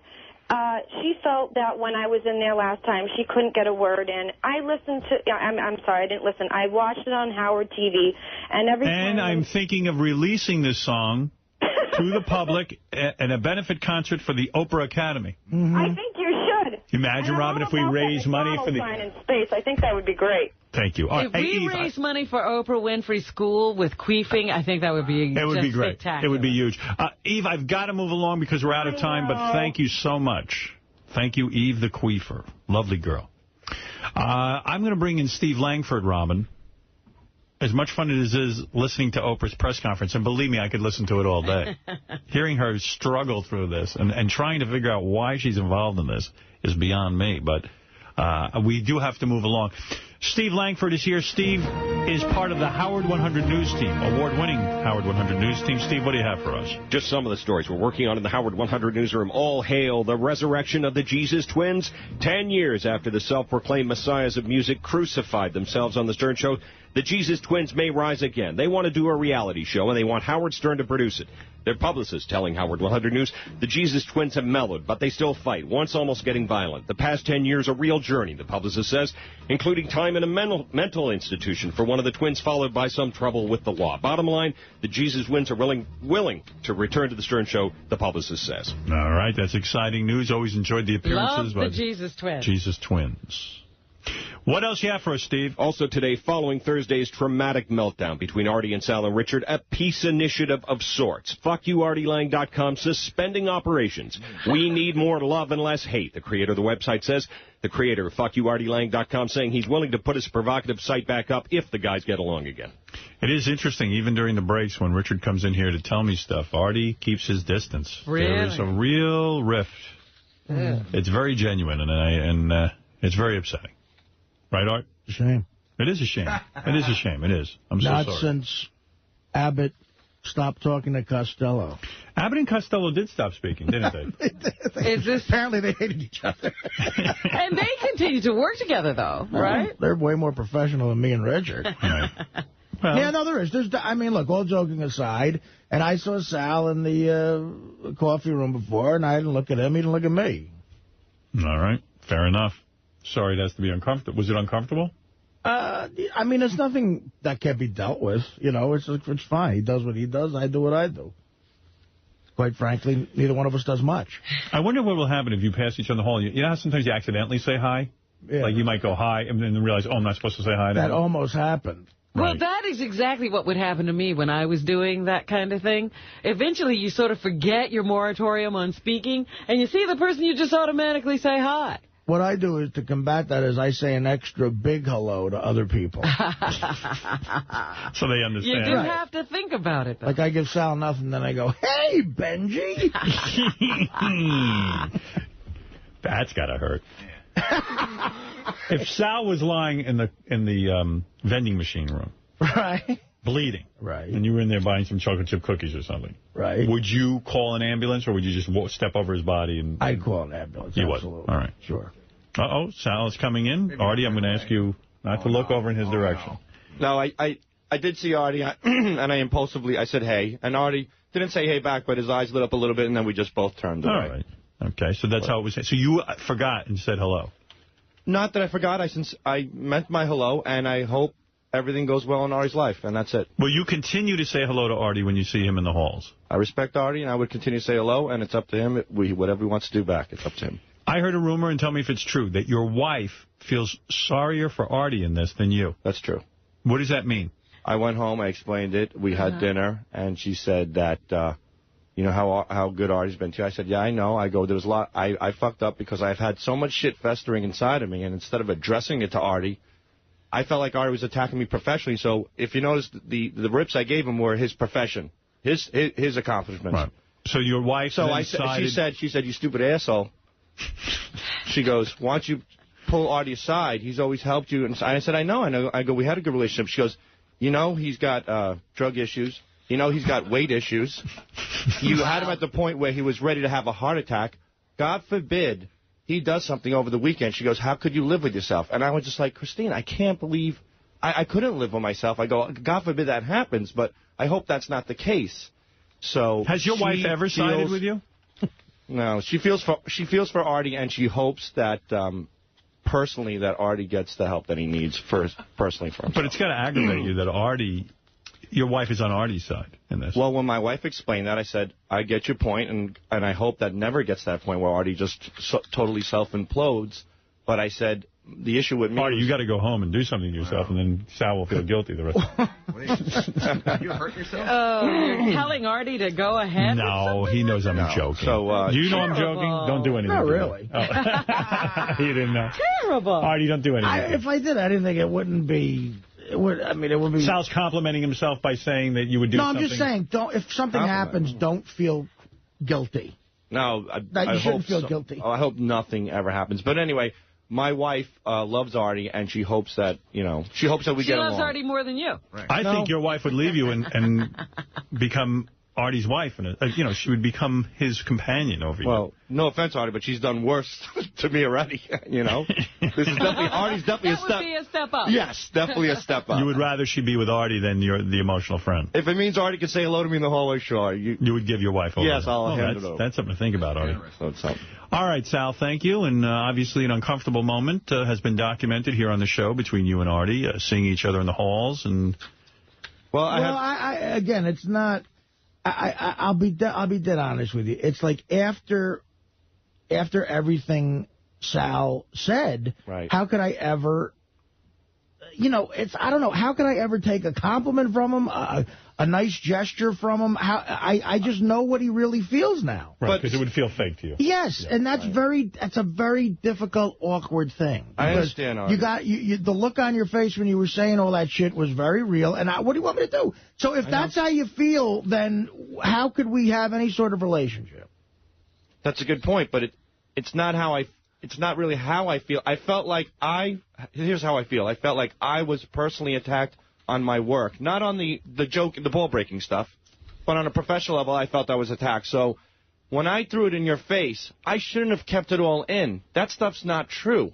Because I do admire and love everything that you do, and I always say you're funny. No, but I'm thinking, I try to attack you in a way where I felt I was being attacked. Just on a professional level. You were trying to get at him the way you felt you were being attacked. Yeah, it doesn't hold up. No matter what I say, the truth of the matter is that's not true. You know your success, your parameters of success versus me. Sal, listen. You should never apologize for your opinion. It's not my opinion. You have your opinion, and I got to tell you. I have never felt that Sal ever respected what I did here. He said it on the air once in the wrap-up show. He said the biggest jump the shark moment in the history of the show is when I came on here. Wow. That doesn't sound like my cadence. But then you backtrack and you're like, but whatever. You win people over. I never felt like you were a fan of mine, which is fine. That's your opinion. But now it's on such an extreme level to where I don't feel we could work together properly. I don't feel comfortable giving you advice, and I don't feel comfortable getting advice from you. But the funny thing is that I am a huge fan of Artie, and me and Artie have had really great... Why is that? What proof is there of that? You're hilarious on the show. And I don't need you to be a fan of mine. Okay, I just need you to be honest with me. Okay, here's the honesty. I've talked to you a tremendous amounts of time off the air. You've given me such great advice, and I think me and we've spoken about families, we've spoken about personal issues, we've spoken about the business, and we have gotten along great. When we're on the road together, we get along great. And I always make sure, I said, Artie, whatever you need, whatever I can do, even if it's running an errand, which I've done for Artie happily, whatever it takes. Because Artie's I can see there's a lot of hard feelings. The thing is that the point I'm trying to make is that I know there is a real relationship that we have. And like in a dysfunctional family, I blew up, Artie blew up, and I feel bad. And I must tell you... I know. You don't have to tell me. Sometimes when these dysfunctional families break up, it's because of sometimes you got to think before you speak. You're right. You definitely do, and I'm recognizing my faults. And that's basically it. I blew up. I felt like I was being personally attacked. I held it in, and I gave it back, and it turned to an explosion. But now things are really bad. I just wasn't aware of me attacking you. Well, that's why. That's where when my wife called me an idiot, it's me always holding it in. It's a combination of every time Like, I thought, like, you would play a bit. It's like, well, those guys have the mentality of a third grader. Those guys are... Well, but I'm saying, we took that as, that's a personal issue with us. You call me a raccoon-eyed fag, that doesn't bother me. But for some reason, you know, we're working so hard on the show, it bothers us when we feel that our personal work. I can see that you've all... And, you know, and that's where... And I should have... Yes. I wish I would have spoken to Artie personally about it. I really did. All right. Thank you. Well, Sal, it seems to me that nothing has changed. This is a very bad scene. It's sad. If I was you, I'd go talk to Jason about this and talk about Artie behind his back, but that's just me. That's my partner. He's behind the back. I'm in front. I'm face to face. Well, Sal, I'm sorry. Whatever it means. All right. All right. Well, good luck to everybody. All right. Good luck. And Me and the TV guys, he was so close to crying. I don't think so. You know I never let a cry go. He didn't look like he was crying. No. You got it wrong. If he was anywhere close to crying, he'd still be here. You'd never miss that moment. No. I don't miss crying. Crying is my heroin.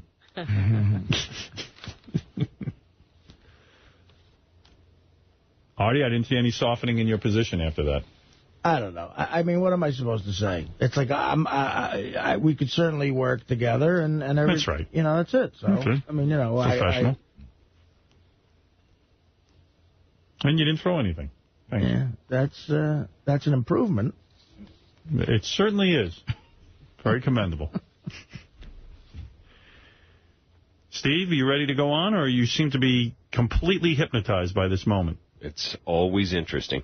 A little good news. Crackhead Bob reported to be doing just fine. Thank you. His sister Denise telling Howard 100 News she was a nervous wreck. When she heard the Stern Show recently received a disturbing call allegedly from her brother, a call later understood to be a prank. The phony caller pretending to be Crackhead Bob in distress in Texas, playing into his sister's underlying fears about how he would do on his own in the Lone Star State. But Denise, wanting everyone to know her brother Crackhead Bob, called her that night to assure her that everything is fine. Fantastic. Good reporting.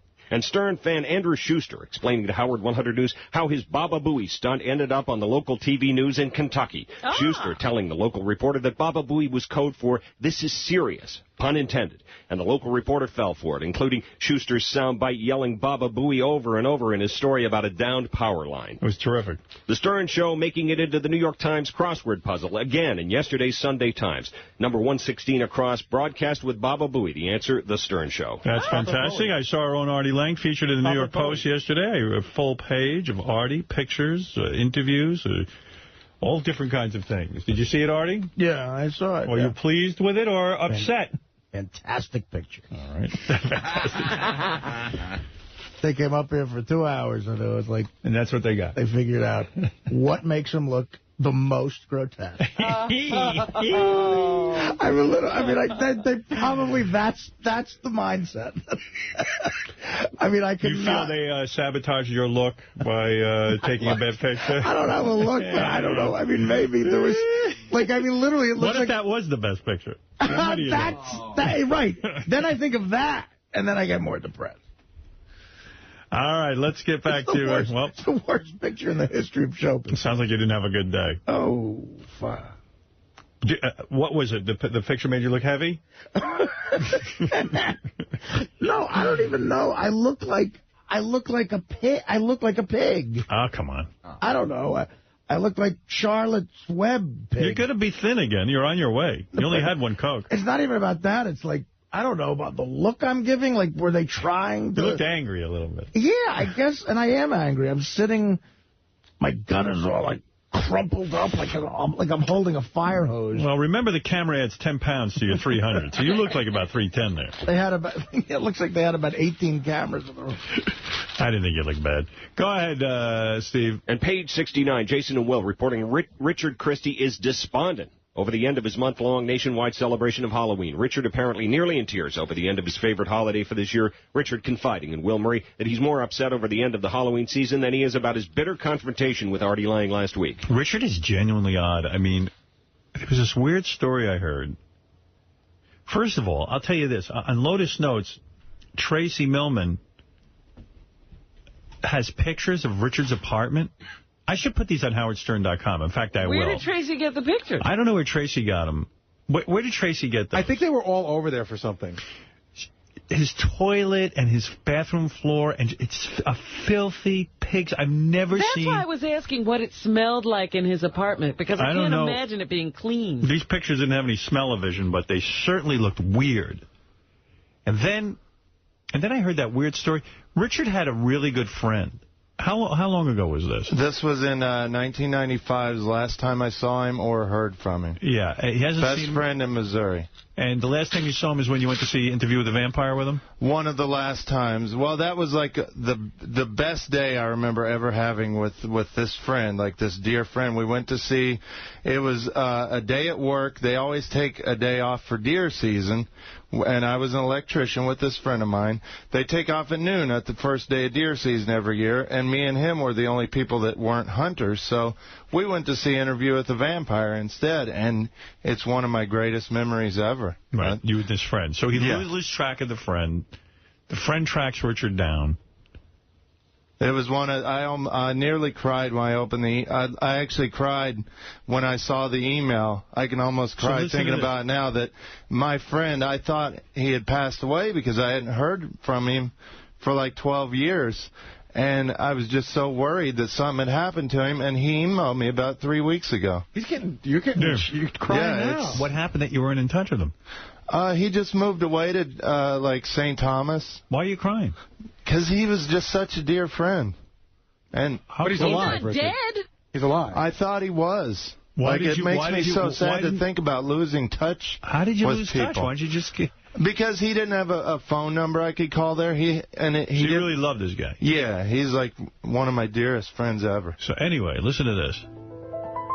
So Richard rediscovers this friend somehow. Yeah. You should know the first time they started Interview with the Vampire was November 11th, 1994. 1994. The day it was released. So listen to what him and the friend now. Where's the friend live? He's far away. He's in Arizona now. They're going to, this weekend, I guess. So this November 11th. This November 11th, Sunday. On their anniversary of seeing Interview with the Vampire. Yes.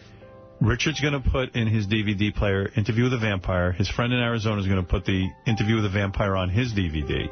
They're going to start it simultaneously and text message each other during Interview with the Vampire and call each other. Wow. Is that so weird? Right.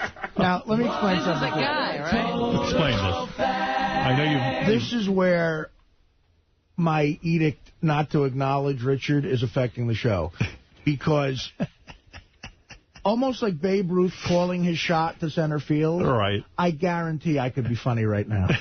You mean when Richard said, "Is this weird?" You could have had a funny retort. Yeah, let's say you were talking. Let's say you were talking. But no, I can't. And Richard goes, "Is this weird?" What would you have said were you talking to him? I don't know. I'm just saying. It's affecting the show. Whisper it to me so I know. I want to know what I'm missing. Just because... pretend it's somebody else saying it. Pretend I'm not here. Who else would say that? No, well, I have a prediction. Fuck the comedy. I have a prediction. Go ahead. Okay. That I think, and I'm not trying to be a jerk-off now or add to our argument, I think Richard had gay sex with this guy. How else could he be this broken up? Right, I mean, this is a guy. That's so not true. But Richard, you're crying. First of all, what kind of crazy hillbilly scenario lends itself to where you don't have a phone number on this guy? Your best friend in Missouri? No, he moved. A phone number. There's no phones in wherever he went. This was years ago. He was trying to get away from you? I didn't even have a phone number back then. When I lived in Missouri, I lived in a warehouse. I had no phone, barely had a bathroom. Right. And he moved to the Virgin Islands to go on a boat tour and just to kind of live life and enjoy life and live on a boat. So he didn't really have contact information. You never had a gay incident with this guy? Never, ever, ever see him naked? Never. But doesn't it sort of indicate to you you're not that important to him? No, he said he was like real broken up when he emailed me. He was like, he goes, I can't believe, I just found you. I saw you on the internet. And he said he's been looking for me for years, too. I mean, it's just looking for you for years? Wait. It's like The Notebook. And you know what I did? This is you guys are going to bust on me on this. What did he do? What are we going to freak out over? Okay, about 3 or 4 years ago, like I know his full name, so I called everybody with that name in like several states in the United States to see if it was him. I looked up information, and it was like 50 or 60 different guys with his name, and a lot of them just hung up on me. I got to tell you something, Howard. Yeah. I had a female friend who was telling me a story like this, where, some good friend of hers left, and she was all teary-eyed. Right. Now she's a lesbian. Of course she's a lesbian. Of course she is. Hello, is this the Patrick Boyd Anderson who knows Richard Christie? No! That's how it went. Yeah. Hi, is this By the way, pictures of Richard's dirty apartment are now on HowardStern.com, and you will throw up. Can I say something about the dirty apartment real quick? Yeah. Will was telling me, I'm sorry, Fred, Will was telling me that Richard came to him and said Will has a maid that he uses, so he asked him for the recommendation of the maid. Will gave him the number. Will said he went to the apartment, and he said, do not call my maid. She's a cleaning woman, not a slave. She doesn't do crime scenes. I don't want you embarrassing me by using my maid. I would tip her good. I have a question for Richard. This is a friend from back home? Yeah. Well, like the greatest times of my life, and But he's from your hometown? No, from when I lived in Missouri. But you didn't have family there or other friends that you might have been able to contact? Nobody. Have you ever seen Interview with a Vampire? Do you remember a blotchy gay guy who saw it with you? By the way, I don't want anyone to think Richard is gay. He says he's not gay, and we should accept that. Right. You know that already. But Richard will be getting his asshole bleached on the air in just a few weeks. I just want you to know that. Just in time for a reunion. But you guys have never... Yeah, it'll be pre-reunion. You've never had a dear friend that, like, when you think about them, you think about all these great memories, all the fun times you had. Look, I'm telling you. I never have dear memories. When that girl was carrying on over some girl she lost, I was like, that's weird. To be crying and carrying because you lost a girlfriend? Well, this guy, we had it was really the time of my life, that time that I lived in Missouri. Loved him. Listen to me. Not as a gay guy, I didn't love him, but I love him as a friend. You're crying again, aren't you? He's not dead. So let him talk about his friends so we can see if these tell us how you Tell us what you love about him. Well, just that we used to work together, and we just had so many great times. He was such a good friend, and what kind of times? Tell us about. Well, when I explain it, it's goofy shit. Like we used to make horror movies together, and low budget movies, and we used to watch him and his wife and me would watch horror movies together. And imagine if you had found out he was dead. How would you have felt? I would have flipped out. That's why it's so sad, and why, like when I opened that email, I just flipped out because I thought he had passed away or something. It was hard. I sound like a fag right now. Sorry. You've never sounded fag here. And what's going to happen when you two meet up? On a fucking...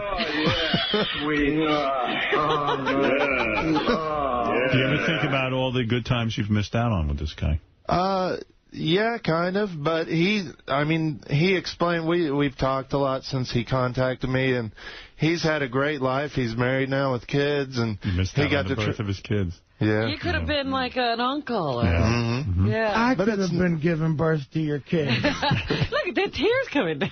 Oh, he's crying. Yeah. I love it. But it's never too late. I'm just glad. I got to thank Al Gore for inventing the Internet, because otherwise he would have never been able to find me. All right, Richard, congratulations. Get that apartment. You should what about thanking Ben Franklin for inventing electricity? Absolutely. And I got to thank you for all inventions. And I got to thank you, Howard, because the way he found me was he found out that I worked on this show. All right, Richard, congratulations. I got to move along. And there's your toilet. There's Richard's toilet, Artie. Oh, my Lord. Oh, Richard, come on, dude. How can that girlfriend of yours goes to this apartment? Well, I got to thank her. She's the greatest girl in the whole world. She cleaned up the toilet yesterday, cleaned the whole apartment. I came home from the gigs this weekend, and the apartment was spotless. She's awesome. Let's say this: you're the sloppiest gay guy I've ever met. Usually they don't like that. Well, that's an overreaction. All those pictures are on HowardStern.com. HowardStern.com. howard100news.com. Mason, this friend, you loved him so much, and this will be my last question to you about it because I am running late. It's 10:35 already, and I have to go. But this friend, if he was dying and you could save him by blowing him, would you do it? Wow, that's a tough question. If you, the only thing to save his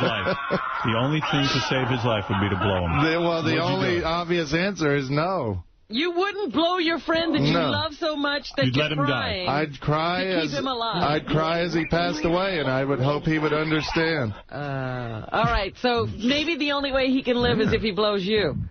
Would you let him blow you? I might let him kiss around the head or something. I mean, you let...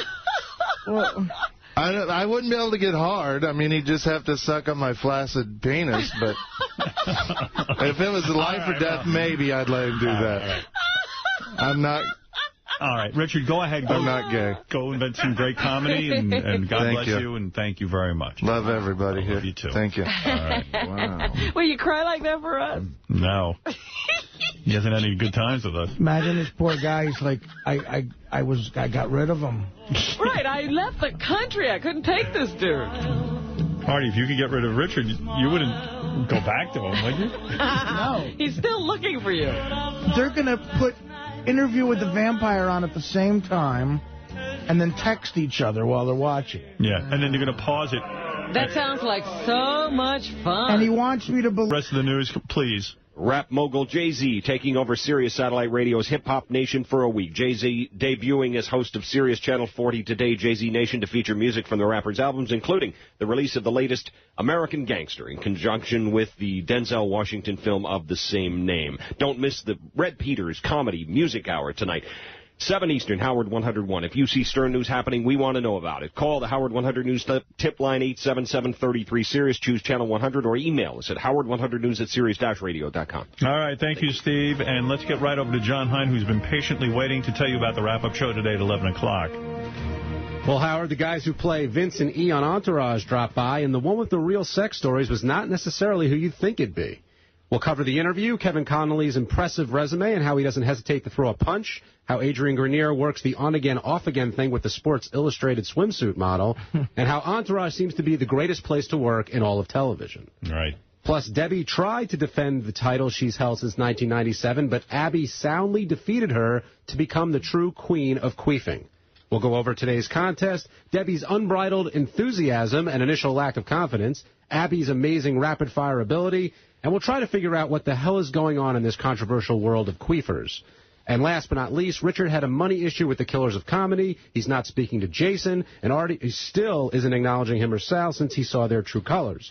We'll discuss everything that's going on and speculate why things seem to be falling apart for the teary-eyed Richard Christie since Halloween came to an end. All right. Thank you very much, John. Sounds like you have a full plate. We'll try to get to you on time today. Robin, it's time for news.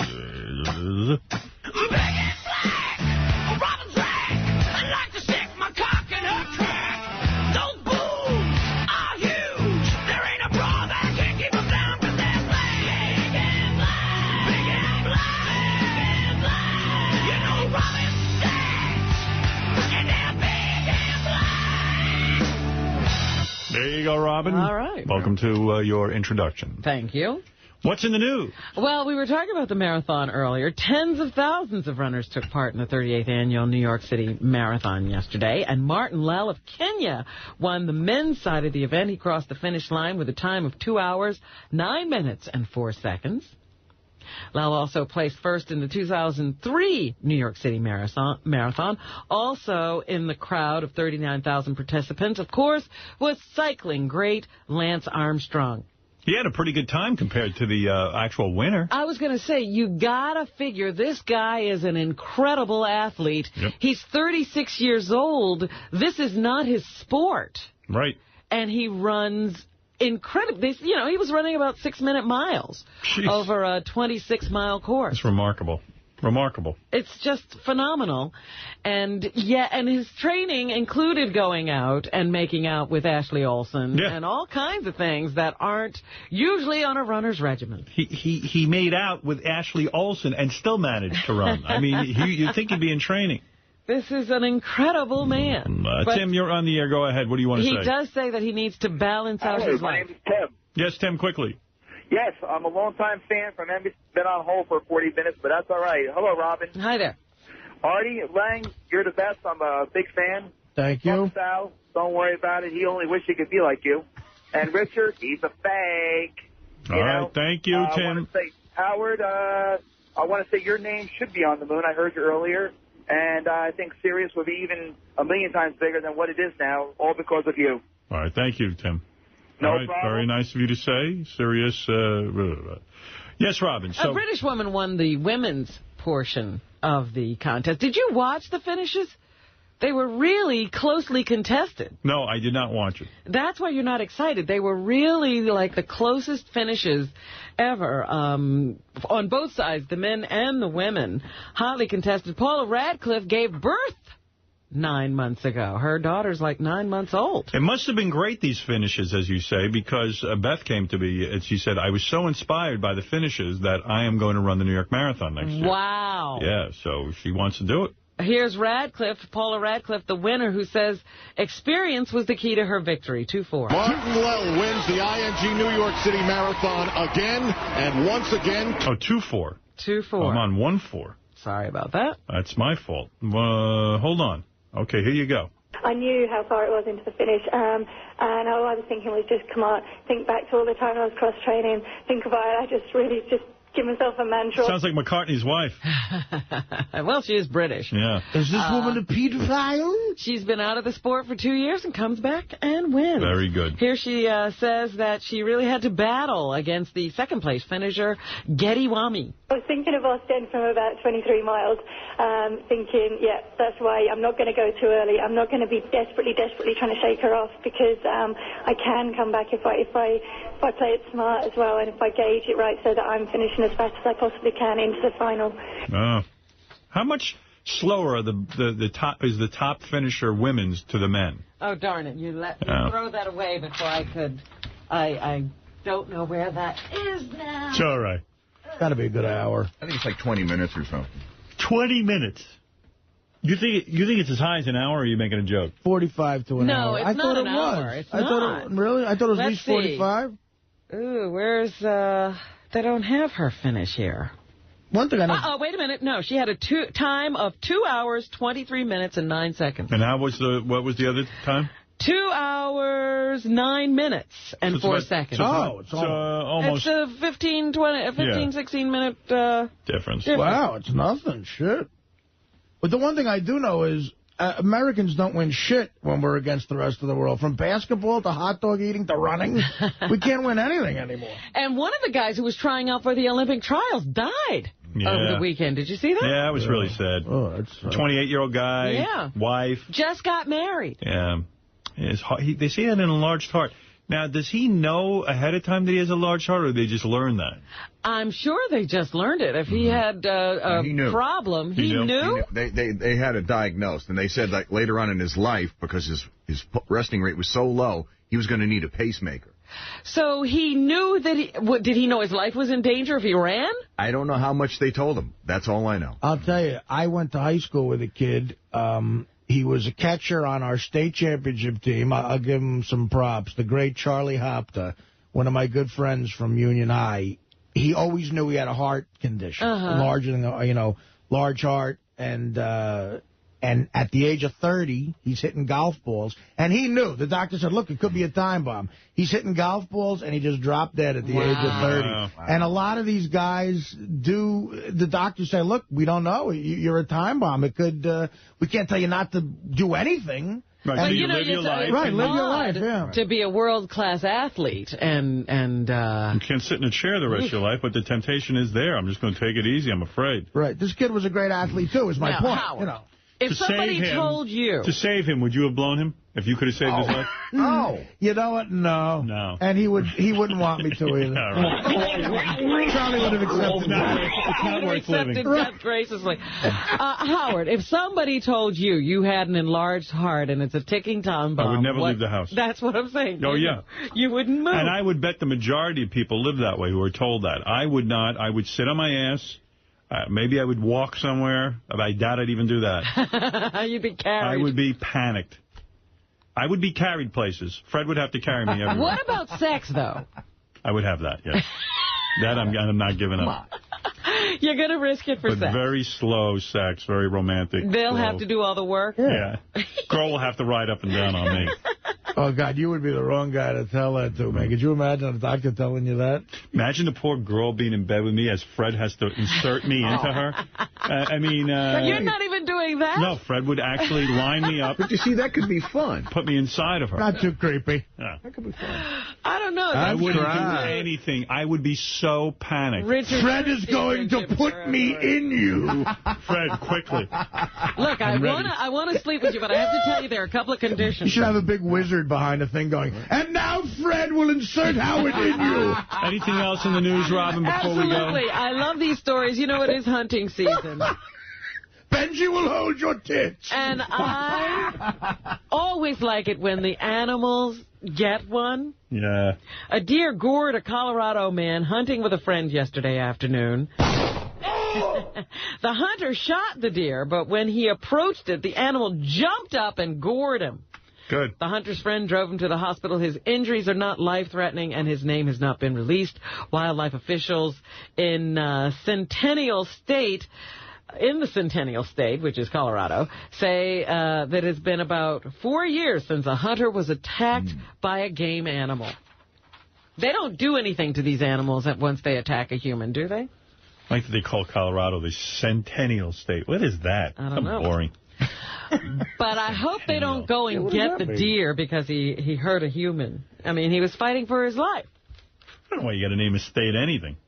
Call it what it is, Colorado. Why would you call it the Centennial State? It's Colorado. You don't need a second name for a state. Yeah, Centennial. I don't even know what. Call it Centennial, then, if you want to. Ron Kuby, here's the point. He's pissed that he's lost his job to Imus. I agree. I mean, this guy, Ron Kuby, had a morning show on WABC with Curtis and Kuby, Curtis Sliwa. They had higher ratings than Imus, and they've somehow... They've been on the radio for 8 years, 8 successful years. That's what ABC would consider And Kuby just got tossed off like he didn't do anything or contribute to the company, and Curtis, for some reason, gets to stay. Kuby gets to leave. No, but it's mind-blowing because I guarantee you Curtis and Kuby will have higher ratings than Imus. It is the most phenomenal, mystifying situation in my career as a radio host. Well, listen to this. You know, he said the ABC people came to him and said Imus has paid a high price for his mistake. He says high price. He got paid $20 million in his settlement with CBS. He got an 8-month vacation, and he got my job. Well, how did he pay a high price? And this is an example of, this is the worst example of irony ever, because you got this guy, Imus, gets arrested for racist bullshit. Not arrested, but fired because of racial stuff. And the job he ends up taking is a civil rights lawyer. Yeah. Kuby's like dedicated to, to exactly what Imus... It's remarkable. It really is. It's awful. It really is awful justice. And why any radio company would hire Imus is beyond my comprehension. I don't know that he really makes that much money for these companies, but they claim he does. So what's a weirder decision as a radio guy that you think you've seen? David Lee Roth taking over for you or this? They're both odd. The David Lee Roth one is really strange. That's crazy. Yeah. That was really strange. But by the same token, at least you know what you're getting with Imus. Right. But by the way, David Lee Roth got higher ratings than Imus. Right. Honestly, he did. And he lost his job. Yeah. I mean, if anything, ABC should have hired David Lee Roth. When you think about it, yeah. Yeah. Well, Kuby says that, he received the news. But, everybody's been talking about it in the newspaper. He couldn't have been oblivious to the fact that Imus had gotten his job.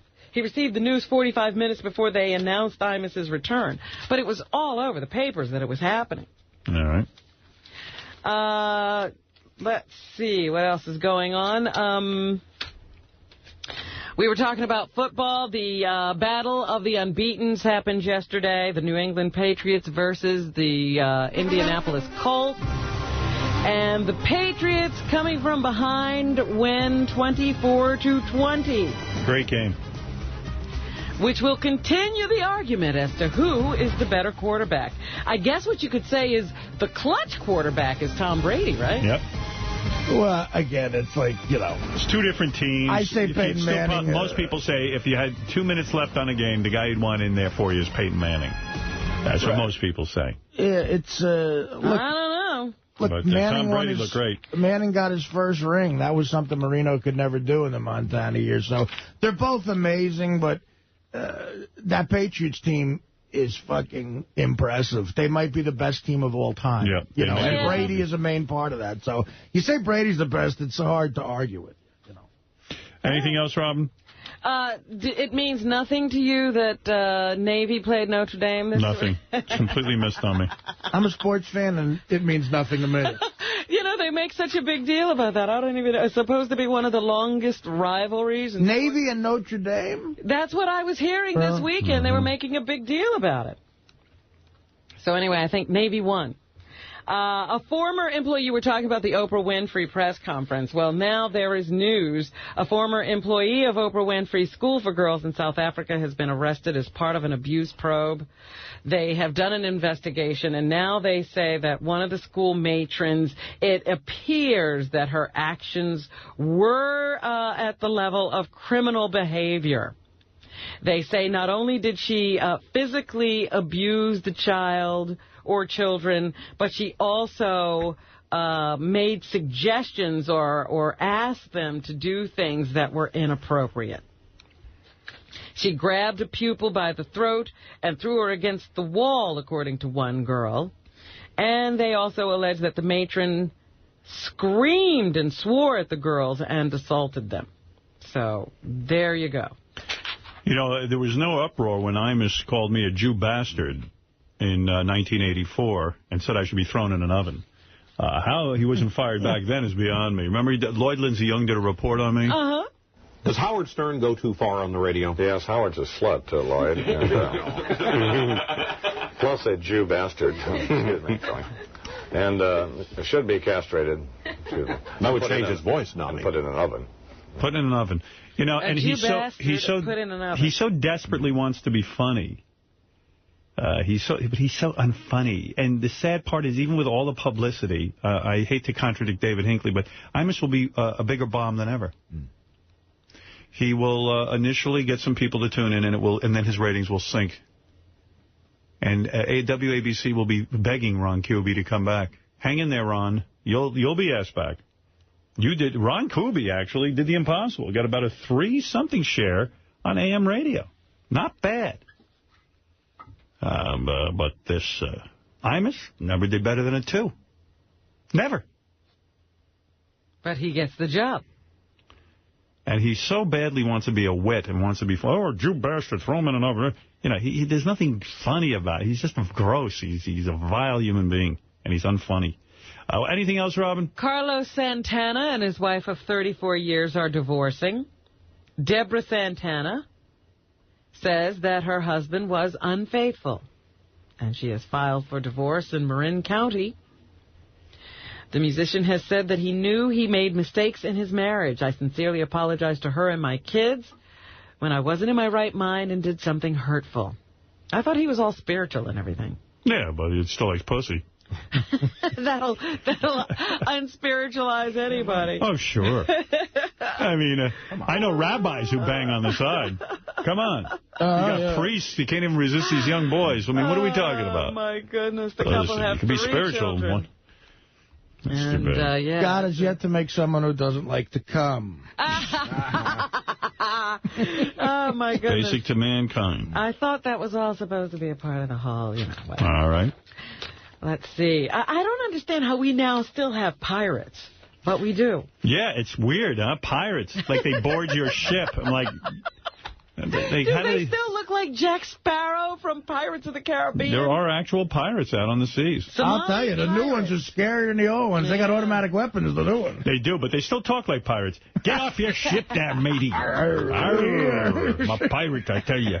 Somali pirates left 2 boats they had hijacked in the waters off the Horn of Africa, and the newly liberated vessels and their crew of 24 are under the U.S. Navy escort right now.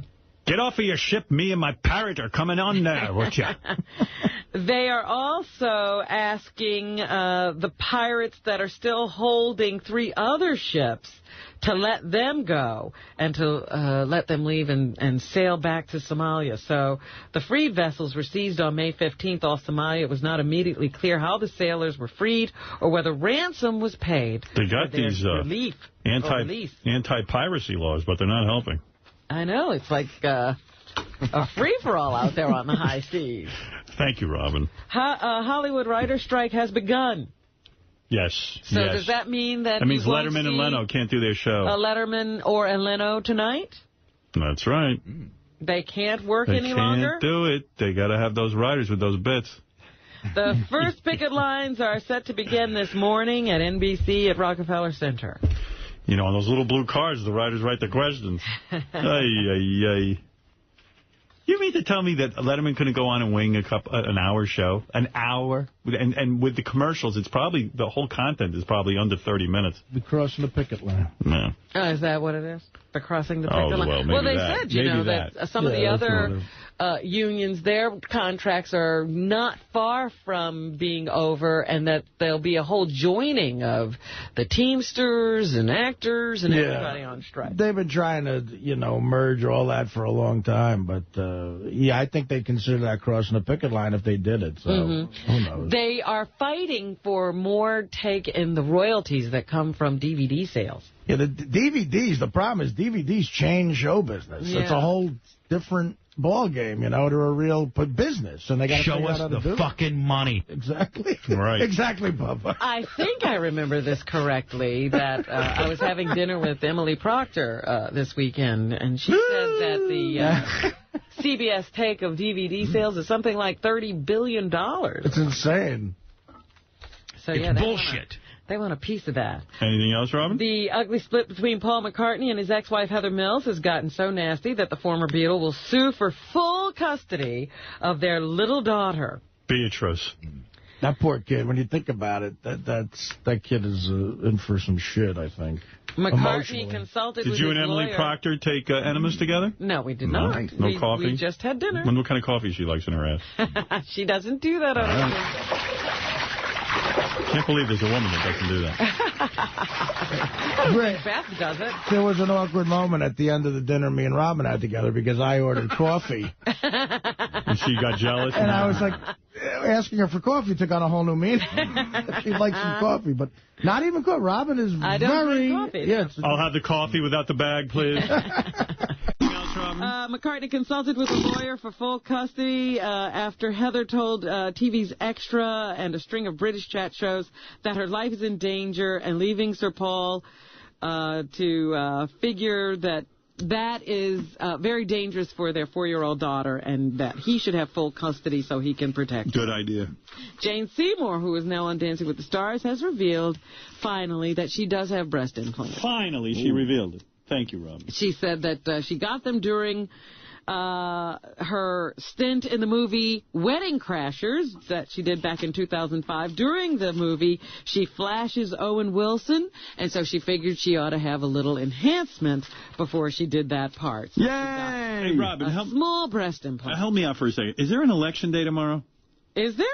Isn't tomorrow like election? There is. Is it the first Tuesday in November? Yeah. It's usually election day. Like, I don't know who's running for what, where. I have seen some signs sometimes when I'm driving I'm officially not voting because I don't even know what we're doing. I mean, I don't even know. Is anyone running? I don't know. I don't think that anybody's running that I need to vote for. Right. It's not like a presidential primary or anything. The military is questioning again whether they should be allowed, they should sell porn to soldiers. No, come on. Let Congress these guys have some banned sales of sexually explicit material on military bases. The Pentagon is now under fire, however, for continuing to sell adult fare such as Penthouse and Playmates in Bed that it considers explicit enough to, doesn't consider explicit enough to pull from its stores. Hey-o. But dozens of religious and anti-pornography groups have complained to Congress and the Defense Department that a Pentagon board set up to review magazines and films is allowing sales of material that Congress had intended to ban. They're saying we're not selling that stuff that's sexually explicit, but according to Donald Wildman, It is indeed pornography, and they want it off the store shelves let of Donald our Wildman military bases. go over there and fight. Some of the approved magazines include Celebrity Skin, Penthouse Playboy, Playboy's College Girls, Playboy Lingerie, and Nude.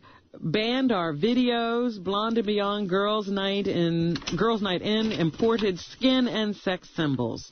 Things that are under review, magazines such as Curves, Playboy's Hot Shots 2007, and Playboy Vixen. All right. Some should go. All right. Larry King is suing an insurance broker. It's his problem. He says that a greedy broker unethically pushed him to sell $15 million in insurance policies on his own life.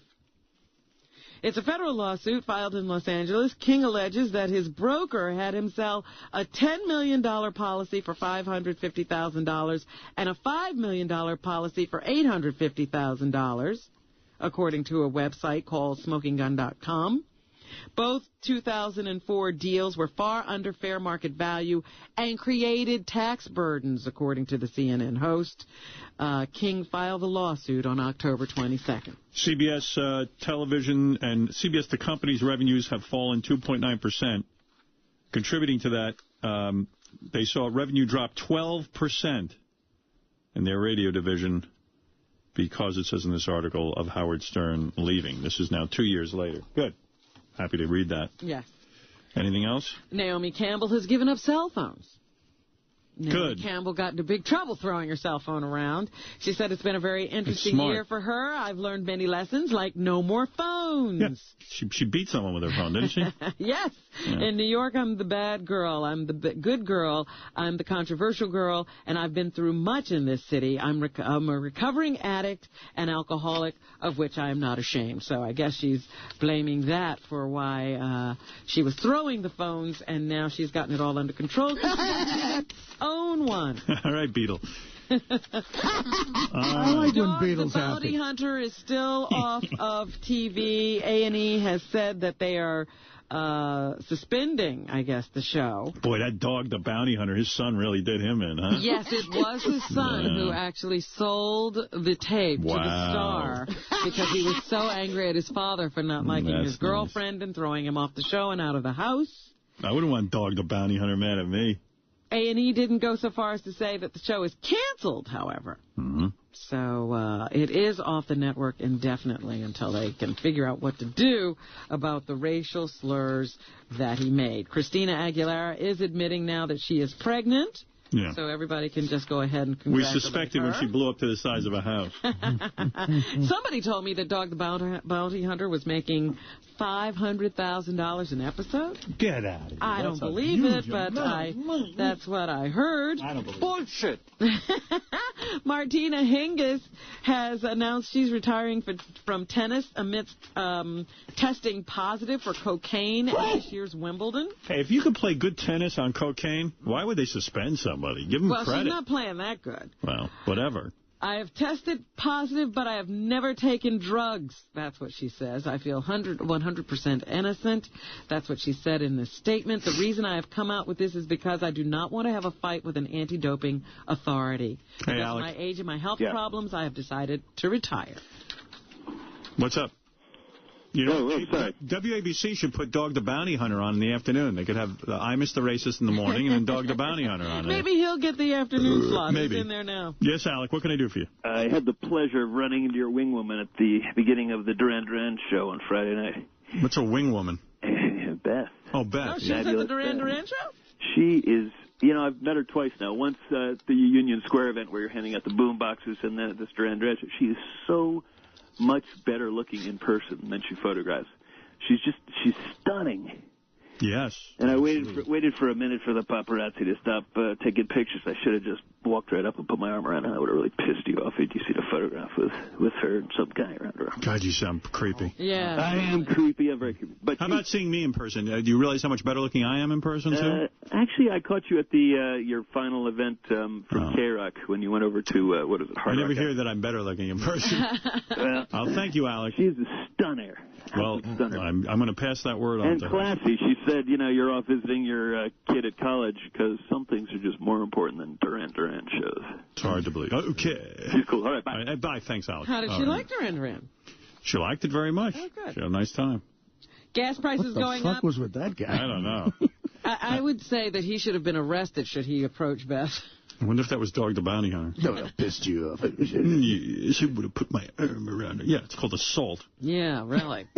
Trilby Lundberg says gas prices are going up again. Here's the highest and the lowest prices. Number 3. Yeah, here's a depressing story for you.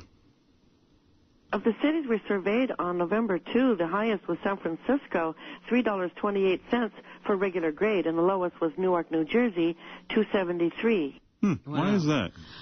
Well, there are refineries in New Jersey, aren't there? I see. So it might cut the cost, you're saying? Yeah. Come to Newark. Beautiful Newark. Lowest gas price. Blah, blah, blah. The number 1 movie at the box office this weekend, American Gangster, starring Denzel Washington and Russell Crowe. Here's Russell Crowe talking about the character Denzel plays, Frank Lucas. He says he was a smart guy, number 5. He was a smart guy. He was a good businessman. He took the attitude on a regular product into the dark. No, he was a heroin dealer, asshole. He was a jerk off. Not with you. Okay. Conan O'Brien writer Chris Albers talks about the strike and what they're looking for, number 7. When our content is reused for a profit, we want to share in that profit. So there you go. When they sell those DVDs, they want to get paid. They say they're seeking pay for digital media, GAO writer here, number 8. These companies are very, very smart. They're very savvy, and they're going to find ways to, to profit from this new way of doing business. And we just want to make sure that that as writers we don't get left behind. Sounds fair. Dwayne The Rock Johnson understands the writer's stance, number 9. The Rock understands it? The Rock does. Well, if The Rock understands it, then we all do. I look for it to be resolved as soon as possible. But I understand. They don't actually write his scripts, do they? He definitely needs a script. Yeah. And here he says the strike would affect his SNL hosting duties. I know I'm not going to do Saturday Night Live now. I was hosting Saturday Night Live next week. From what I know now, that obviously we're not going to do that, but big deal. I can't host Saturday Night Live. I mean, the most important thing here is that the writers and everybody come to an agreement. I know I'm not going to do Saturday Night. All right. So there you go. He can't do Saturday Night Live now. The history of that show taking a big hit. Rachel Weisz is in something called Fred Claus that stars Paul Giamatti and Vince Vaughn. Here she talks about working with Vince Vaughn, number 2. He's extremely fast in terms of, In terms of farting. He did that off 93 farts in 30 seconds. So fast. He's so fast. Extremely. He improvise a lot. And almost like before you finish improvising a line, he'll be back with his line. He's extremely quick. It's like lightning speed. All right. All right. Lightning quick. I'm sure writers love hearing that, too. He improvised everything. If there's a writer's strike, SNL should just take all their old scripts that, like, Belushi and Aykroyd were in and let their new cast do them, and then we can compare who's better. That's a good idea. Yeah, why don't they do that? Yeah, those were already paid for. Yeah, we'll see how they hold up. Rachel describes Paul Giamatti as Santa Claus. Paul was just so great as Santa Claus. He was just so committed. The most committed Santa Claus of all time. Everybody compliments. You really felt like the head of the North Pole was in the room. And I love him. I wish he'd put his whole head inside my vagina. He has this huge fat suit and these huge fat hands. And big, thick beer can cook. And wonderful white hair and beard. And I just thought he looked wonderful. Wonderful, wonderful. Everyone's wonderful. Isn't it great? I remember I was blowing the reindeer playing Dasher.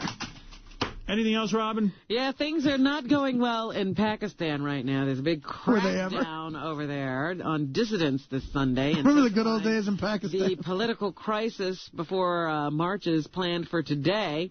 And the Bush administration doesn't seem to know what to do. They have expressed dismay, but said they continue to back Musharraf, who is the leader of Pakistan. We need to. We need him right now. I mean, let's face it. Here is Condoleezza Rice, who admits there is a crisis in Pakistan. Number one. She admits it. All right. It's good that she admits it. This state of emergency needs to be abandoned and returned to. Wait till all the people of the world see my logo on the moon. That's going to calm them all down. Oh, yeah. They'll all unite. That's my plan to bring world peace. I'll tell you one thing. That'll piss a few people off. Yep. I'm ready to do it. But fuck them. Yep. Here's a political analyst, Simon Henderson, who says the Pakistan crisis is very dangerous. It's an enormous crisis. It's a crisis for Pakistan. It's a crisis for the... Why don't we launch my logo on the moon? If Sirius really wants to do something big... That's when the whole world is coming to an end. That's right. And I'm ready for that. No, I say, Robin, it's just the beginning of a new world. Is that right? Yes. I just think it'll just enrage. It'll be the greatest advertising ever. And there's no law preventing it, by the way. Thank you. A world where we get up at 4:30 in the morning for the next 40 years. So, they're watching Pakistan closely, monitoring that situation. Led Zeppelin has had to postpone a gig. Their reunion gig to honor Ahmet Ertegun was supposed to happen on November 26th. But Jimmy Page fractured his finger somehow. Idiot. They don't say how. Is Baby Bonzo okay? Yes, he's fine. But Jimmy can't play for 3 weeks, so now they've rescheduled the performance for December 10th. Right. So I read Ahmet Ertegun dropped dead at a Rolling Stones concert. No, he fell at a Rolling Stones concert. And that led to his death? Yes. Oh, God. That's right. And Kevin Federline will reveal all about his troubled ex-wife Britney Spears on a TV interview with Oprah Winfrey. All right, Robin, but it's going to be interesting. Kevin Federline, yeah. All right, Robin. Early next year, he's expected to wind up on the show. Well, thank you very much. That's what's happening.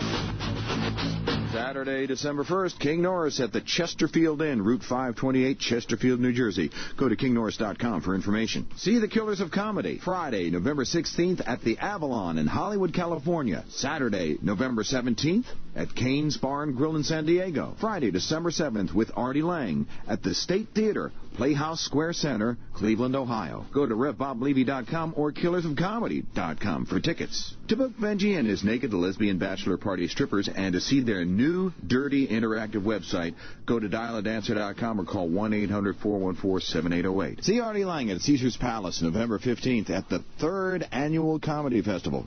Tickets are now on sale to see Artie, so go to thecomedyfestival.com or call 877-TCF-FEST for show updates and ticket information.